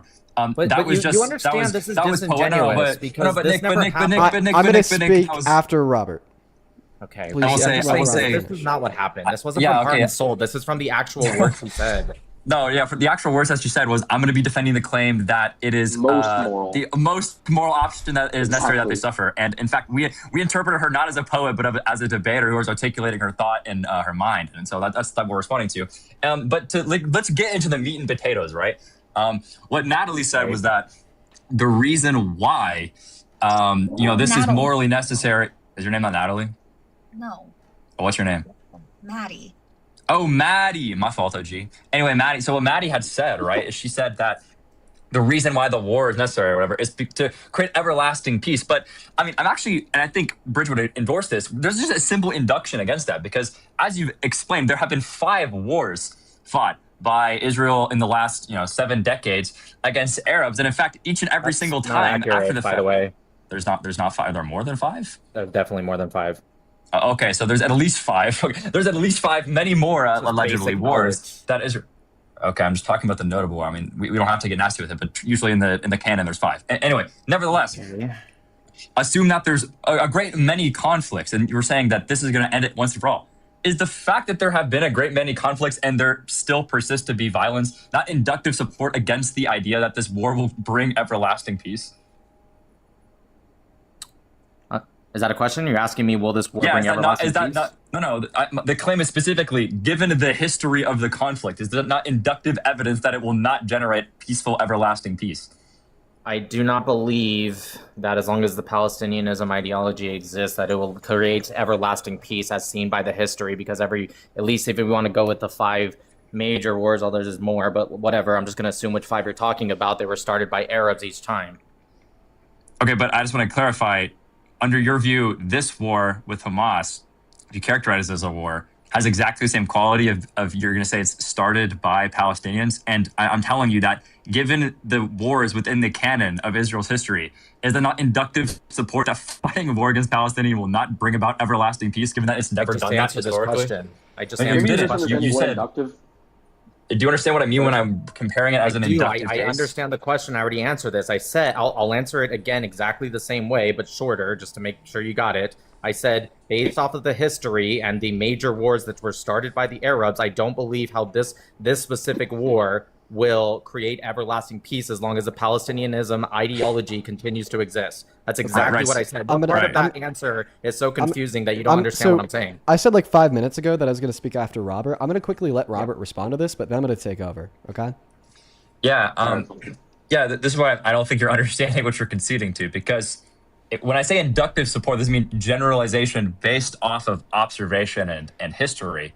And the point is, in the past, you're saying the past conflicts are relevantly similarly situated, and that you're saying they're started by Palestinians, that they're responded to by Israel in a war. I didn't. I said Arabs and Palestinians and ideology. We'll say Arabs. Yeah, okay. Same thing. Pan-Arabism, Palestinian. Okay, it's relevantly similar for the case of the induction. Whatever quality you think it is, whatever you think the enemy is, whatever you think the initiator is, the aggressor is, it's all relevantly similar in the war right now and in history. That is, in fact, inductive support, unless there's something that breaks the symmetry between this case and the case in the past, that, in fact, what's happening right now will not create everlasting peace. Can I say something after you, Dean? Now I'm gonna take over. After you, Dean, can I say something?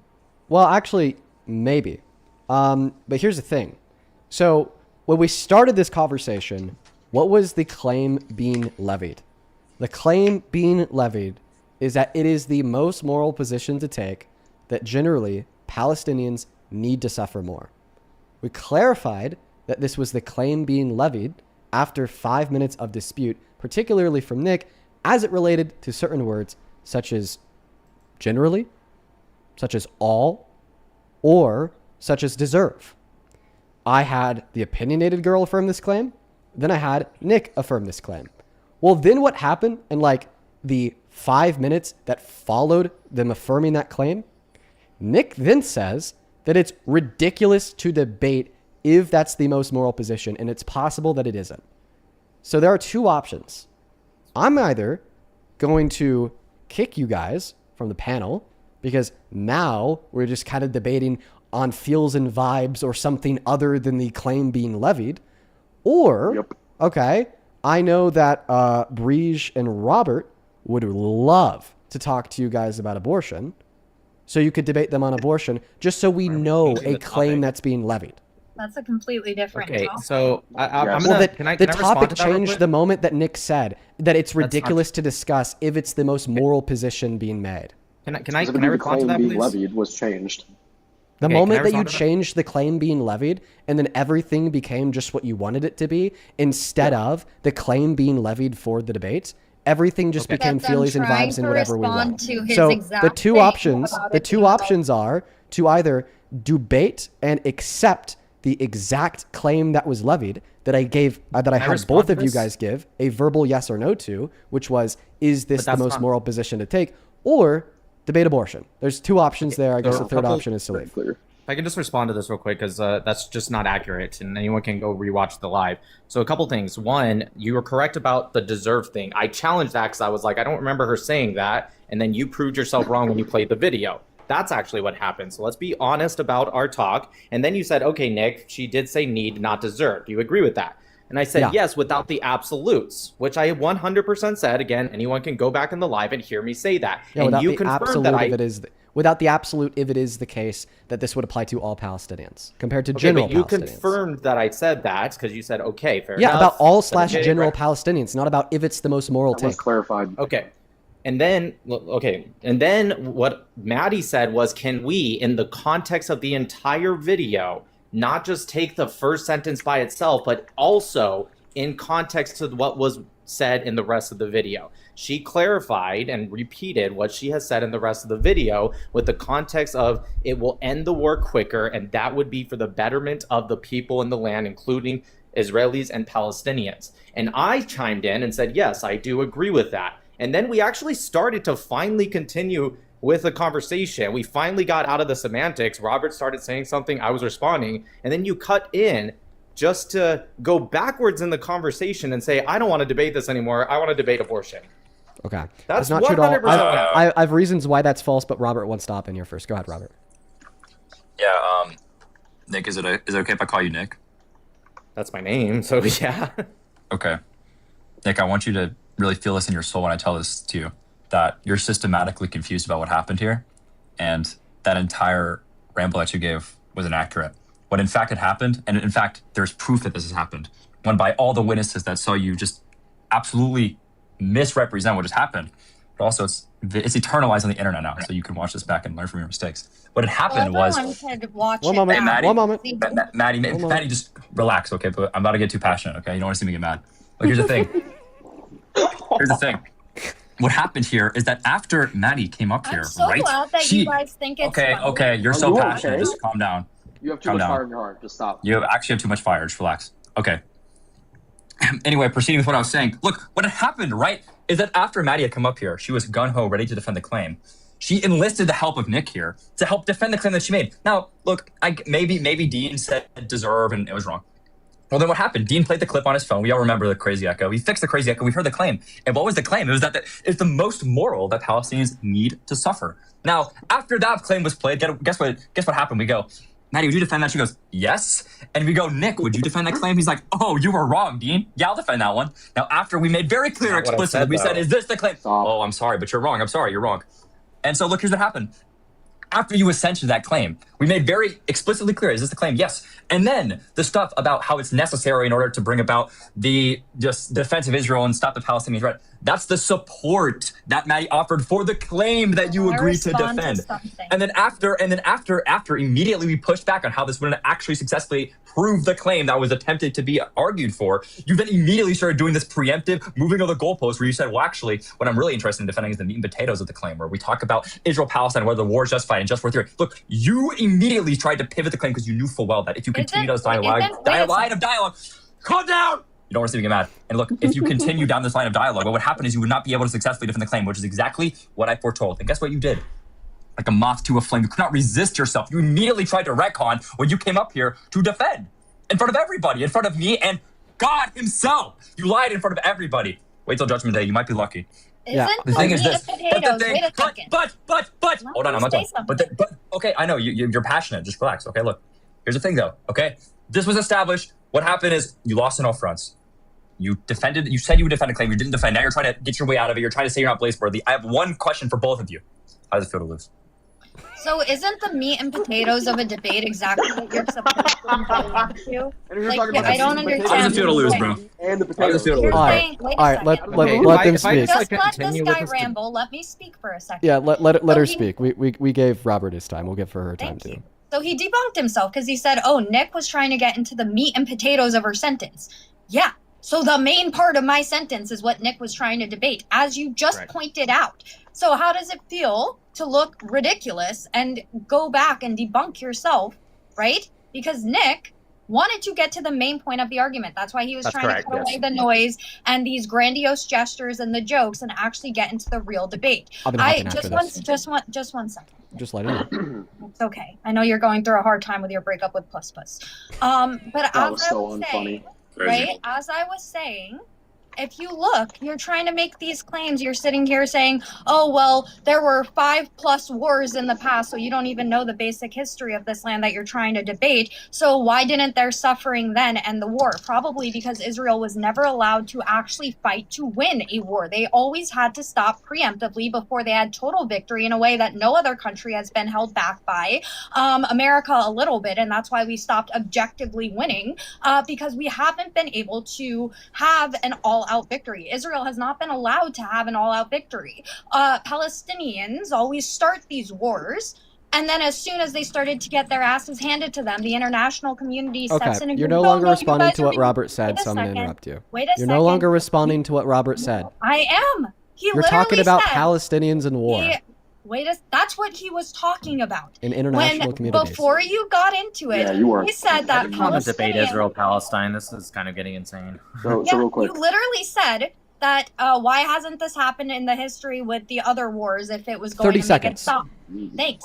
If it was going to make it stop. It didn't work with the other wars because Israel didn't make the Palestinians suffer. The Palestinians started war after war after war, and then they cried victim as soon as they started to get their asses handed to them, and then Israel had to stop and be nice to them and give them land and give them ownership and let You're them no build longer things talking and let about them what have their own Robert said. election. You're just doing That's like why your they haven't psycho suffered, and rant that's about why how this much is continuing. Palestinians need to die. They haven't suffered, all right. and that's why this is continuing.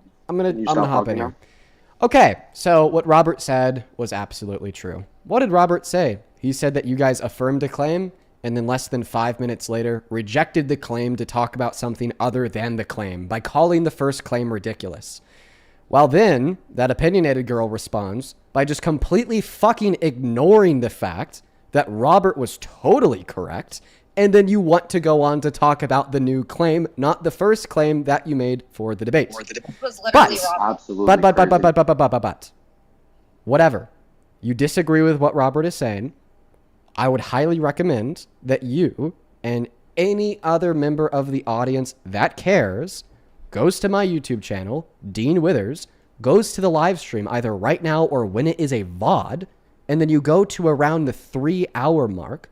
You might have to watch 10 to 15 minutes. That's just a general buffer. And what you will find is that I explicitly have both that opinionated girl and Nick affirm that they think it is true that it is the most moral position to take, that generally Palestinians need to suffer more. And then that was the thing that was supposed to be debated. Then 5 minutes, Nick is. Then 5 minutes later, okay, Nick says it's a ridiculous position. You could watch the VOD. Okay, whatever. Long story short, you could have your opinion.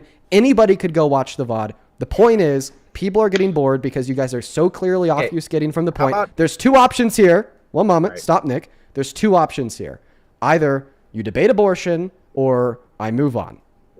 Those are the two options. If we just continue with the actual claim that you guys want, can we just get to the claim? Was that one of the options? I came just like a up little here confused where you're getting to that debate option. Israel. If that was one of the options. I just want to ask Dana a question real quick. If we just like continue That was on secret and just menu. add it, we just continue on and just add in the word most and everything. And all I ask is that we add in the context of the entire clip. I think that's a fair request. But The context of the entire clip was justification for the first claim. You already called the claim ridiculous. You already tried to shit on Robert and Breach for giving you guys an argument against the claim. You two options, Nick and that opinionated girl. Saying let's continue with the claim. You have two options. Well, just one moment. You have two options because I'm just done with this back and forth. It's been 40 minutes. Robert and Breach. Would you guys, one moment. You already called it ridiculous, Nick. Would you I guys... never called it ridiculous. That's also a You lie. explicitly called it ridiculous and then said it's probably not true that it's the most moral take. That's not what I said. Once This again, is it's in the not VOD. true. Anybody could go watch the VOD. Anybody could go watch the VOD. I don't want to get I was lost in the middle. someone saying, I was oh, in there's the middle one of or speaking. two more examples. That's I was. better. I was in the middle of speaking. Okay. like Once it's again, just not wanna have this I don't know why you're arguing against what is on the VOD. Anyone could go watch the VOD. It is so simple. Anyone could do no it. problem. Anyone could do it. Okay. But anyways, two options. Not one person will hear me say the word one moment. ridiculous. Promise you. Too much passion, bro. Too much passion, bro. Two options. Either debate abortion or I'm going to move on because I'm just sick of this, okay? Robert and Breach, would you two be down to have a conversation concerning the morality of abortion with Nick and the opinionated girl? Or would you like to? Yeah. I'm 100% down after they've had 5 minutes to formulate their thoughts and gather them. Perfect. That opinionated girl and Nick. Would you guys be down to have a conversation I don't want on you abortion, running away or would from you an like to? Israel-Palestine debate. You're literally running away. You wanted this Holy debate. fucking shit! The You VOD wanted proves this otherwise. debate. Okay, the VOD You proves wanted otherwise. from a lot. The VOD, dude. The VOD. just Okay, say- I'm done with this. okay. I'm done with this. The VOD proves otherwise. Robert made it clear what the original claim was. I then repeated the original claim. At the beginning of the conversation, I had you guys affirm that you believe in the original claim. And then the debate started about the original claim. Then 5 minutes into the debate about the original claim, Nick says that it's probably not true and or ridiculous. And then you tried to make it never the debate said about any something of that. other than the original claim. It's in the VOD. Oh, I'm going to die. I'm actually going to die. so Okay, if I- two options. With the can I just agreement say- that we're doing the Just two original options. claim They don't with the stop. context Oh my of the God, bro. entire video, Just Can two I just- options. run away and have the debate. This is not one Two- of the 2 options. Okay. Two options. Either just they wanna want to say- debate you guys on abortion, so then the claim is clear, okay? Or Yeah. we just move on. Are you going to debate on the clear claim of the ethics of abortion, or am I going to move on? You guys have 20 seconds to decide. Okay, anyways, so I'm not down for running away and changing the debate, okay? As he runs away. That happened when you This is rejected the running original away. claim. I mean, It's in the Can I just VOD. finish? The debate that Dean had asked. Can I just finish, please? Yeah, you got it, Nick. You got it, all man. thank you. So all I'm saying is what I said was I don't want to get lost in the semantics of saying, well, it's not the most because I can give a 1 or 2 other examples. That's 100% what I said. But if we want to continue, just let me finish. I can already see you guys freaking out, right? That's what I said. I never called it ridiculous. I never even said it's probably not true. I didn't call it ridiculous. But if we want to continue with the claim, it is the most moral position that the Palestinians need to suffer more with the context of ending the war, which she did say in her clip. Be more than glad to have that specific debate. I will continue on with that conversation. We can defend that it's the most moral position. Okay, but I never said it wasn't. I just didn't want to get lost in semantics of being like, well, I proved technically here's a better option, so therefore you lost because it's the second best, and therefore it's not most. That's 100% clear on the what I fact that said. if the claim? Oh, wait, hold on, real quick. Are you clear on the fact that if the claim were to be, it is the most moral position, and then you actually realize there is a more moral position, then it wouldn't be the most moral position anymore, and so by proxy of that, if the original claim was the one that you were defending, and then we showed that there was a more moral position, Nicholas and Natalie would get sent to the gulag. Okay, you guys know her name is Maddie. Stop with the weird Right. Answer my question. Yeah, he I said mean, that. I don't know what gulag means, but sure, yeah, dude, listen, no problem. I just want to get into the conversation and stop with these stupid semantics. So if we want to continue on with that conversation, I'd be more than glad to. Yeah, I'd like to just jump in I'm like there. the only one that's so- trying to move this conversation forward. Yeah, out of I mean, everyone. that's it's all a matter of perspective, really. Because if you recall, let me take you a little bit back into the past, blast from the past. What had happened just there, Nick, is you said that the term "most" was semantic. Well, here's the thing: semantic as opposed to what, you might ask, Nick, Okay, and so I'm gonna semantic as opposed to substantive. You might ask. You might say it's semantic as opposed to substantive. Now, why would it be the case That's that not focusing what on I the term said. moral? No, but that's the implication, right? Because you're saying it's What- semantic as a way to See, devalue. okay. Stop. Hey, You just look, admitted I I'm never taking said you- that. Do you? I know it's an implication from what you said. I'm trying to be charitable. It's not an This is something that- implication. I said It I is an don't want to implication. get lost. It is an implication. What I?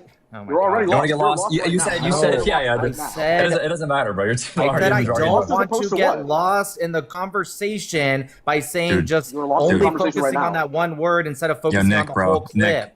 Nick, bro. Can I be honest with you? I'm not scared of you, bro. I don't think Bro, you Leo, are, stop. dude. I'm These not guys fucking like scared of you. I'm You not understand- no, let me fucking clarify. scared of you. No, here's the thing you're understanding, Nick, okay? I'm not fucking scared of you. Here's the thing. way. You guys keep are saying, acting a little scared because you keep hey, running away from the actual debate. Natalie, I'm not calm scared down. of you. I'm Natalie, not scared of you either, calm bro. that down. Too much These passion. supposed to be like the good Too much debaters on passion. Like this is why Natalie, TikTok calm that down. debaters Yeah, fucking. that's Here's the Yeah, thing. Here's the thing you said, Nick, right? You said you guys are focusing on semantics. Now, presumably, I the didn't only say reason that. you're Let him Yeah, so finish, you bro. just- Oh my You god. said you don't want Okay, to do that. So what that do you? means Okay, that's to yeah, say you that said we you were. don't want. Yeah, you're saying you Holy don't want to shit. focus Can on I tell semantics. you what I Now, Why said? would you? I heard you. Oh You my were God, all we heard there. what you This said. is crazy. This is I all there. said. Okay, guys. I'll tell you- All right, guys. All right, guys. All right, guys. All right, guys. All right, guys. All right, guys. All right, guys. All right, guys. All right, guys. Let's be quiet. Let's be quiet, everybody. Let's pipe down. Quite frankly, let's pipe down. Listen. Okay, Nick just said that he maybe wants to entertain that conversation about the original claim he made. I'd be more Okay? than glad to. Please be quiet, Nick. Please be quiet, Nick. Nick finally said that he maybe wants to entertain the conversation about the original claim he made, that it's the most moral take. Okay? And then Robert, okay? By the way, Robert's not scared of you, Nick, if you didn't make that clear. He tried. I'm scared of you, bro. He tried to then start the dialogue about the original claim being made. Okay, the way that he tried to start the dialogue about the original claim being made was by asking you what you meant by semantic and as opposed to what. Basically, he was attempting to interpret your statement as making the implication that it's possible that you don't think calling it the most moral take is of substance as a counter argument to the claim being made because you don't even think it's of substance. But then even when he did that, all of a sudden you start having meta conversation about the meta conversation about the meta conversation. You interrupt them 2 words in it, and we're still going nowhere. I'd love to move fucking forward. options. Either the panel moves forward. Holy fucking shit. With We're an abortion trying to debate, move forward, Dean. We're trying to move forward. Robert tried to move forward, and then I'm all of a trying sudden it was to. interruptions every 2 seconds. I Okay, can't so do let this Nick anymore. respond to It's Robert. been 50. You didn't even let him speak. This is unbelievable.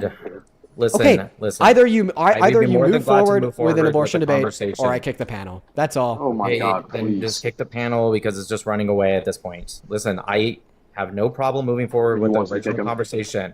What I said was I just don't want to get completely lost. It's not even You about are you playing lost. semantics. I said I don't want to get completely lost in just this 1 versus 2 examples thing and get to, as Mandy said, As and opposed this is to what? correct, the meat and potatoes of the conversation. You realize that You is want to substantive, move forward right? with the conversation.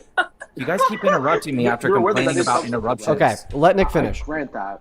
Yeah, Sorry. so I would love to move forward with the conversations. That's what I said from the very beginning. I'm the only one that's been trying to move forward. No problem. Let's move forward with the conversation. So it's the most moral position that they need to suffer in the context of ending the war, which would be better for the region, for both people. Yeah. Let's jump into that. Yeah. So I just want to. Yeah. Okay. I just want to really quickly flag. You're fucking kidding me. You're fucking joking. Oh my God.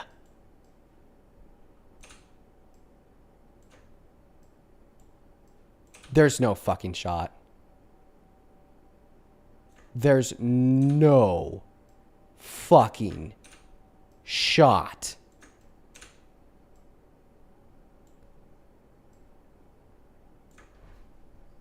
Holy fuck. There's no way.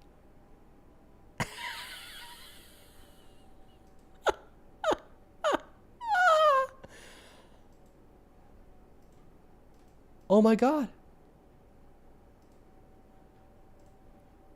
TikTok. TikTok. TikTok. TikTok.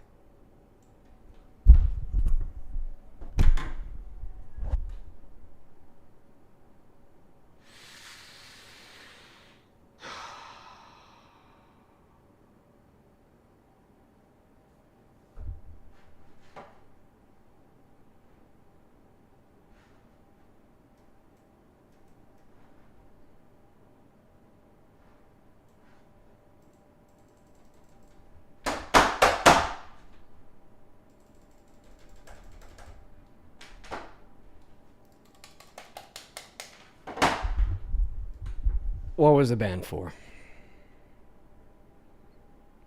What was the fucking ban for? Go live minimum age requirement? Oh my God!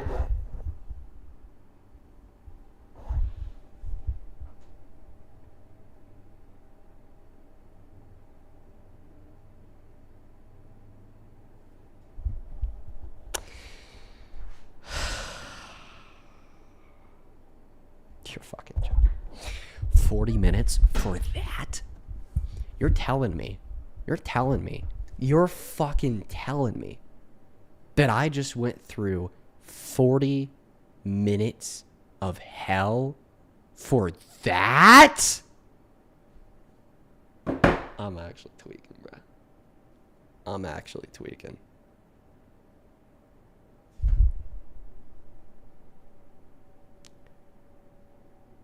I'm actually tweaking, dude.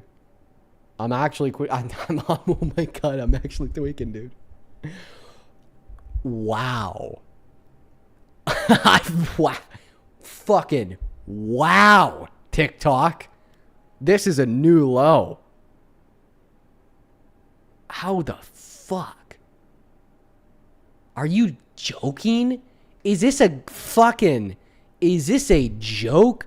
Dude, I went through 40 minutes of hell trying to get two grown fucking children to agree to a topic of discourse. And then that happens?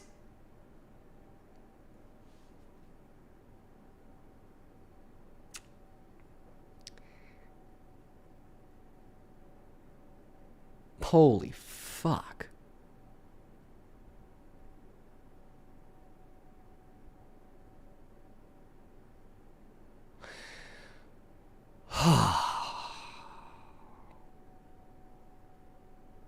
All right.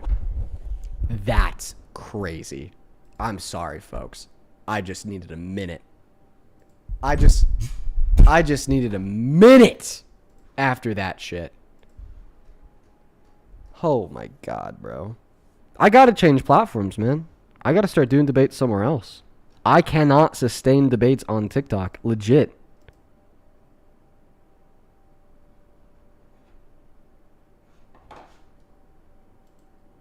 I cannot sustain debates on TikTok.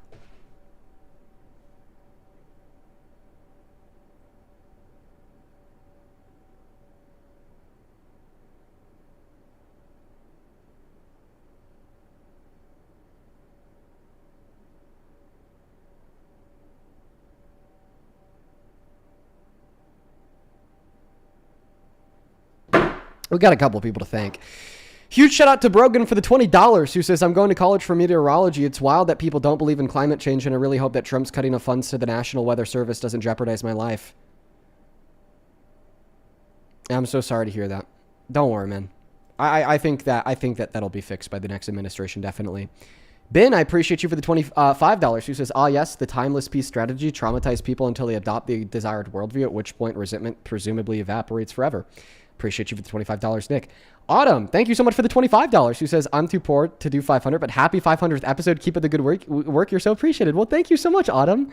Karen, thank you so much for the $25 who says, hello, I think that you have me blocked on TikTok. Karen, you probably just, it said that it, like, the live disconnected when, like, we got the last ban. Janaea, thank you for the $80 donation on Venmo who says, happy 500 episodes of the Dean Wither Show. Thank you, Janaea. That is so fucking kind of you. I really appreciate you. And MK, I appreciate you so much for the $50. MK, if you're in here, I wish that she could hear that. But unfortunately, she fucking can't because the live got disconnected. Helen with the $25 who says, if the Palestinians deserve to suffer because it's Israeli lands, and then quote-unquote Americans deserve to suffer because it's native land, should she suffer too? True. Appreciate you for the $25. Rachel, thank you for the $50 who says, I'm a meat eater, but I don't think I could come out of a debate with a vegan and feel good about myself. I can't really think of any good talking points I could possibly have other than my selfish desire to eat bacon. Happy 500th episode. Thank you, Rachel. No, you're definitely onto something there, Rachel. I think that there's something to be said about how it is really difficult to make a good argument against veganism. Over on PayPal, Elizabeth, thank you for the $5. Adriel, thank you for the $20 who says, Dean, you should have celebrated your 500th live stream in the bathtub. Yeah, I had a lot of people tell me that. Elizabeth, thank you for the $14 donation for Momo. Nick, thank you for the $20 donation who says, keep it the good work. Thanks, Nick. I appreciate you. Holy cow. And over on Super Chat, thank you for the $5, Kate. I appreciate you so much as well. Yeah, guys. I'm not gonna lie. I'm mad about that one. I don't even know what to say about that one, bro. I don't even. I don't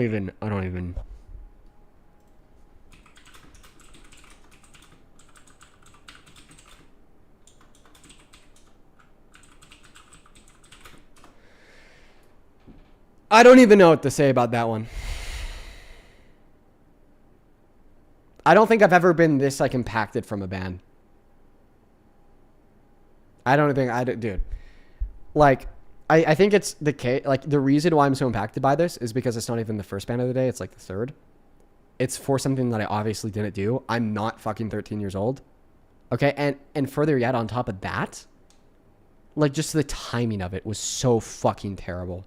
That was atrocious timing. Holy shit. Oh, and not only was it atrocious timing because we're just finally getting to the substance of the claim being made, but it's also at the end of the stream. Oh my God. Folks, that's going to be it for me for the day. That's it for me for the day. We're at 4 hours. Live stream's over. No point at restarting it. I mean, we can't because I got a 5-year ban. Full band, I appreciate you for the $20. Who says I always looked at veganism and undoubtedly morally virtuous, and I can't quite figure out how to make it morally imperative. Yeah, that's a I could agree to that statement.